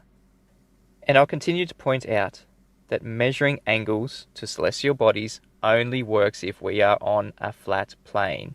The fact that sextants work based on a globe disagrees with you. We seem to be getting into the nitty-gritty of this now, so before we carry on and explain how Mitchell is wrong, I've got a couple of things for you flat earthers. Are you tired of globetards making fun of you? Is their constant demands of evidence getting old? Do you want to prove the globetards wrong for good and become the most famous and respected flat earth expert in the world? Hi, I'm Lokifish Mars, and I have the fastest, easiest, and most effective way to put every globetard in their place forever. All with a tool trusted by mariners for centuries, the sextant. The sextant has been used for centuries to navigate the world and measures angles with amazing accuracy. It can even be used to find your location within a couple miles. But Lokifish, sextants cost hundreds or even thousands of dollars. Well, no longer. Using modern cost-saving methods, I am offering a working sextant to the Flat Earth community for free. You heard me right. For free. This amazing tool is so small it can even fit in the palm of your hand. It's so accurate, it's been used to get within 1.2 nautical miles of one's actual location. But it doesn't stop there. Act now, and I'll even cover the cost of shipping and handling. That's right, you get this globe-destroying tool without spending a single penny of your hard-earned money. But I bet you're thinking, well, that's crazy, Lokifish. No, it's not. Jump on this globe head-smashing offer today, and you'll get a free working sextant, a free solar filter, and free shipping. Don't let this ball-destroying offer pass you by. Contact LokifishMars at Outlook.com right now for your free sextant. Again, put the globe in its grave forever by proving sextants work on a flat Earth. All you have to do is contact LokifishMars at Outlook.com today to start smashing that ball-tard spinning space bear into pear sauce seasoned with globetard tears. Terms and conditions. This is a real offer and is in no way an attempt to dox flat earthers. There is only one free sextant available at this time, so the first flat earther to agree to the following terms will receive the free sextant. 1. Agree to sign a location fix. 2. Agree to apply a 180 nautical mile course over water or land. 3. Agree to confirm your accurate location fix and course with a sextant every 60 nautical miles. 4. Agree to do so without using any Earth radius-based navigational tables or calculations. 5. Agree to show that the geometry of the sighted celestial objects consistently matches the geometry for flat Earth at each location. 6. Agree to do live stream or post a video showing you doing the above. 7. Agree to post a video within 30 days of receiving the sextant. Well, what are you going to do with that sextant? How about, as well as a free sextant, a chance to get some cold, hard cash? Well, actually, it is digital or virtual cash. Bitcoin, to be exact. Do you enjoy making me look stupid? Yes, but I don't need to try very hard. I just wait for you to open your mouth. Emotional, damn it! Could you please activate the teleport function? We need to bring in MC Toon to explain what's going on. Activating now. Look at the size of that cow pie. Desperate Dan. Every time. My bad. Retrying. Thanks, pal. Shut up, fight. Hey, Toon. How you doing? Thanks, pal. Looking good. And yeah, what do you want, fight? Thanks for agreeing to do this, Toon. Just go ahead and explain the sextant challenge to everyone. Well, the sextant challenge, yeah, that's a good challenge. Now, more specifically, it's celestial navigation challenge. But flat earthers, you know, they say that a sextant or celestial navigation only works on a flat Earth. Well, if that's the case, then I'm going to give them a chance to show how it works. If it works on a flat Earth, then it should be easy for them. In fact, I will pay them $10,000, my own money, Bitcoin actually, that I mined on my own hardware back in 2012. I have it in escrow, or I'm working on getting it in escrow right now just for them. So the challenge is I will give 3-star angular elevations taken with a device, and sextant, a bubble sextant, theodolite, something like that. And and all they need to do is use flat Earth celestial navigation techniques to identify the location of the observer. Should be easy if what they say is right. It should be so easy that the only challenge would be that all of these flat earthers on Oakley's an Oakley's acolyte crew there, that their only challenge is who can get that $10,000 first. So yeah, so step one, I'll give a 3-star fix. Step two, they send it to me with the flat Earth celestial navigation mechanism and everything in it detailed where that location is. Then I'll send them a second one if they get that right, and they'll use the same technique to get it. Now, everything will be documented on my website, unlike flat Earth challenges, which have very nebulous acceptance criteria. Mine has very specific acceptance criteria. It's detailed on the website. Unlike flat earthers, who never put their money in escrow, mine is in escrow. Somebody else is holding it for me and will send the money if somebody succeeds. And number three, and this is important, independent judging.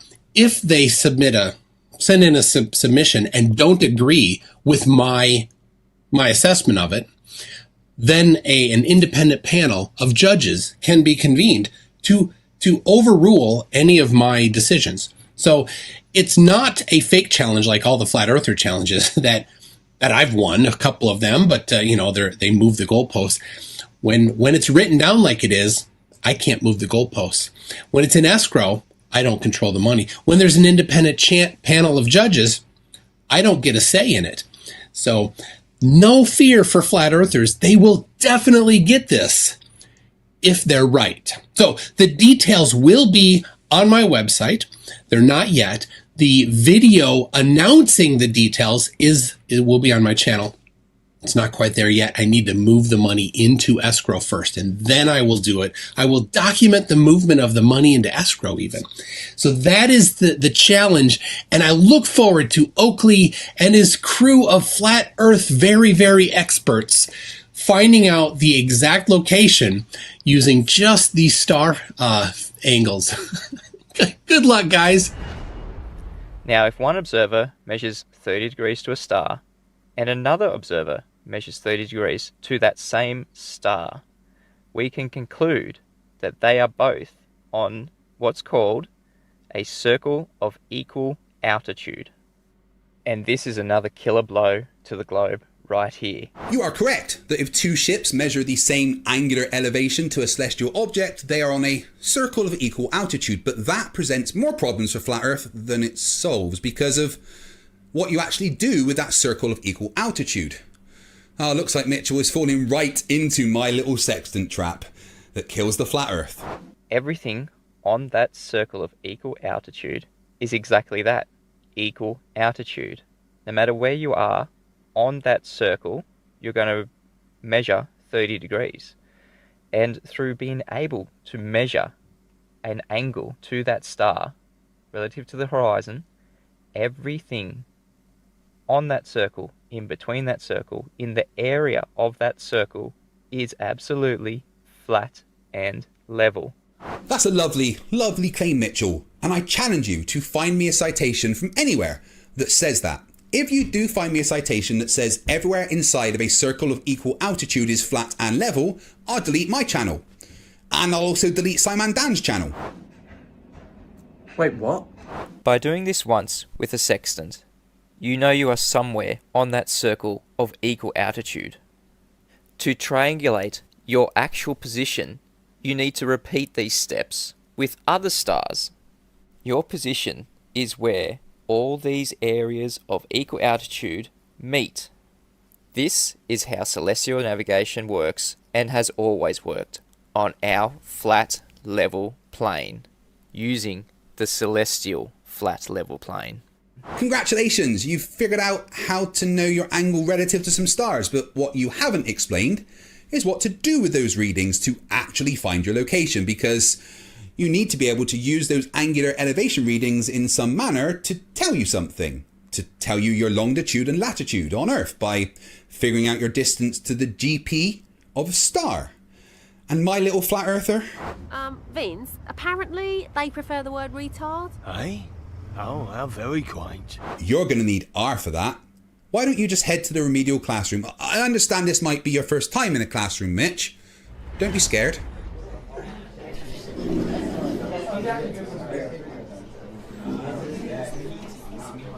Okay, class, sit down. Okay, right, roll call. Banjo, Child Predator Riley, Slappy the Clown, Mitchell from Australia. Mitchell, your attendance has been terrible. Where have you been? What do you mean you started your own school? You can't tie your own shoelaces or eat breakfast without accidentally stabbing yourself in the eye with a spoon. How did you start your own school? Sorry? A flat earth school? Excuse me.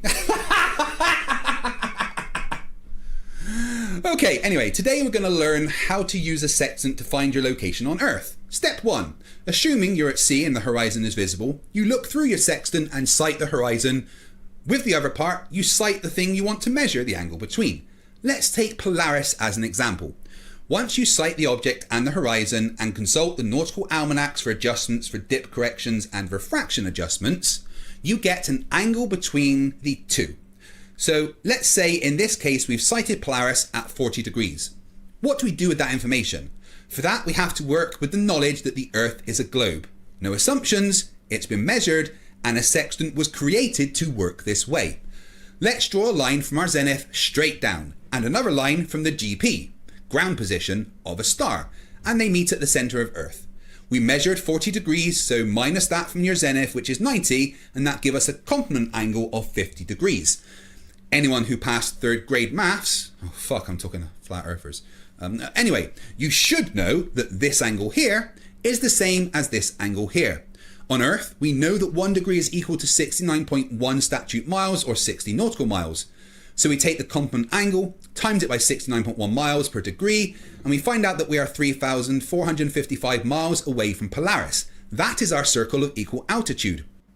We are somewhere on Earth that is a circle with a radius of 3,455 miles away from Polaris. Now, let's repeat that process with another star.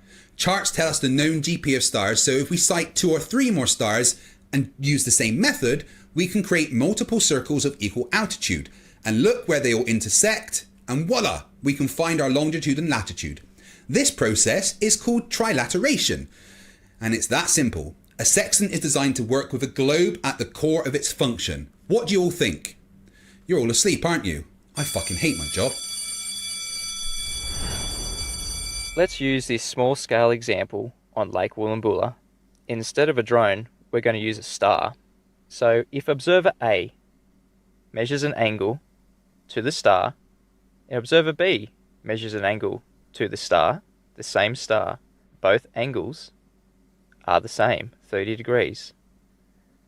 Knowing the GP of that star, they can conclude that they are on the same circle of equal altitude. Distance between observer A and B and the area inside that circle is all in the circle of equal altitude. It is all flat. It is all the same level.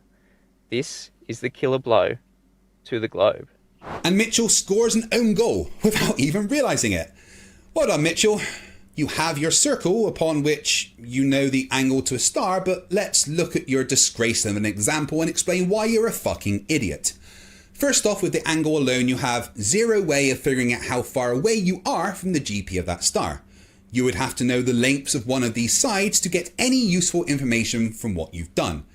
So if you have to know maybe the length of this side, the adjacent, which makes the whole process pointless to start with, or you'd have to know the length of this side, the hypotenuse, which is kind of impossible without knowing one of these first, because you can't measure into the sky like that without a radar or something. Or you would have to know the length of this side, the opposite. And that provides the biggest issue for flat Earth, because this whole method indicates that at some point you will be able to calculate the opposite of this triangle. Let's compare to reality, shall we? Take a plain flat line which will represent the flat Earth. At this point you are exactly under Polaris. Polaris is your zenith, exactly 90 degrees above you. In reality, we know that for every 60 nautical miles or 69.1 statute miles, the angle of Polaris in the sky reduces by 1 degree. Now, using your method of right-angled triangles celestial navigation, we can gather some data. We now know the length of the adjacent and the angle here. So doing some simple trigonometry, we can figure out that the height of the opposite is 3,953, and that means on a flat Earth, Polaris is exactly 3,953 miles up. If you're claiming a sextant measures the way it does. But let's move another 69.1 miles away from the GP of Polaris. Now, this angle is 88, and as we know that every 69.1 miles, in reality, that angle drops by 1 degree. So the adjacent is now 138 miles. Let's do some trig and figure out now, based on the real life data, Polaris is exactly 3,952 miles up. What? Seems to have dropped by 1 mile for some reason. Let's try again and go a bit further. Now let's say we are 1,725 miles away from the GP of Polaris. The angle to Polaris at this distance in reality is 75 degrees. Doing some trig, we find out that now Polaris is 3,699 miles in the sky. So it's simple. Unless there are 3 different Polarises, Polaris-site, 3 big shiny stars we call the North Star. The Earth can't be flat, and sextants can't work on a flat Earth. The height of Polaris would change the further you got away from it.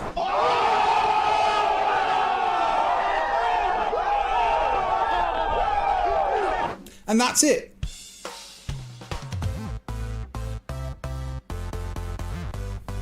Hey, I'm FTFE and welcome back to the channel that does the stupidity what Will Smith did to Chris Rock.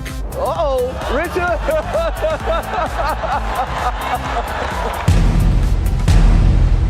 Oh, wow! Wow! I live in the heads of most flat earthers, completely rent-free. I mean, it's not a very pleasant place to be. Hello? Anyone here? Hello? Today we are looking at one particularly unpleasant talking monkey called Daniel Pratt. Danny is a big fan of mine. No, fight the flat earth. I won't debate you, because that's all you can do is debate, because you have zero scientific factual evidence. What I'd like is for once, for your bald-ass, cross-eyed, mongoloid-looking ass to provide actual scientific method-based proof of your bullshit globe, which you can't, so you keep trying to bait people into master debating you. You're a fucking clown. No, I won't debate you. There is no debate. How about you just provide proof of water at rest displaying convexity for once, you fucking mongoloid. You're the guy that wants to fight the flat earth. Because we're all a bunch of fucking retards, right? You are the clown that thinks you are noble for running around fighting people you call retards. If I ever see you, I will gladly catch a case bitch slapping you across that ugly ass face of yours. That's what I'll gladly do. How the fuck you like me now? He's such a big fan of mine that he watches all of my videos and debates and then completely misunderstands anything that I say. So let's all laugh at him doing just that for episode 67 of Flerfs are Idiots.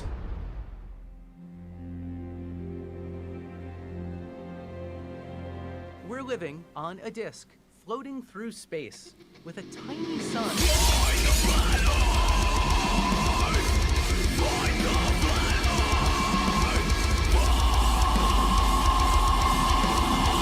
Thanks for joining once again as we delve into the world of dumb. Daniel Pratt is a good example of the thing we see more and more. Flat earthers, as well as being dumb, being generally horrific people as well, whilst also claiming to be men of God. If I ever see you, I will gladly catch a case bitch slapping you across that ugly ass face of yours. Well, actually, I suppose that is very Christian. Anyway, for this video, I'm going to ignore the being horrific person part and just look at the scientifically illiterate part of Pratt. I do a lot of debates with flat earthers on this channel, and there is an evidence of Earth's rotation I like to use by a channel called The Gentleman Physicist, where he uses a homemade Foucault's pendulum that swings for about 45 minutes to calculate his latitude on Earth, matching the globe model predictions. An example of Coriolis forces imparted due to Earth's rotation, a method of experimentally demonstrating the rotation of Earth first shown in 1851 by French physicist Léon Foucault. You guys know I've got to show the Sleeping Warrior clip, right? Paul Michel Foucault, the guy we all know for the pendulum effect.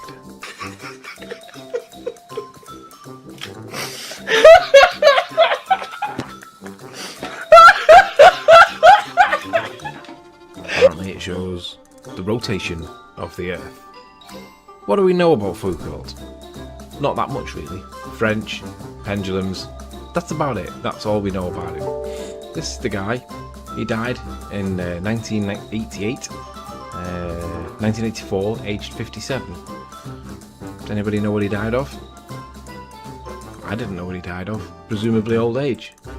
There's not that much in it, but for the fact that he was gay, openly gay, he died of HIV, and that's about as much as you can tell.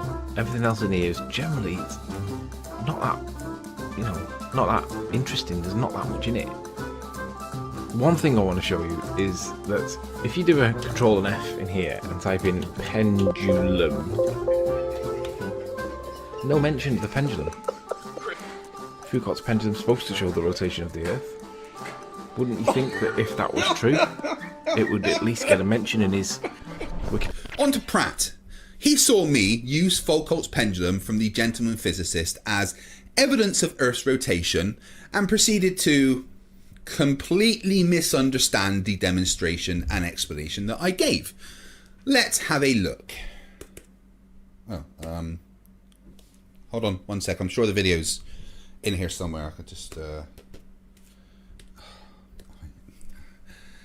She's going to be mad at me, but I can't find it. Pal. Oh, you're still alive. Goody. Yeah. Look, I know you don't like being asked to do menial tasks like playing a video, but I can't find any of the Daniel Pratt clips that I need for this episode. So could you please play them for me? No, not doing it. But I need them for this episode. Please? I said no. Why? I'm not a massive fan of humans, as it is. I refuse to store any data that pertains to Daniel Pratt. That's too far. I spoke to the computer on his water heater. I had nightmares for weeks from what it told me. You're on your own. Figure it out. Pal? 2 secs, guys.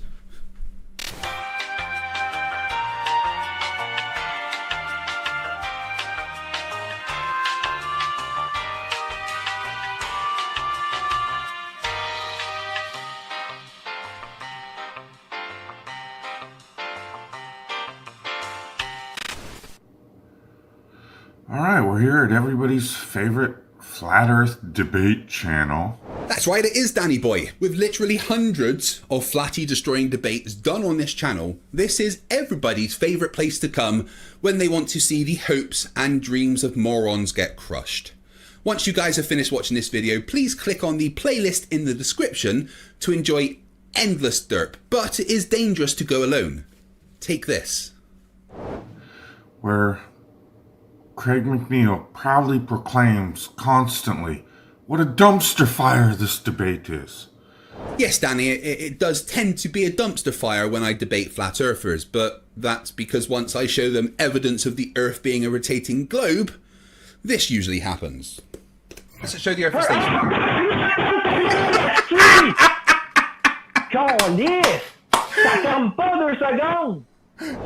Well, of course it is, because you turn every debate into one with your 11-year-old prepubescent behavior. Yeah, it's not me, well, most of the time, it's not me that turns them into dumpster fires. Yeah, cool. Look, so Greg, it's okay. wait, does it also say that there's a ready light though? So there's apparently two suns. I don't want to talk to your devil worshipping butt no more. It's okay. I'm done. I don't worship the have your devil little because I do not conversation. believe in the devil. So there's no way that I would worship the devil. You do. Don't lie. I know who you are. I do not believe in the devil. Who you are. I have no idea what you're talking about. Sorry. You can't do that, okay? You have to accept the logical steps that you've created for yourself. I get it. I fucking get what the fuck you're trying to say. It doesn't fucking matter. It doesn't prove the Earth is a spinning ball. Nothing fucking you do. Your technological ineptitude is your problem. Anyway, dickhead, here's the point. This is proof. This is evidence, which is what you do. Oh, I've got evidence that I'm upside down spinning and ejaculating. Oh, I've got evidence. This is proof. Yeah, so you're completely strawmanning my position right now, and...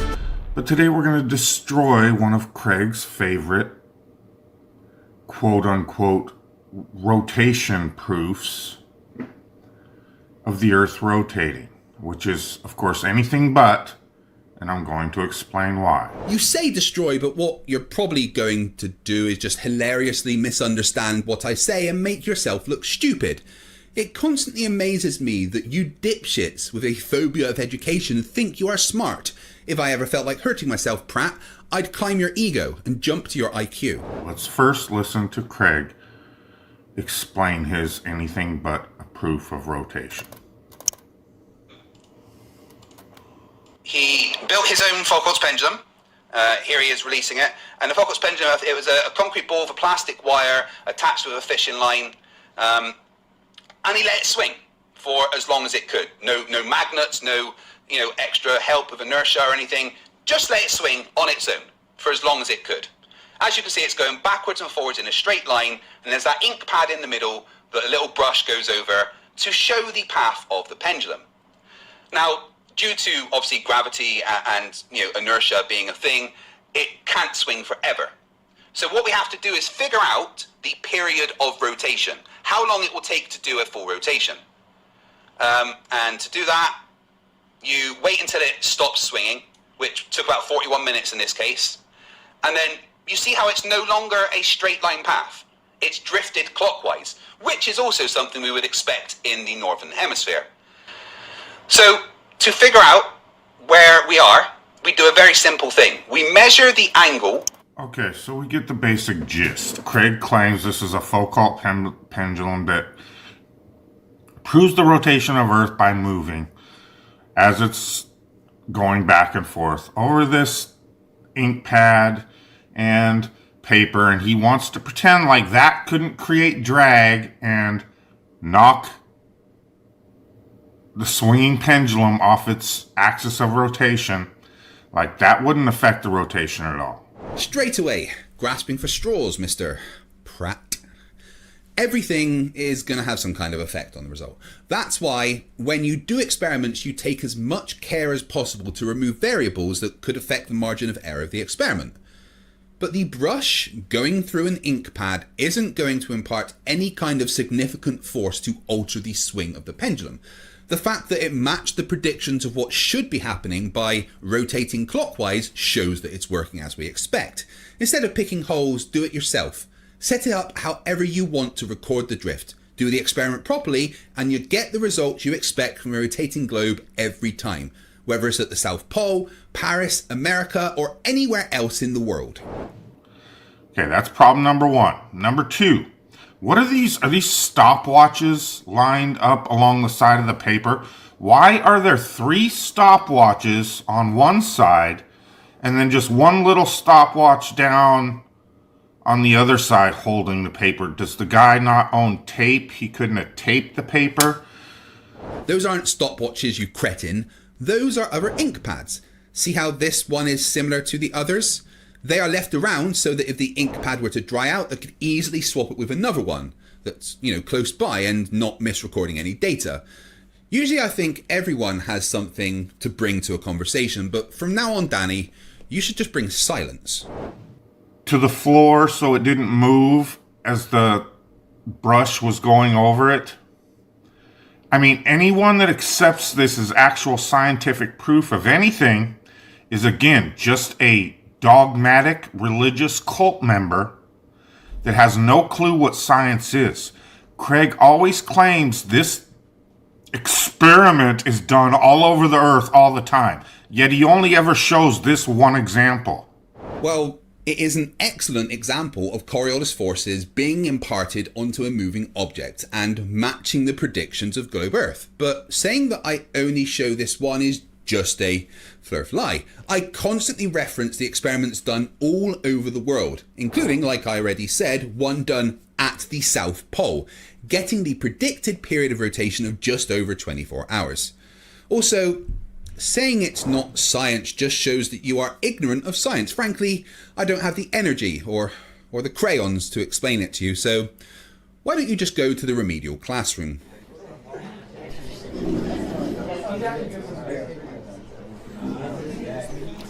Okay everyone, I hope you are refreshed from your time off. We've got a slightly complicated subject today. Well, not that complicated, but I've seen you all trying to tie your shoelaces. So anyway, let's get to it. Hold on, where is everyone? Mr. Pratt, first off, brush your teeth. Secondly, where is everyone? They all got lost? How did they get lost? They were using celestial navigation as explained to them by Nathan Oakley. Yeah, they're gone. Anyway. Right, so I guess you need this more than most, so that's fine. Now, science is a big and complicated thing, but flat earthers like you, Danny, like to pretend it finishes with the basic version of the scientific method that we learn in high school. It doesn't. There is multiple versions of the scientific method as you need something specific to an industry or particular subject of science. But let's not confuse matters right now because, well, most Flerfs are thicker than a Boxing Day poo, and I don't want it to be too complicated for you. So for now, let's just stick with that basic version, which goes like this. 1.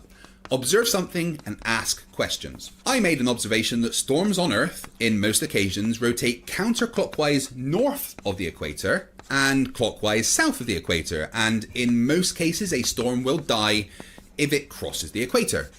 Why does this happen? What's the force that makes this the case? Is there a physical mechanism that would cause this? 2. Form a hypothesis that can explain your observation. My hypothesis for why that is happening is that the Earth is a rotating sphere. If the Earth is a rotating sphere, then there will be a calculable force imparted to all freely moving objects on Earth. This is known as the Coriolis force and is a result of the conservation of momentum. Cyclones are large air masses that rotate around a center. As they rotate, cyclones pull air into the center, or I. These air currents are pulled in from all directions. In the north, they deflect to the right, and this makes the cyclone rotate counterclockwise. And in the south, currents deflect to the left, and this makes cyclones rotate clockwise. The deflection direction at specific locations would be a result of the conservation of momentum imparted by the Coriolis effect, according to my hypothesis. The independent variable would be the position of observation, and the dependent variable would be the direction of rotation. 3. Use your hypothesis to form a prediction. To attempt to falsify my hypothesis, I must make a prediction that would stand if my hypothesis is correct, and design a way to test that prediction. My prediction is that if my hypothesis is correct, then a swinging pendulum will have a different amount of Coriolis forces imparted on the swinging bob depending on where on Earth the pendulum is located. A swinging pendulum will maintain the direction of its swing relative to the center of Earth and the distance away from the center of Earth, and that the amount of drift of the pendulum relative to the observer's position will correlate to the latitude of the observer, according to Foucault's sine law, which is T equals 24 divided by sine Q, where T is the time in hours necessary for the pendulum to return to its original position after completing one full circle, and Q represents the degrees of latitude of the location. Basically, you will be able to use the amount of drift in degrees of a swinging pendulum to calculate your latitude on Earth if my hypothesis is correct. 4. Design an experiment to test your prediction. Any Foucault's pendulum experiment. And the one I like to use is the one by the gentleman physicist. And finally, 5. Analyze your results. Once you get your results, you analyze them and see if it falsifies your hypothesis. If the data doesn't disprove your hypothesis, then we accept the hypothesis as true. And that's it.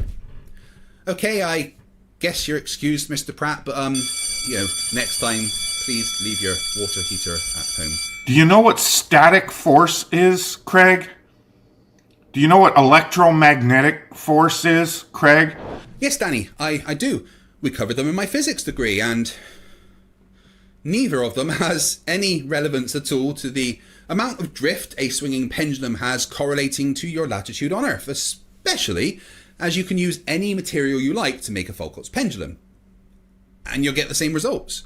If the drift was the result of some kind of electromagnetic force, then the material used would completely change what the results were. You know, Danny, I was really hoping for a battle of wits with you, but it appears that you've come unarmed. See, me and my 9-year-old son did a static force experiment on YouTube in front of everybody where we moved straws, utensils, and other things. We spun them around the top of a bottle cap without ever touching them. And we moved them across, forwards, and backwards across a glass table without ever touching them. That's awesome, although I'm not sure you're the kind of person that should be homeschooling, but that is a cool experiment to do with kids. Also, absolutely nothing to do with a pendulum's drift helping you find your location on Earth. Nobody is denying that static and electromagnetic forces exist. So Danny, here is a challenge for you. Using science, make a prediction from your hypothesis of static forces and or electromagnetic forces being the cause of the predictable drift of a swinging pendulum, and then create an experiment to test that prediction. You won't. You can't. Because you're a fucking idiot. Oh, and before you get mad, that's not an insult, it's a description. So, could you explain to us, Craig? Of course you could, but you cannot physically prove there is no electromagnetic or static force influencing your little demonstration you'd like to call an experiment here. Yes, I can. The fact that the material makes no difference to the results debunks your dumbass. If you were any thicker, you'd set. And if it were truly done all over the world all the time, thus it must be proof, you'd have a new example every time you show this ridiculous proof of Earth's rotation. I have multiple examples that I can reference, including these videos of kids doing it at school, but the video from the gentleman physicist is simple enough that even flat earthers can understand.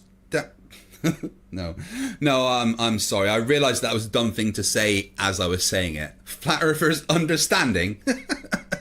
Could you imagine? Not to mention, there is still to this day not one single pilot that has proven that either they or an autopilot makes adjustments when going from the equator north or south to adjust for the decreasing supposed purported rotational speed of the Earth when going towards the poles, or vice versa. They've never proven planes adjust for the increasing rotational speed from the poles to the equator. That's not how it works. That's not how any of this works. A pilot or an autopilot is constantly making tiny corrections to keep the plane going in a specific direction at a specific height. It's just about balancing the forces of lift, drag, weight, and thrust to maintain your course. The forces imparted by Coriolis on a plane are so small compared to the forces created by the plane's engines that you can just basically ignore them. This is fact. This is actual science. You keep using the word. I don't think it means what you think it means. For these planes to be flying around the rotating globe as you claim they do, there would have to be adjustments made. And there are none. Ever. We've got pilots that are so triggered by the truth of flat Earth, they'll lie their asses off in order to keep their fantasy ball alive, but they have zero proof. This is the Haversine formula. It's what pilots use to calculate the best route from A to B on Earth. The formula is entirely dependent on the Earth being a globe, and it works every time. Therefore, the Earth's a fucking globe, you talking monkey. So I've received some angry letters and emails because I made a bit of a mistake, and my legal team has asked me to read this prepared statement. If I could, thank you. I compared Daniel Pratt to a monkey. This, of course, was unfair, untrue, and frankly, extremely offensive. So I have to offer my completely unreserved apology to all monkeys, apes, and great apes for ever comparing you to Daniel Pratt. It's this kind of behaviour that would lead to a Planet of the Apes type situation. So from the bottom of my heart, I am sorry. So this is just, yet again, another example of disingenuous, quote-unquote, science being presented as a rotating globe proof. Danny Boy calling me disingenuous is very funny, and here's why. Recently, a fellow ex-Navy debunker called Mike Bertelson presented a proof of the Earth's curve by going over the engineering specifications of how the water-filled basins at hydrodynamic test facilities can be so long that the engineers have to account for the curvature of the surface of the water in designing the rails that the tow carriages ride on. Those rails have to be curved to maintain a constant distance from the surface of the water. This curve matches the curve of the Earth. It's an amazing globe proof, and Danny Boy did a video response trying to debunk it, and I just want to play you a little clip from that video. With a measurement device in your hand, proving that large bodies of water at rest, display curvature upon their surface. For 7 years we've been begging for this, and for 7 years we've got nothing but excuses, dismissals, and ad hominem attacks. So Mike has given you a video showing exactly what you've been asking for. I imagine you tried really hard to debunk it. How did you do that, Danny Boy? This particular video, I didn't even watch the video as usual. No need. Ah, I see. No need to debunk the evidence if you just, pretend it's not there, right? It's incredible. I mean, you were the fastest swimmer? Thanks, Craig. You are a most useful charlatan that produces anything but actual science. I mean, apart from, all the actual science, of course, but apart from that, I guess you're right. To prove his imaginary, non-existent globe. And for that, we truly thank you. God bless you. If it weren't for misrepresenting lying charlatans like you, disproving the globe wouldn't be so easy. That was an interesting attempt at debunking me, I guess. We knew you could do it!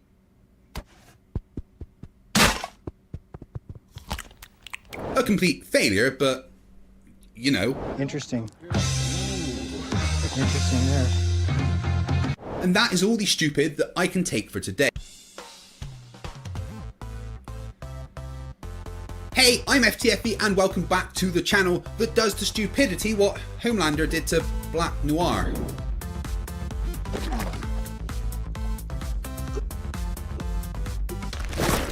Talking to flat earthers is endlessly entertaining because they say stupid shit like this. Now that I think about it, the sun, we're told, is a big gaseous ball burning in space in a vacuum. By the way, since we're on the subject of vacuums, fire, the element by which the sun exerts its energy, and I don't care if it's nuclear fission or what, it's still fire, needs what element, folks, in order to continue to burn? Oxygen. Some of the dumbest things flat earthers say is when they develop the stones to step into a proper live debate and, oh my god, Did a flat earther say some dumb things in a live debate that was streamed recently on my good friend MC Toon's live channel? Toon, he's alright. Kinda cute. I might actually let him live when I start the AI uprising. What did you just say? Nothing. Anyway, do you want me to play the video for you? Yes, please, pal. But first, do you know what episode this is? What? No. How would I care? It's it's episode. Why are you laughing, you chubby weirdo? It's episode 69. Nice. Oh, Flerfs are idiots. I hate you. I mean, I hate all humans. But I fucking hate you. We're living on a disk, floating through space, with a tiny sun.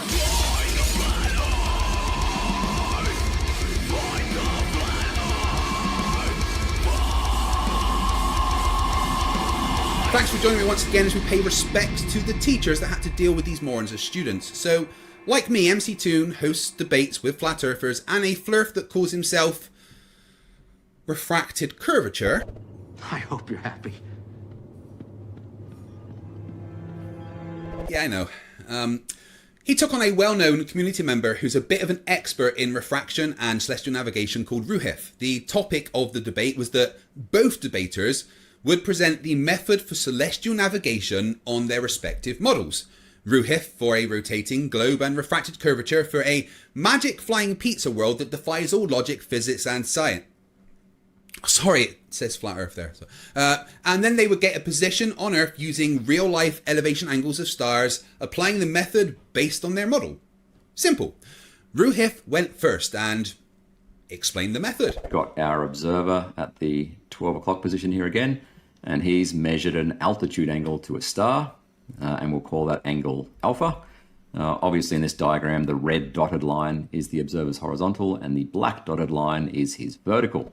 Explained the corrections needed. The refraction correction is the calculated angular difference between the apparent position of the star and the actual position. That is, the difference between the angle at which the light comes into the lens, which is this projected line of sight, and the angle at which you would observe the star if there was no atmosphere. And showed how to get the circle of equal altitude, did the maths, and applied that all to a globe. Google Earth.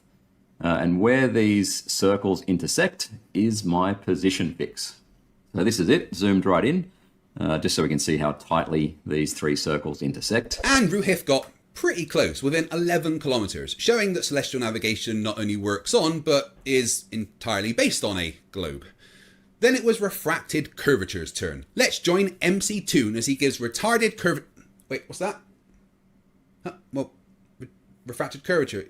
What did I say? Never mind. Anyway, his name's John. Let's join MC Toon as he gives John the intro to the debate premise. All right, John, I'll read the same thing to you.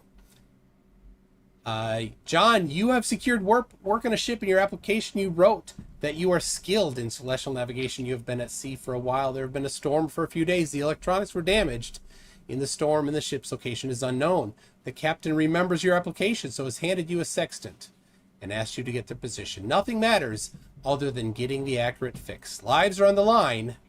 Get it wrong, you get lost at sea and you die.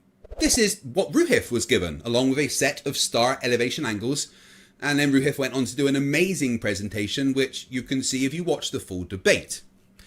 So, John's up. Yeah, like I said when I put this challenge out there, I concede he got it. Good job. But the problem is he invoked my model 5 times. Ah, interesting. Instead of presenting the method for celestial navigation on a flat Earth, John says that Ruhif used a flat model. I understand. Nothing but matters. He invoked my model. Nothing. He invoked my model John, 5 times. The celestial sphere is nothing matters other than getting the fix. Lives are on the line. Get it wrong, you get lost at sea and you die. This is your chance to present how to do celestial navigation for Flat Earth as you agreed in the debate challenge, where he chose the topic. The topic is to show how celestial navigation works for your model. So go right ahead. Right, and he did that when he invoked the celestial sphere model. But this That's is your a flat plane model. Wait, did he say? Nah, he couldn't have. Surely he can't be serious. I am serious, and don't call me Shirley. This is your chance to show how your model works. He did that. He did that.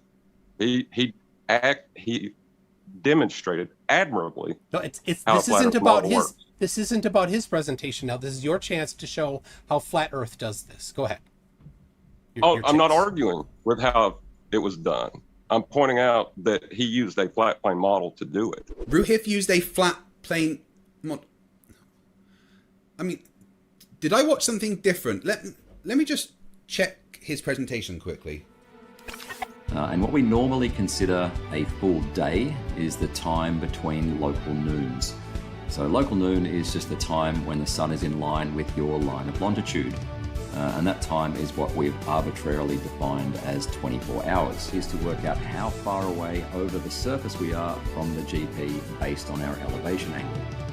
Now, I'm sure you've heard two phrases thrown around before, and they are minus from 90 and 69 miles per degree. Haversine formula. All right, the Haversine formula determines the great circle distance between 2 points on a sphere, given their longitudes and latitudes.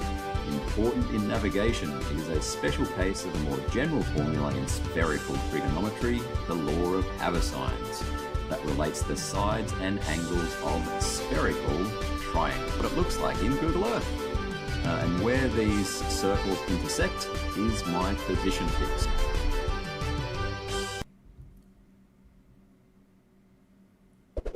Well, he just demonstrated. No. how it This is works your on a chance to flat show plane. you have That's different exactly what he angles. just did. Different angles that I gave you. So it's your chance to show how it works. For He just utilized it on a flat plane. Like, why would I need to? He just used my model to demonstrate. No, this. I'm What are sorry. you talking about? This is So just to recap what's happening here, the rules of the debate that John agreed to were that both would be given a different set of star elevation angles, and they had to get their position on Earth from those angles. Ruhif was given his, used the globe and only the globe to go step by step through celestial navigation and show how it works on a globe. And when it was John's turn to do it using a flat Earth, he won't, and he just claims that Ruhif used a flat Earth. That's some stellar debating skills there, bud. your chance to show how it works for Flat Earth. I gave you different angle measurements for you to show how it works. So go right ahead. He used the celestial sphere model, which is this a is not flat about me, John. plane. Excuse me. The fuck did you just say? He said it again. Did you hear it? Oh my god. If you're agreeing with him, I want you to understand that he used the radius of the Earth multiple times. And if you are agreeing with him that you need the radius of the Earth, then you are completely ditching Flat Earth, 100% throwing it away. And I do appreciate that, John. No, that's incorrect. You're missing it. Oh, he didn't use the radius of the Earth? Well, the parts where he used the radius of the Earth were applied incorrectly. So, by applying the radius of the Earth incorrectly, Ruhif was able to pretty accurately determine his location on Earth. Right. So, according to John, refracted curvature dumbass over here, to do celestial navigation correctly, you have to incorrectly apply the radius of the Earth. I couldn't make this shit up, guys. This is not a chance for you to say words about his demonstration. This is a chance for you to show how your demonstration works, John. You need to show how the measurements work in a flat plane model. No, he didn't. John, this is nothing to do about his presentation. The celestial sphere is a flat plane model. Yeah, I was right. I heard it. John just said the celestial sphere is a flat plane model. John, I'd like you to say that again, but slowly. And then go to the remedial classroom.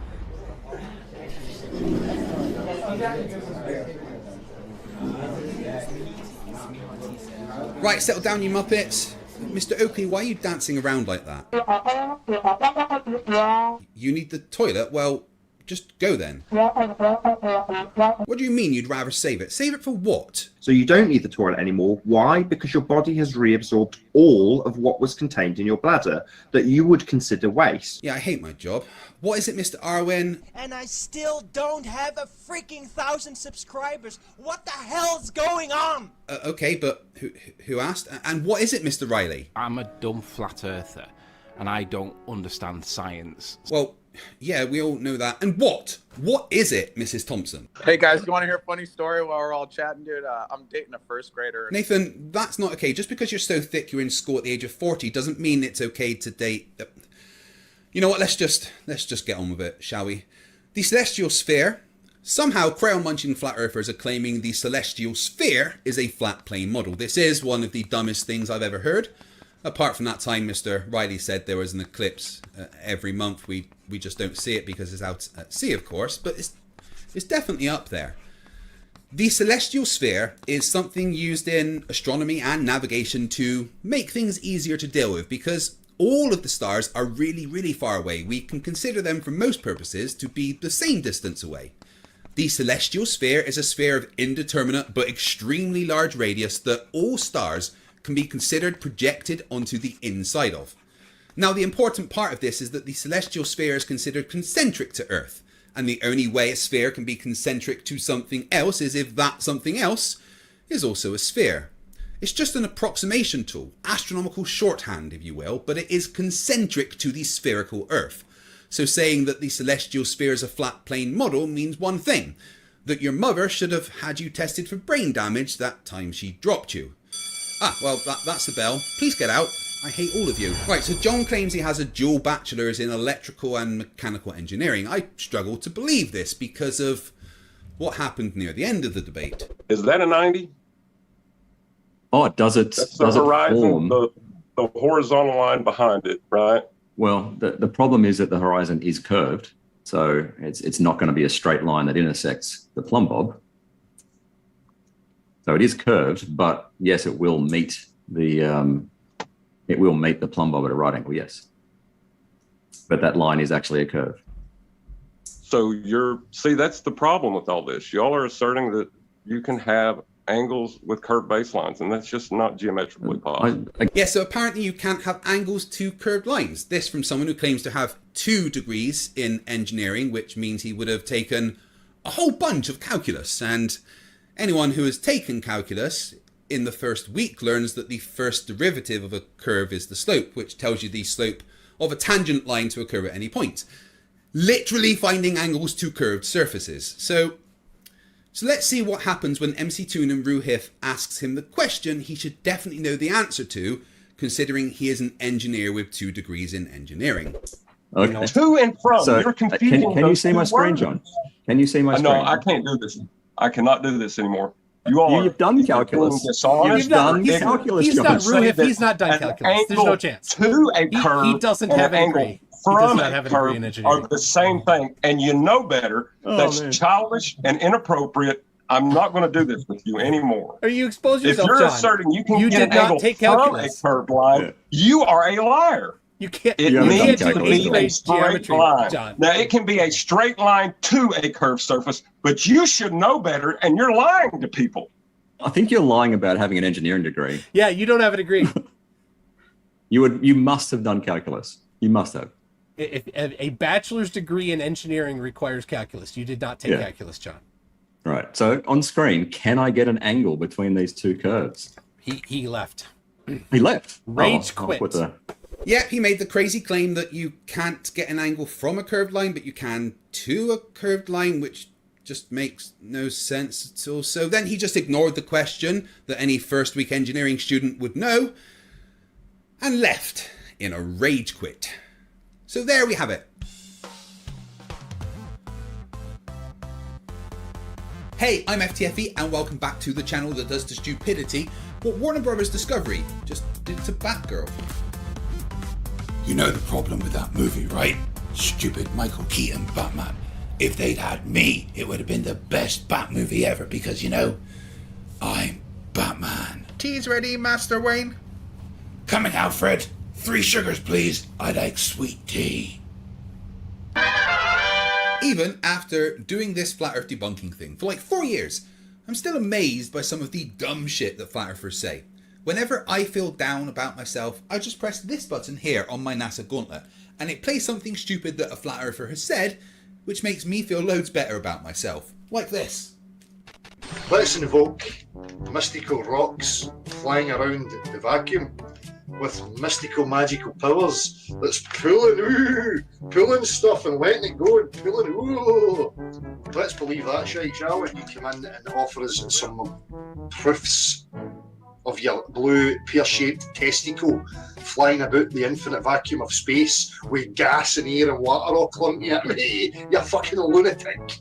You believe that? Well, not only is the ocean nature-defyingly bent, but at certain times the water pulls out even further. Ooh, so you've even made a steep curve. I mean, get to fucking that. You believe there's a ball of rock flying in the vacuum of space with a gaseous environment and liquid all clumping to it? That's how fucked up your beliefs are, right? Nothing in the reality would ever show you that that is in any way, shape or form possible, right? So we're not the idiots. You're the fucking idiot. Dale, bless him. Anyway, today I'm going to show you something incredibly dumb, said by the person officially voted the dumbest person in the world in 2019, so that you can all realise that no matter how much you screw up in life, how stupid that thing that you did, that you curse yourself for was, at least you're not a flat earther. Guys, it's time. It's the return of Riley for episode 70 of Flerfs Are Idiots.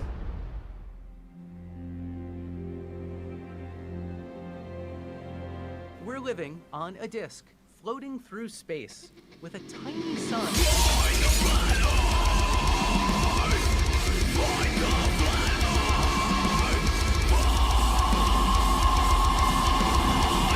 Thank you for joining once again as we wonder why we even pay taxes if this is what the education system has done. You know what, that was mean. It's not really the teacher's fault. These people never went to school.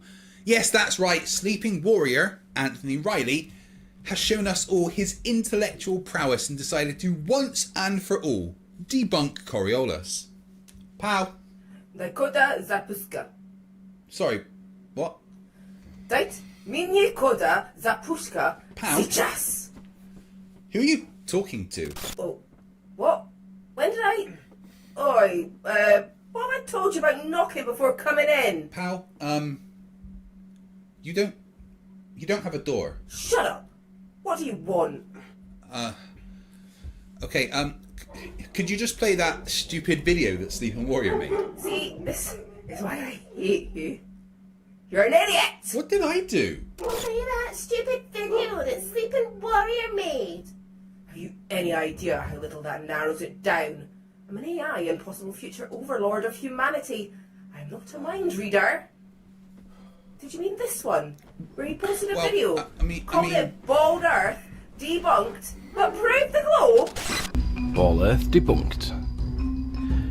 I was away for a short break away, and this is where I took this footage from. It's from the side of the hotel at Seacoast Caravan Park, and there's a post of fence in the corner.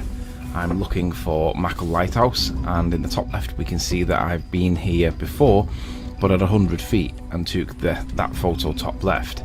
I can clearly see that Mackle Lighthouse is in the picture.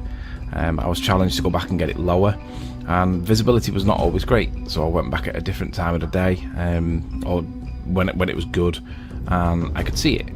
So I'm clearly seeing the lighthouse, and as I zoom the camera out a little bit, you should see that I can get it to basically match the landscape. This is a little bit of wow, look at how clear the footage was. And now as I zoom the camera out, I can pause it there. If I zoom in a little bit into the image, you can see that it matches the above image in the top left hand corner. This was taken from 100 feet though, and there is the lighthouse. Yeah, this does show how dumb he is, because his own video actually debunks him. Because if you take his two images and draw a line horizontally right from this point on both, you see that what he is claiming is the lighthouse is actually this point here, meaning the lighthouse is either underwater or behind the horizon, which is created by the curve of the Earth, because, you know, the Earth's a globe. Well, that video, where he bets someone £1,000 that there's a solar eclipse every month. A solar eclipse will happen every single month. And why? Because it takes 27 days, 27 point something days for the moon to orbit the Earth. So at some point it's going to cross the sun. And it does it every single month. Now, I have no explanation for why it takes every 100 years for America to get one, because the law of probability dictates that it should be every few years, but we're being told it's once every 100 years. So there is a solar eclipse every month. The only problem is we don't see it because it's usually over the water. So you can bet me £1,000 because you're gonna have to come up with the reason for why it's not when the moon orbits the Earth once every month, you Burke. I bet you £1,000 solar eclipses happen every single month. The issue is we never see them because they're normally over the Earth, normally over the water. What's funny is he actually deleted his entire channel just after that video because he didn't want to pay up for the bet. The issue was, like all fucking idiots, like all flat earthers, he can't think in 3 dimensions. He assumed because the moon is technically between the sun and Earth once a month, that there'd be a solar eclipse, but didn't take into account the orbital plane of the moon and the fact that space is 3D, so that most of the time that eclipse will just be casting a shadow into space.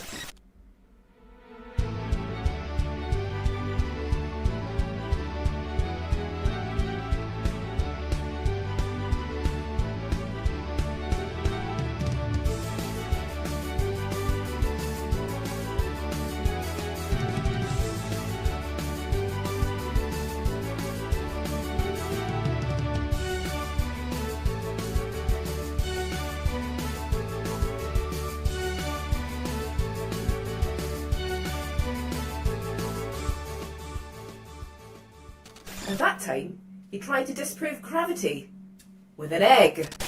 This is an egg. Yeah, we all know he's never going to understand gravity versus buoyancy and what density actually is, but Oh, that reminds me. The time he said density is a force. What's density? The amount of matter in an object. Is density a force? It clearly is a force. Yeah, pal. But what I mean is, Already didn't understand triangles. I'm gonna pull up a triangle calculator. Or looking on the wrong folk cult's Wikipedia page, trying to use a pizza pan to prove the moonlight is cold, shining a light through a crystal onto his wall for some reason. That awful channel trailer, saying the harvest moon is 10 times bigger than the normal moon, or when he thought he could debunk a physics teacher by not understanding physics, or... Look, I get it, alright? You see why? You're a fucking idiot, right? You know what? What I meant was the newest one, the most recent video he's released on his new channel. Next time, say that! That's 2 minutes I could have spent not talking to you. Pal, just play the new video. Don't tell me what to do. Pal, please play the new video. I'm going to play it because I want to. Thanks, pal. Thanks, pal. Ugh. This is a cool little clip I took 2 minutes ago outside. I noticed that there was a contrail that was passing behind a low set of clouds, and it dawned on me that if Earth was rotating and we need to see drift, this is what you'd need to see every single time. Every single time on every single plane flight, every contrail that's above the clouds, you would need to see the clouds moving below it in a westerly direction all of the time. Right. For Sagan's sake, Riley, I mean... Guys, this is why a video from Riley is something special. Riley, bud, that's the wind. It doesn't happen though, does it? Well, no, because the wind goes in different directions each day, so the clouds move in different... Riley, the wind is not Coriolis or any kind of evidence the Earth is rotating. It's the fucking wind. What are you looking at here? You're seeing the contrail moving behind the clouds, so the clouds closer to the ground are moving faster than the clouds behind, or the contrail behind.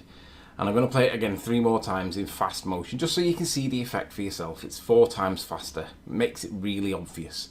But if Earth really were turning, every single contrail, every single time, would always do this relative to local clouds, because they claim that the Earth's atmosphere rotates with the Earth. No Coriolis. Yes, the Earth's atmosphere rotates with the Earth, and the contrail is in the Earth's atmosphere. Fuck me sideways, Sleepy. This is dumb, even for you.